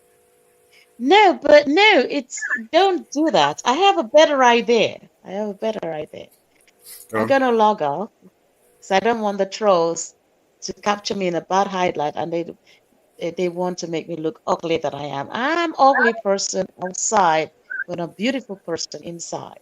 So hello everybody. Yeah, yeah. While you see me, I'm gonna go back and log off my cam. Jenny looking kind of stacked there. Sorry? How tall are you, Jenny? I would How guess. tall I am? I would Is that guess gonna make a difference? 5'3", 5'4". No, shorter. I'm 5'6". Ah. Oh, okay. Yeah, I'm 5'6". Yeah, so I can beat somebody if I have to. If I really What have would to. you do to I really Chris have if to you fight physically. Anybody who threatens me, I can beat them. I just have to know how. I don't go to them in the first. What would you do to Yeah. Chris if you could? Sorry? What would you do to Chris if you could? If you had the chance? I would, look, listen, I would just say, oh, I love you, sweetheart. I love you so much. Oh, I love you. I love you, sweetheart.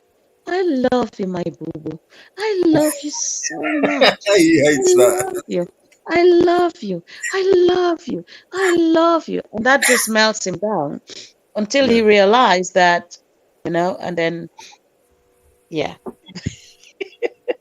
Stop that. Then he gives up. Stop that, Bella. He just wants that. He just wants the attention. He just wants the I don't know how you say it. In English, he wants the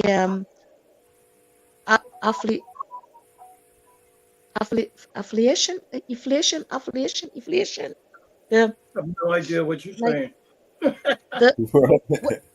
don't know. I don't know. It's like when somebody wants your love and attention, the affiliation. I don't know how you say it in English anymore. Something with affiliation in the end, like affection. It's the attention of love. Affection.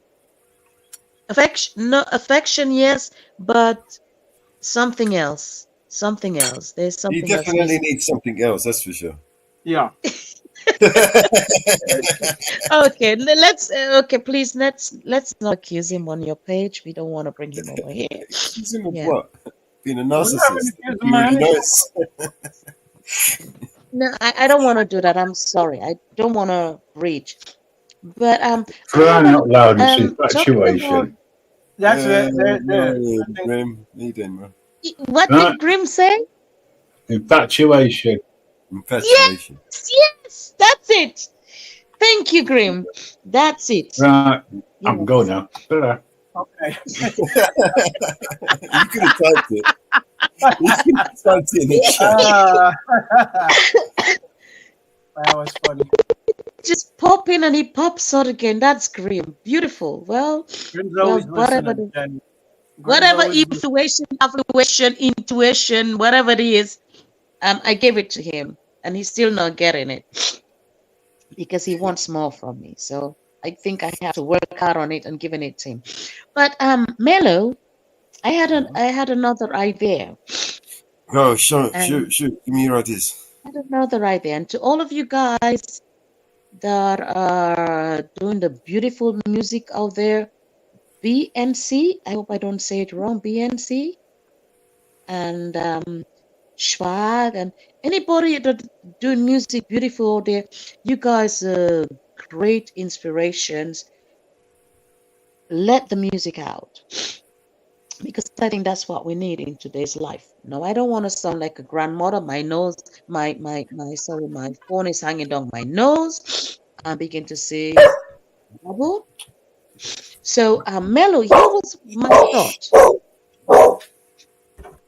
Somebody's coming. Let him back. Let him back.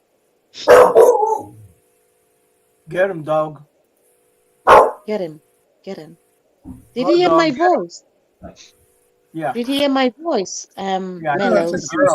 I'm more concerned with the door outside, because I've got the main communal door outside my front door. So anybody that walks into the block has to walk past my door, and every time it makes a noise when it opens and closes.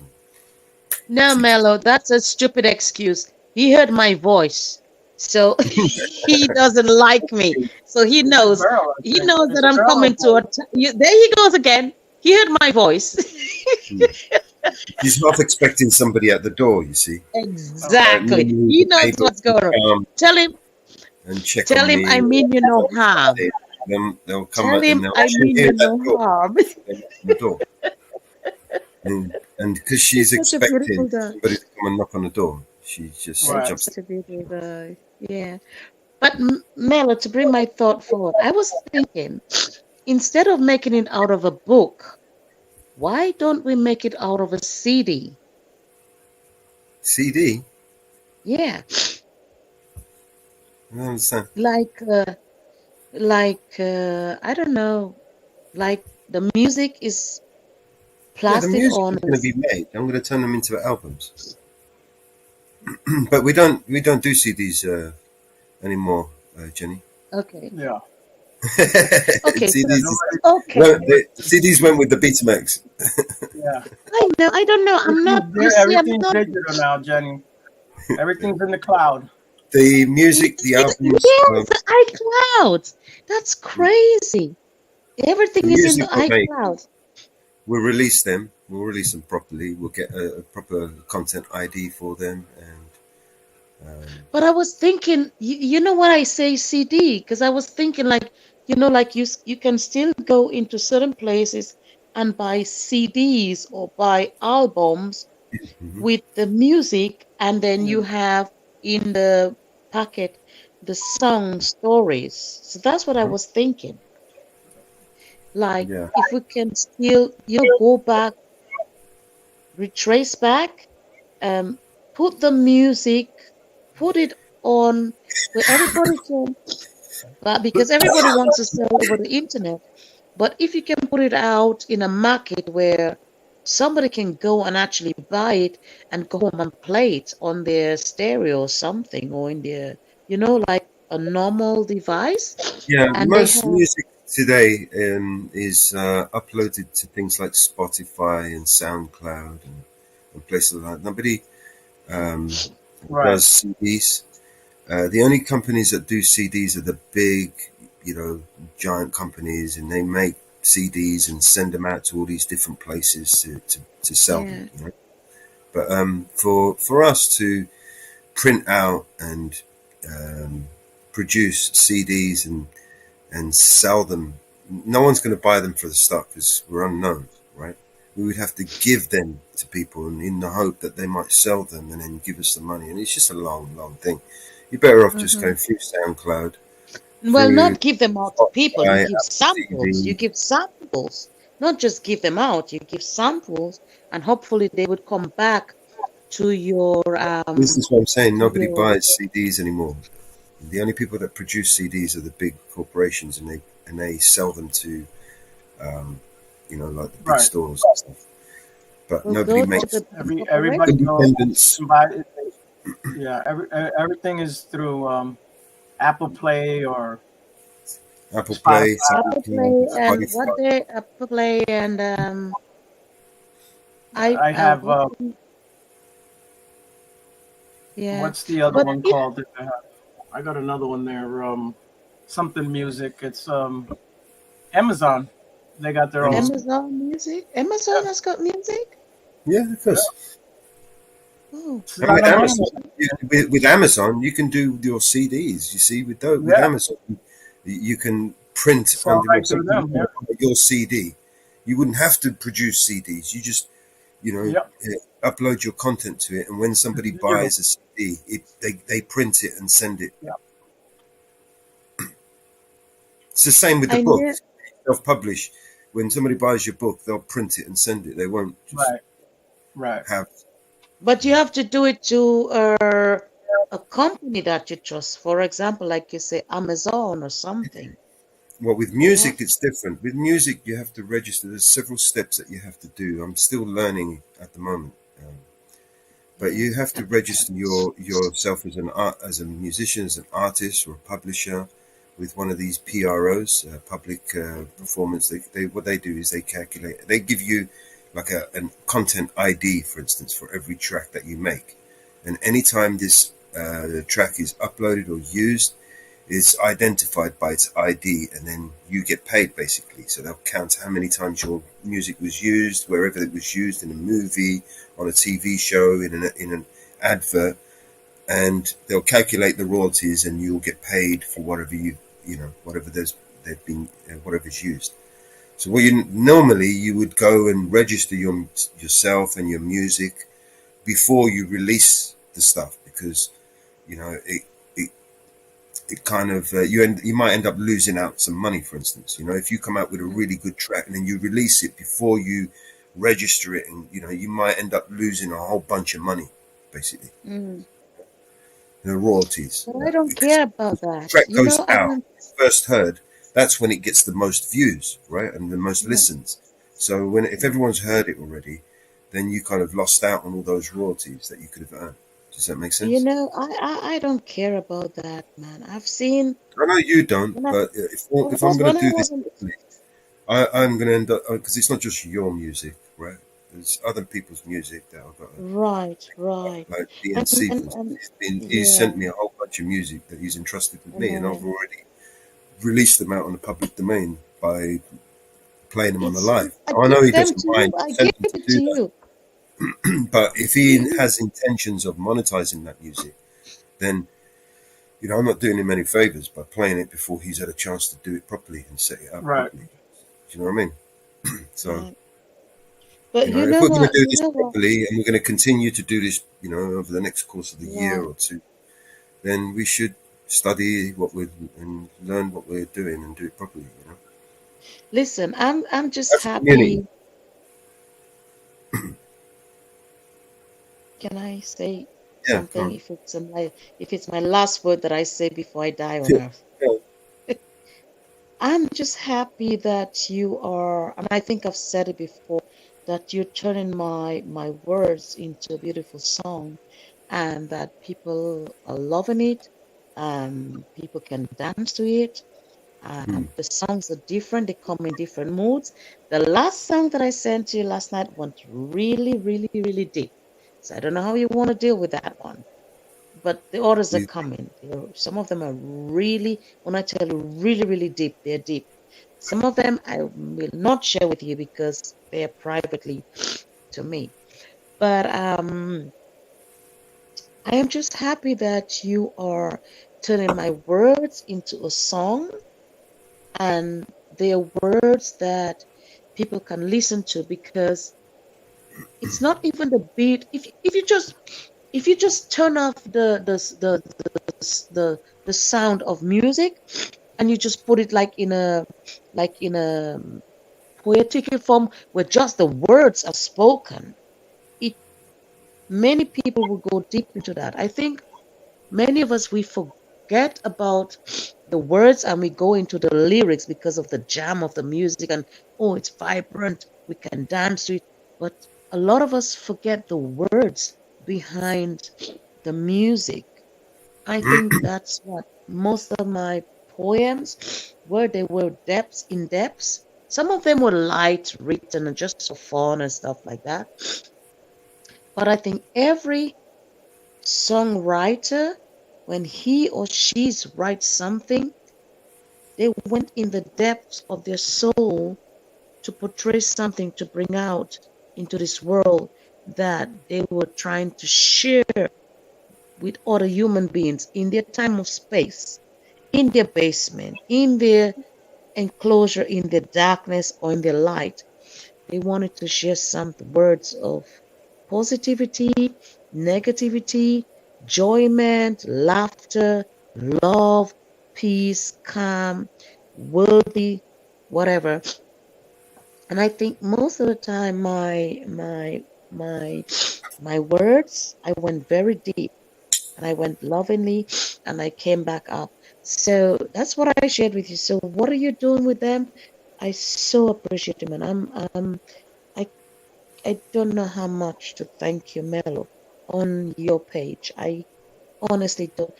Take the music, take the words that I share with you, do something with it. My son has the book. My son has the book. He can do whatever gave it to him. When I die, he can, if he chooses to do something with it, he can. If he doesn't, it doesn't matter to me. But you are, in the words that I'm sharing with you and my poems, you're doing something with it. So if I die tomorrow, at least there's something of me out there. So I appreciate you. Thank you. That's all I can say right now. Okay? I appreciate you. Is that okay for you? Of course. No, I You see, appreciate one of the skills that I don't know whether you've realised, one of the skills that I actually possess is being able to make something out of nothing. I'll conjure an idea out of thin air. And I don't do it. It's not something, it's, I do it. I do it by accident. I don't mind the ideas, where I share them, and who I share them with. I gift those ideas to people most of the time. So like when somebody comes at me with some energy, whatever that energy is, a positive energy, I have the ability to amplify it, if you like. If you come at me with good intentions and and good vibes and good energy, I will uplift that and multiply it by 10. But if you come at me with negative vibes and negative energy, again, I will magnify that. Yep. Give it back to you. But you already know, even on the other side, it was positive vibes. Yeah. You I already mean, this knew is that. why we're sitting here Already talking. said. You try to tell me you were the first person I would kick in the butt when you told me I was a troll, knowing exactly who were the trolls. But let's not go there. But anyway, I'm just I humble myself to all of this. I really do. I humble myself to all of this. I don't have to be on a page to be known. I can go on pages and be known. My name is all over the place. That's why I had to change my name to become something discreet, But when I share something, and I've done it on my Facebook page, I had to shut down my Facebook page because it was just becoming too much. I want to reopen it for somebody very special, and I'm going to name her for Josephine. I only open my page, my Facebook page, not even for my family. My family members, Jenny, where are you? But I know I have them on WhatsApp. So why the F you asking about me on Facebook when you know you've got me on WhatsApp? You know what I'm saying? So I only reopen my page, Facebook page, and I'm saying it public for Josephine only. And the first time that I did that, somebody logged in 2018. Hey, Jenny, what's up? Blah, blah, blah. And then he asked me for a code, which is the same code that I'm trying to feed on to change from Android to iPhone. Having problems with. He blocked me. So I realized, you know what?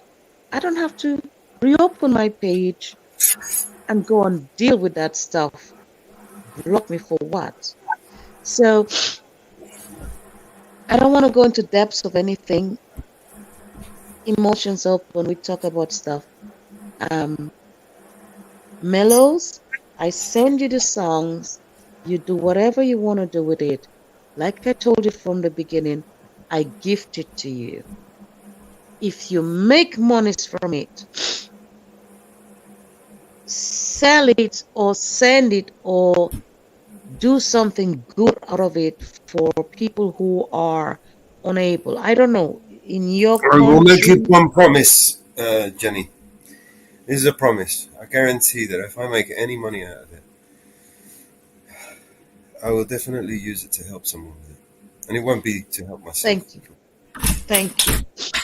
Thank you. That's all because. And I just hope that I help the right person that actually needs help. Right. I hope so. I honestly hope so. I honestly hope so.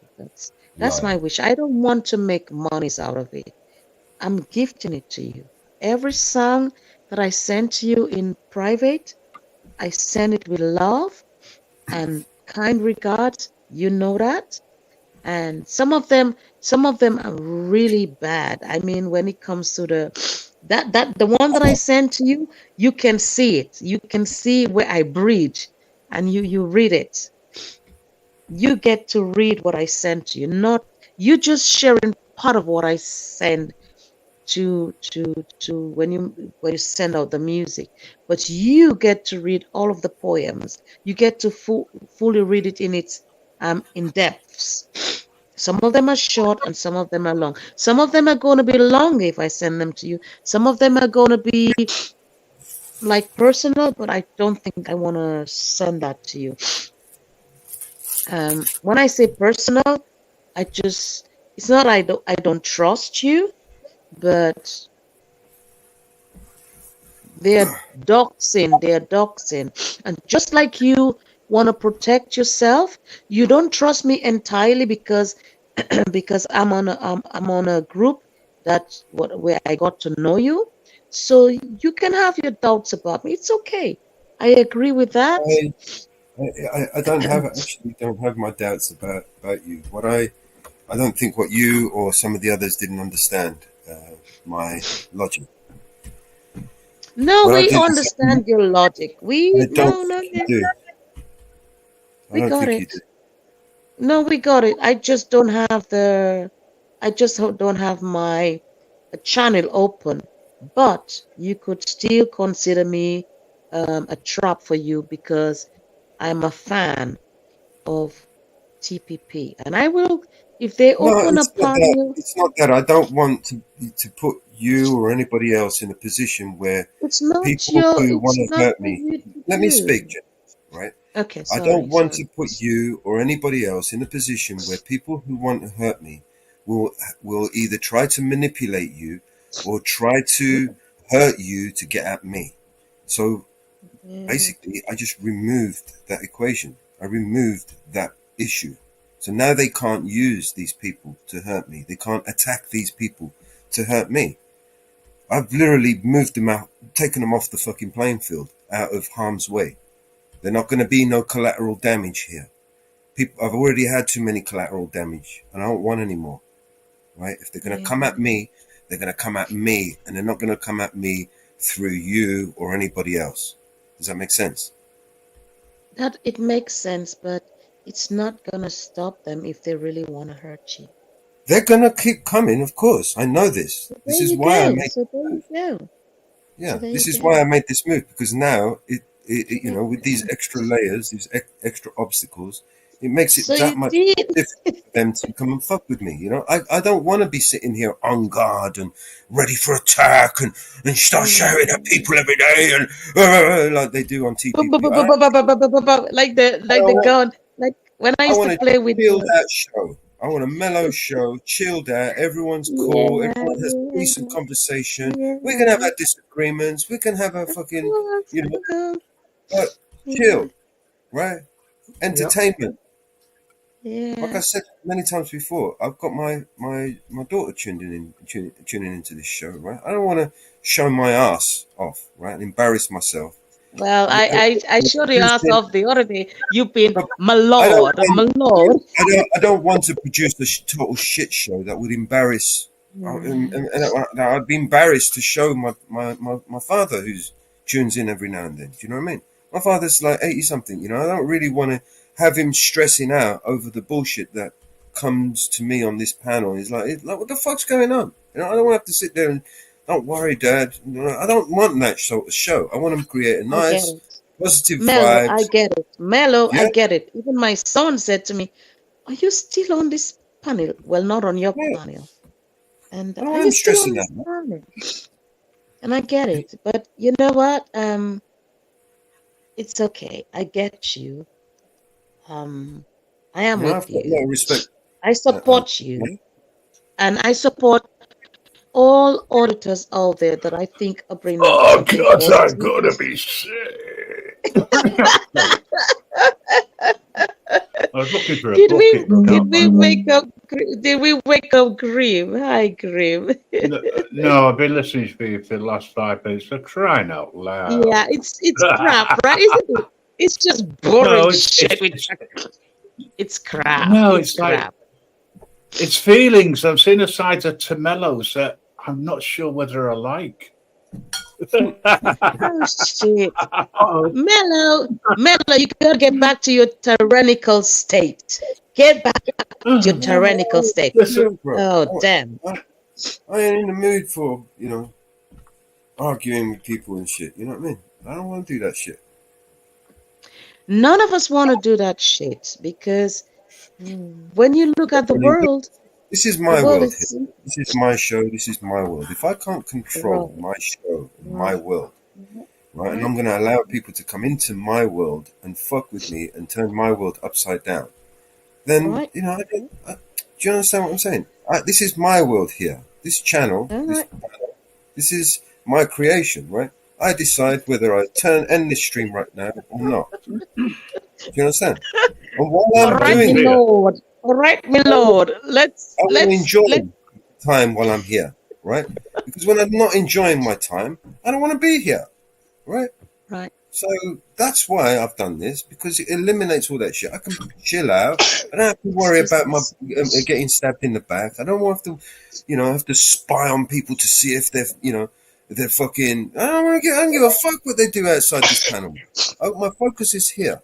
I don't care what other people do. I don't want people to send me videos of, oh, this person said this person that said, oh, this person's this person. I don't give a fuck. I don't want to know nothing about what happens over there. I don't care about that. Maybe every now and then,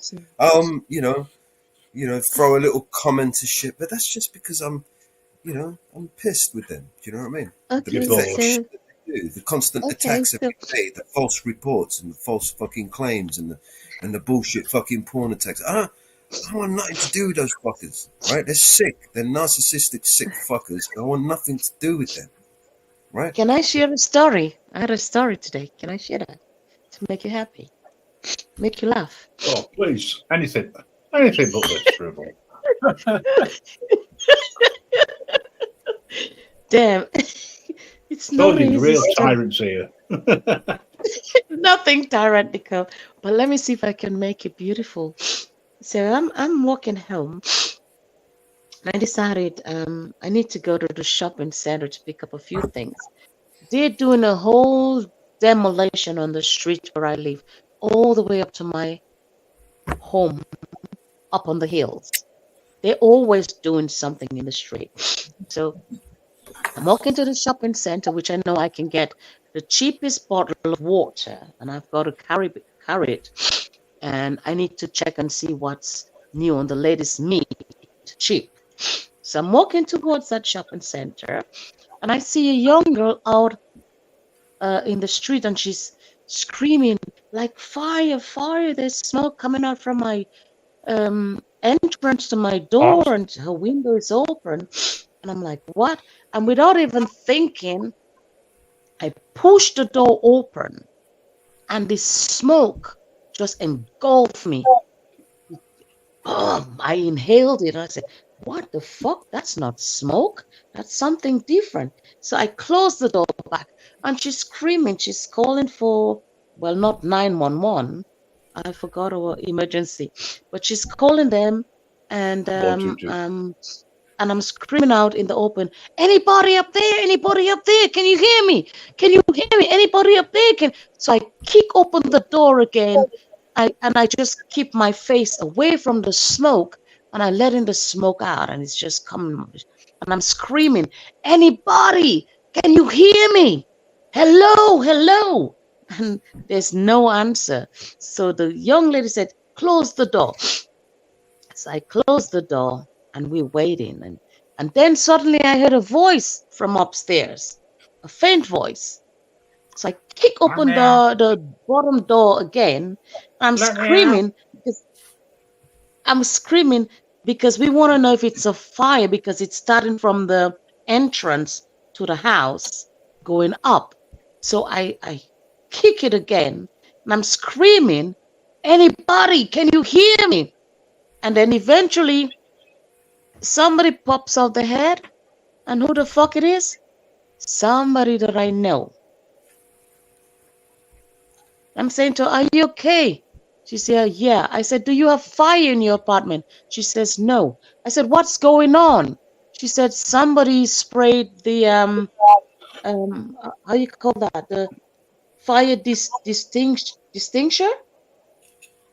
Extinguisher. Extinguisher. Yeah, the fire extinguisher. Yeah. So he sprayed that, and he left moments before me came along, and the girl who was living downstairs came along. So that was what we were getting. So anyway, she called emergency. Another few persons that were walking by called emergency. The girl upstairs in the apartment called emergency, and they came in like what, within seconds. The police came first. Then the by the time I left her to go and get what I was searching for, by the time I came back, the firemen were there. There were 3 of them, which I was not expecting. The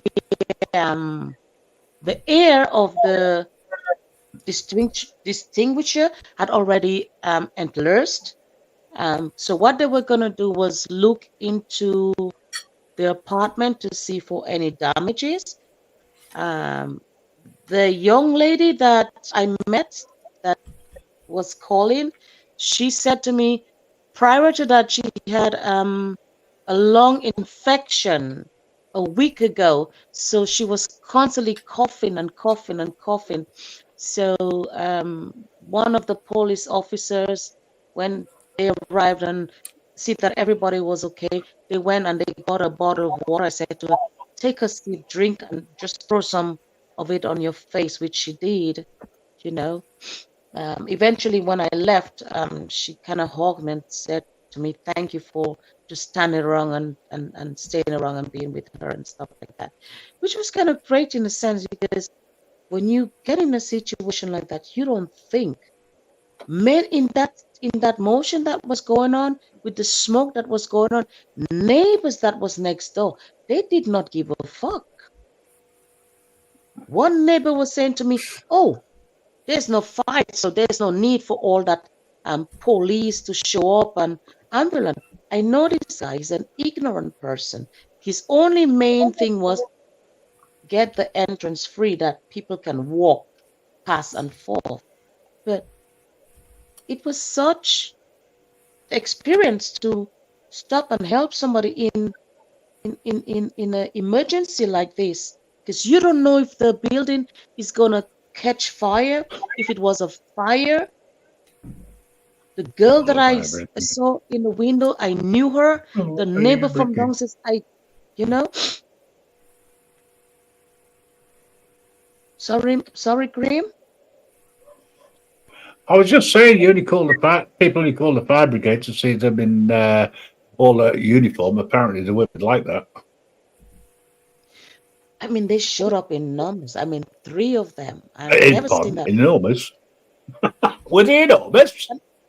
3 firemen. And I was just thinking, because when they showed up, they did not need that many persons, because I could hear on the cops, they were like 2 of them, a man and a woman. They showed up within moments I was there. I cannot even tell you. From the time that I showed up and trying to help this woman, the cops were there like in 5 minutes. I could hear the sirens. And when they came, they made sure the situation was safe, everybody was okay. And they were so great.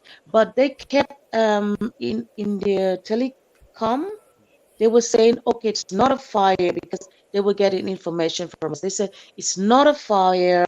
It looks like a fire was turned off, and it's just the extinguisher, the smoke that is coming out from the apartment. And they made sure that the people living in the apartment was safe, that the woman, was safe. The only person in the upper part was safe. The people that were living in front of the apartment, they made sure that they were safe and everything was good. They asked even the bystander that were there, are you safe? Do you need medical help? We said no. And except for that one young girl was coughing, they called medical help for her. But they made sure the situation was safe, but in a calm, cool, and collective.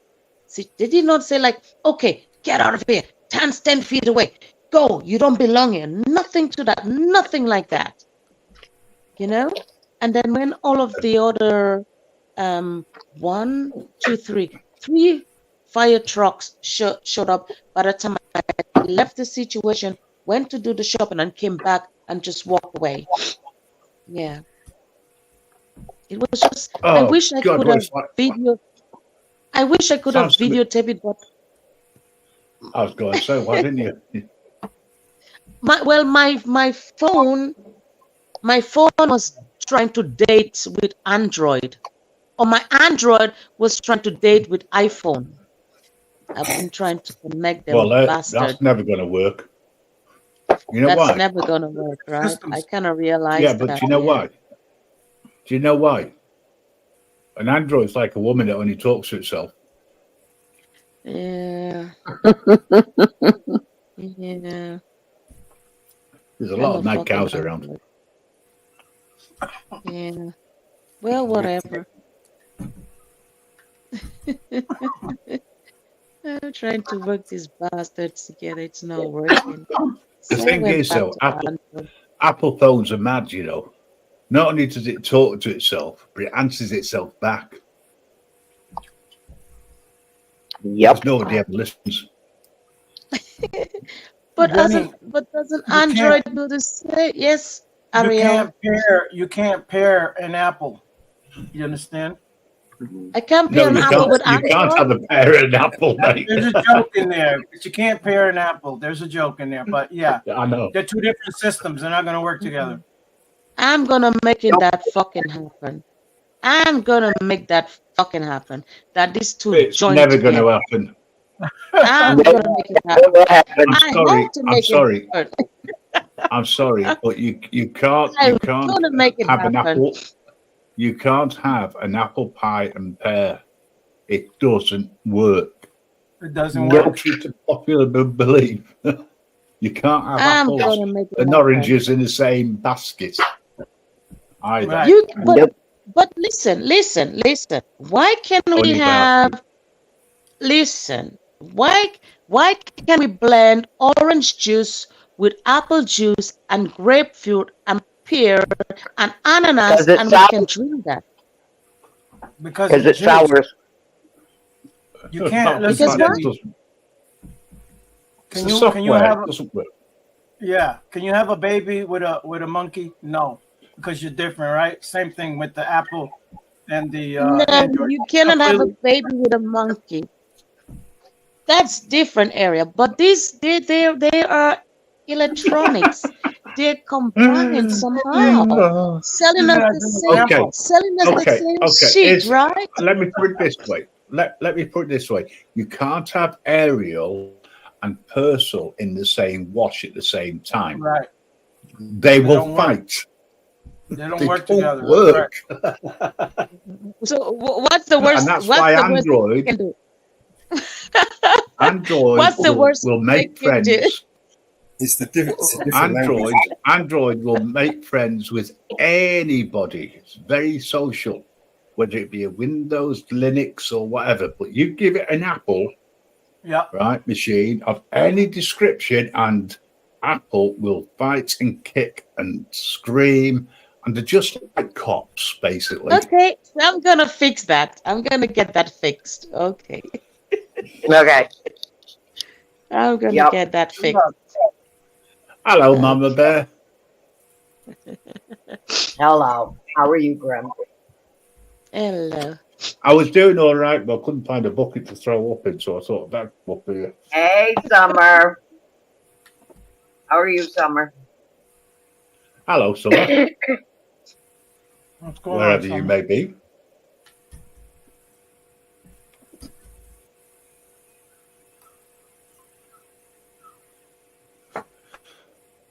So I was at the. I have my phone, my iPad fixed. Nice. We'll see how long it lasts. Are you trying to pair it with an Android? No. Yeah, Mama Bear, you can't do that. That's why it don't work. No. That's why they're asking for the iOS. They're asking for the iOS, and they're giving me the code. They're giving me the code me to. Supervisor. They gave me Oh, that was nice for you. What was the supervisor like? They spoke English. Nice. Oh, it's like calling a fire brigade out to a non-essential fire. They spoke English. Well, it's more than you get on here. They spoke You mean? English. Hang on a second. You mean they spoke American to you? Yeah. No, a couple of them I couldn't even understand. I mean, I can. There's another joke there, but I won't. Yeah. Yeah. The one I couldn't even understand. I says, I can't understand what you're saying. I mean, could not understand at all.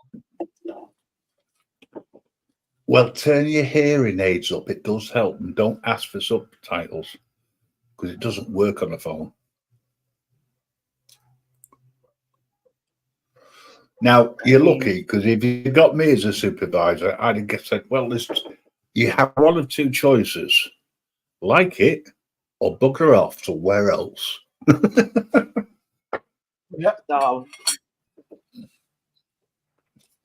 I am the tyrant. I got X running. I got YouTube running, and I have 5 different platforms running on my iPad at the same time, and they are all running. And I do not have my home internet connected to it, and everything is running. In the opposite direction to each other. Yeah. Hmm. So Nancy Pelosi has endorsed Harris. Who? As for president. To run for Harris. president. Oh, Yeah. Nancy. Right. Pelosi. That's the vice president. Yeah, but they've involved. Yeah. She has endorsed. What were you saying earlier on? Well, I did say earlier, quite amusing to see Trump versus a female, considering the way that he talks about females. You think I'm bad? He's worse. He goes out on rallies and says that a woman's place is next to the washing machine. Harris trails Donald Trump by 4.7 in the polls. That's not a lot.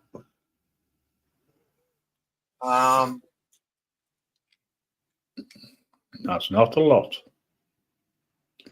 Yeah.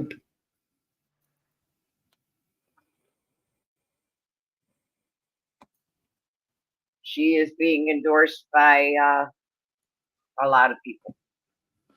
Yep. Well, let's face it, you can't do any worse job than Biden. Yeah, at least she knows how to talk. And she doesn't fall up as many stairs. No, but that cackle can get anybody. And she might even be able to remember what she's supposed to be talking about. 1,000 pledged delegates have told AP or announced they plan to support Harris at the convention.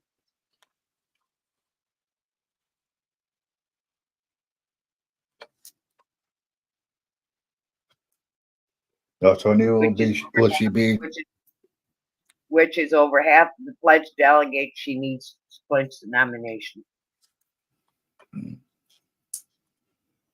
Well, here's the thing for you. She might be the first woman's president, but she might be the shortest woman's president.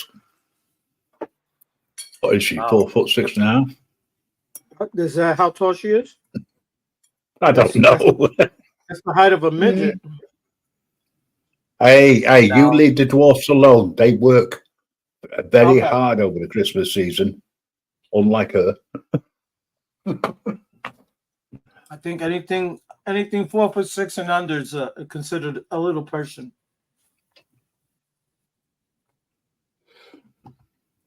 Did Jenny drop or did someone put her in the back?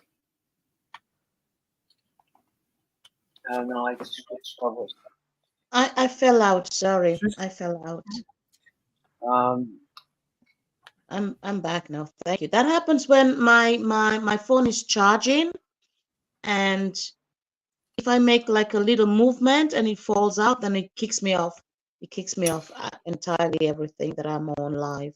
So that's what happened. What are you on, an Android or an Apple? I'm still kicking with the Android. I want to get to the Apple. What, you want to downgrade? Sorry? You want to downgrade? Yeah. No, I don't want to downgrade, but the thing is, I want to do a great project coming in the next couple of days, and I think the new iPhone will give me the extension of a long battery extent, whereas the Android gives me less ability with the battery. So Do you know why it has a longer battery life? I've been to the shop, and the guy said to me, forget about it. Doesn't make sense buying a longer battery. You might as well throw away the phone and buy a new one. So, yeah, but the thing is, it uses that many apps and that many spying things on it, right? Right. To protect you. I don't. That's why. Basically. No. I'm talking about the Apple mobile. Oh, the Apple spies on you so much. It's worse than Google because it ring fences you, and it goes, there's another bug. Okay. Well, if it doesn't happen that within the next day or so, that I can move my data from Android to iPhone, and we're still on here, so I'll just go along with what we've been doing, and just make sure that I have extra battery charges to keep me going, and show you guys what I want to show you guys, because I've got something in surprise for you guys coming up in the next couple of days. Whoa. This is a family show. Yep. Yep. Just remember, it's a family show. Ariel, how do you know that? Ariel, how do you know that? Listen, the channel's trying to stay up, not go back down.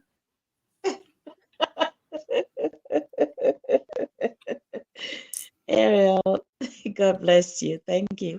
And you're not getting married, are you? You want to record it and show us? Well, if Grim is not giving me babies and marry me off on their channel, no, I'm not getting married. There's only one guy that can give you babies.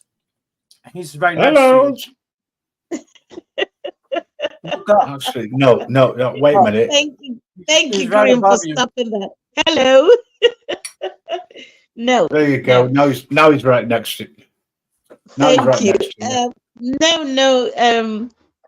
Ariel, I like your thoughts, but don't make it cloud you. I can't have babies, so I'm not worried. Even better.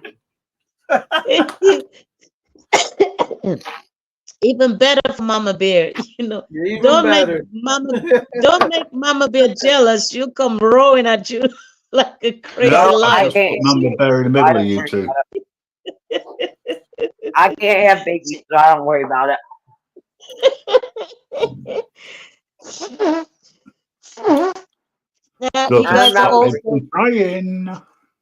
If any babies that God come on his panel, it's not from me. I swear to God, it's not from me. It's not for me. I can't help. But there's no reason why you can't adopt. Sorry? Well, saying to Mama Bear, there's no reason why she can't adopt. Well, there you go, but who knows? We're all adopted anyway on this panel in some way. When you come on this panel, you're adopted to this panel. And we're making ourselves a family on this panel. Oh, no, actually, can I just correct you before I go? And I've got to say this sincerely. You're not adopted. You're given a certificate of insanity. I've got great grandchildren. Great nieces and nephews. I gotta correct that. And I enjoyed spoiling them yesterday. And when they got cranky because they were hungry, and you threw them at McDonald's. Yep. I handed them back to Mom and Dad. There you go. That's the way to do it. That's the good part about that, Mama Bear. Yep. And the great ones were walking around, and they were thirsty, so I went right over to the juice that was sugar and gave it to them. Yep. And they had candies on the table, and when they wanted it, yep, Auntie opened it up and handed it to them. That's all right. So they had sugar high, they had a bouncy house, and they had a pool for the kids. And Auntie, yep, you can go in it. Here you go. Have fun. Good for them. Yep. Have fun, because you ain't sleeping in my house tonight. I don't care. Not my problem. Yep. Not my problem. Yep. What you do is you turn around and say, "That's for all the times when you were younger." So that's what I said to my son. I filled my darling little grandchild up with lots of chocolate. She was as hyper as they come. She needed changing, and I handed her back to her parents. And then said, "See ya."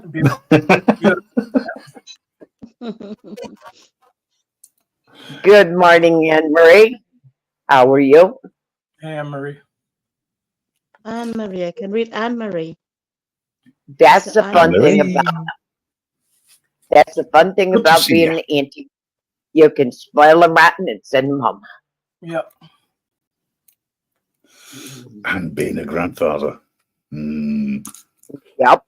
Works Are you well. Are you granddad? Are you granddad? I'm a grandfather. Grandfather. He's a grandfather. And I've got a granddaughter. I've got a granddaughter as well.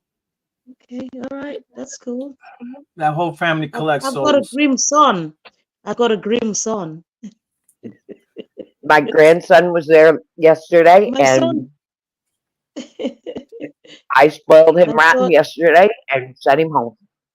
There you go. My son turned grim today. Actually, he actually officially turned grim today.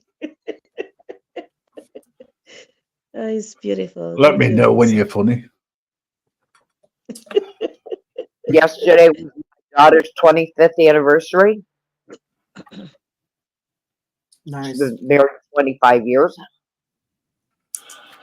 Thank God for that. I thought it was something else.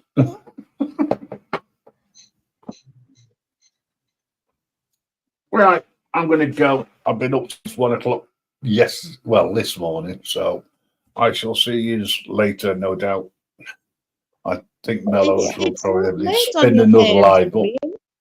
Grim, it's still early. It's still early. Hang on, whoa. It is now 10 o'clock where you are. If you'd been up since 2 in the morning, you would know what it's like to be up a long time. Of course I have. Yeah. Yes, I have. You just go to sleep like everybody else. Me, I'm too busy to do things. I will lie in between. I had a couple of naps. Yeah, so okay. All right. Actually, you. Anne-Marie, you are so correct. I am grim 11 months of the year. For the 12th month, I'm not known as Bad Santa. I'm known as Jacob Marley. Because I never turned nice like my partner, Scrooge. None of your grims. You don't even know what grims is. You have to look up the word grims. And if you think that Mellows is nice, he is once a year in December. God, then I hate him. The rest of the time he's all right. Jenny, you don't know what a Grim Reaper is? When you die, that guy that comes to get you and take your soul, that's the Grim Reaper. You're talking to him, so be nice. I know He's when not it a is. Grim Reaper. They're all lovely. Grim Reaper is worse than the Grudge, the Grinch. He's a Grim Reaper. He can snatch you No, up they're anytime he not. wants. They're worse than, if that's what they call a Grinch or Grim, then sorry, you guys need to come better than that. No, you're getting confused with the Grinch, which is American. I know. Right? Oh, And Scrooge, which came from Charles Dickens. Charles Dickens also explained the Ghost of Christmas Past, which was Jacob, his partner, who never was nice to anybody, and much respect to him, he's still in his chains. Whereas Mellows, compared to me, he's a pussycat. Mellow, you have Yeah, to be more yeah, like yeah, a yeah, dick. yeah. Support. You gotta be a Yeah, dick. you can have a party. Alright. When I go, I'll just hit this button here. It says end stream. Oops. It is a bit early for that. Hey, it's be safe before I go. Leighton Buzzard. May I say something before you go, Grim? May I say Only if you something? have to. Go on. May I? No, you may not. We'll carry on. I'm not going to stop you. You're both pussycat when it comes to being tyrants. And thank you for being that, because we appreciate you. Have a pleasant evening, my dear friend. Take care. Over and out for now. Unlike some people from other panels, you haven't got on my nerves yet. Well, you're See not you soon, falling on your guys. nerves. All right. Take care. Have a great evening. Pleasant evening to you. Bless you. Bye-bye. Take care. Bye. Bye-bye.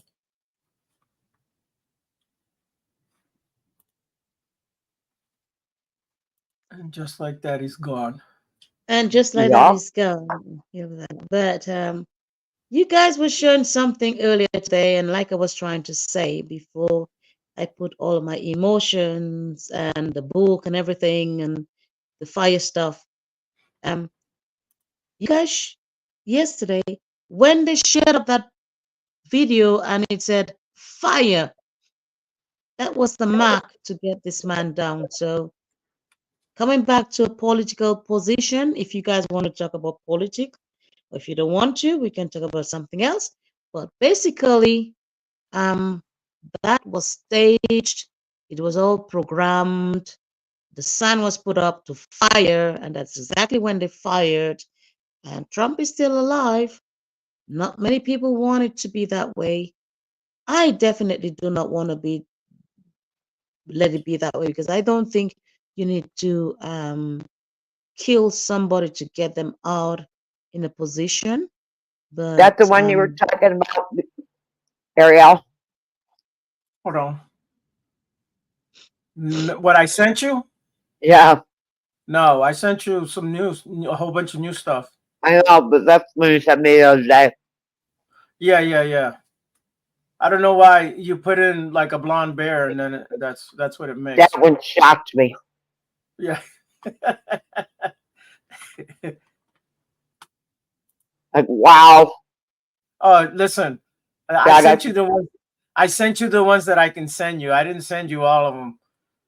Some of them, the boobs were out. Just saying. You sending Ariel, you sending her boobs out? No, what's going on? The AI makes it. The AI makes it. It just makes it that way. Okay. I can tell it to do it, but I didn't tell it to do it. But Mama Bear should be able to play that on video, what you're sharing with her, if it's possible. No, I sent her a picture. She's got the pictures. Okay. All right. So how was everybody's day today, except for me telling you my exciting story about the burning? You see her, a bear? There it is. I see that pistol.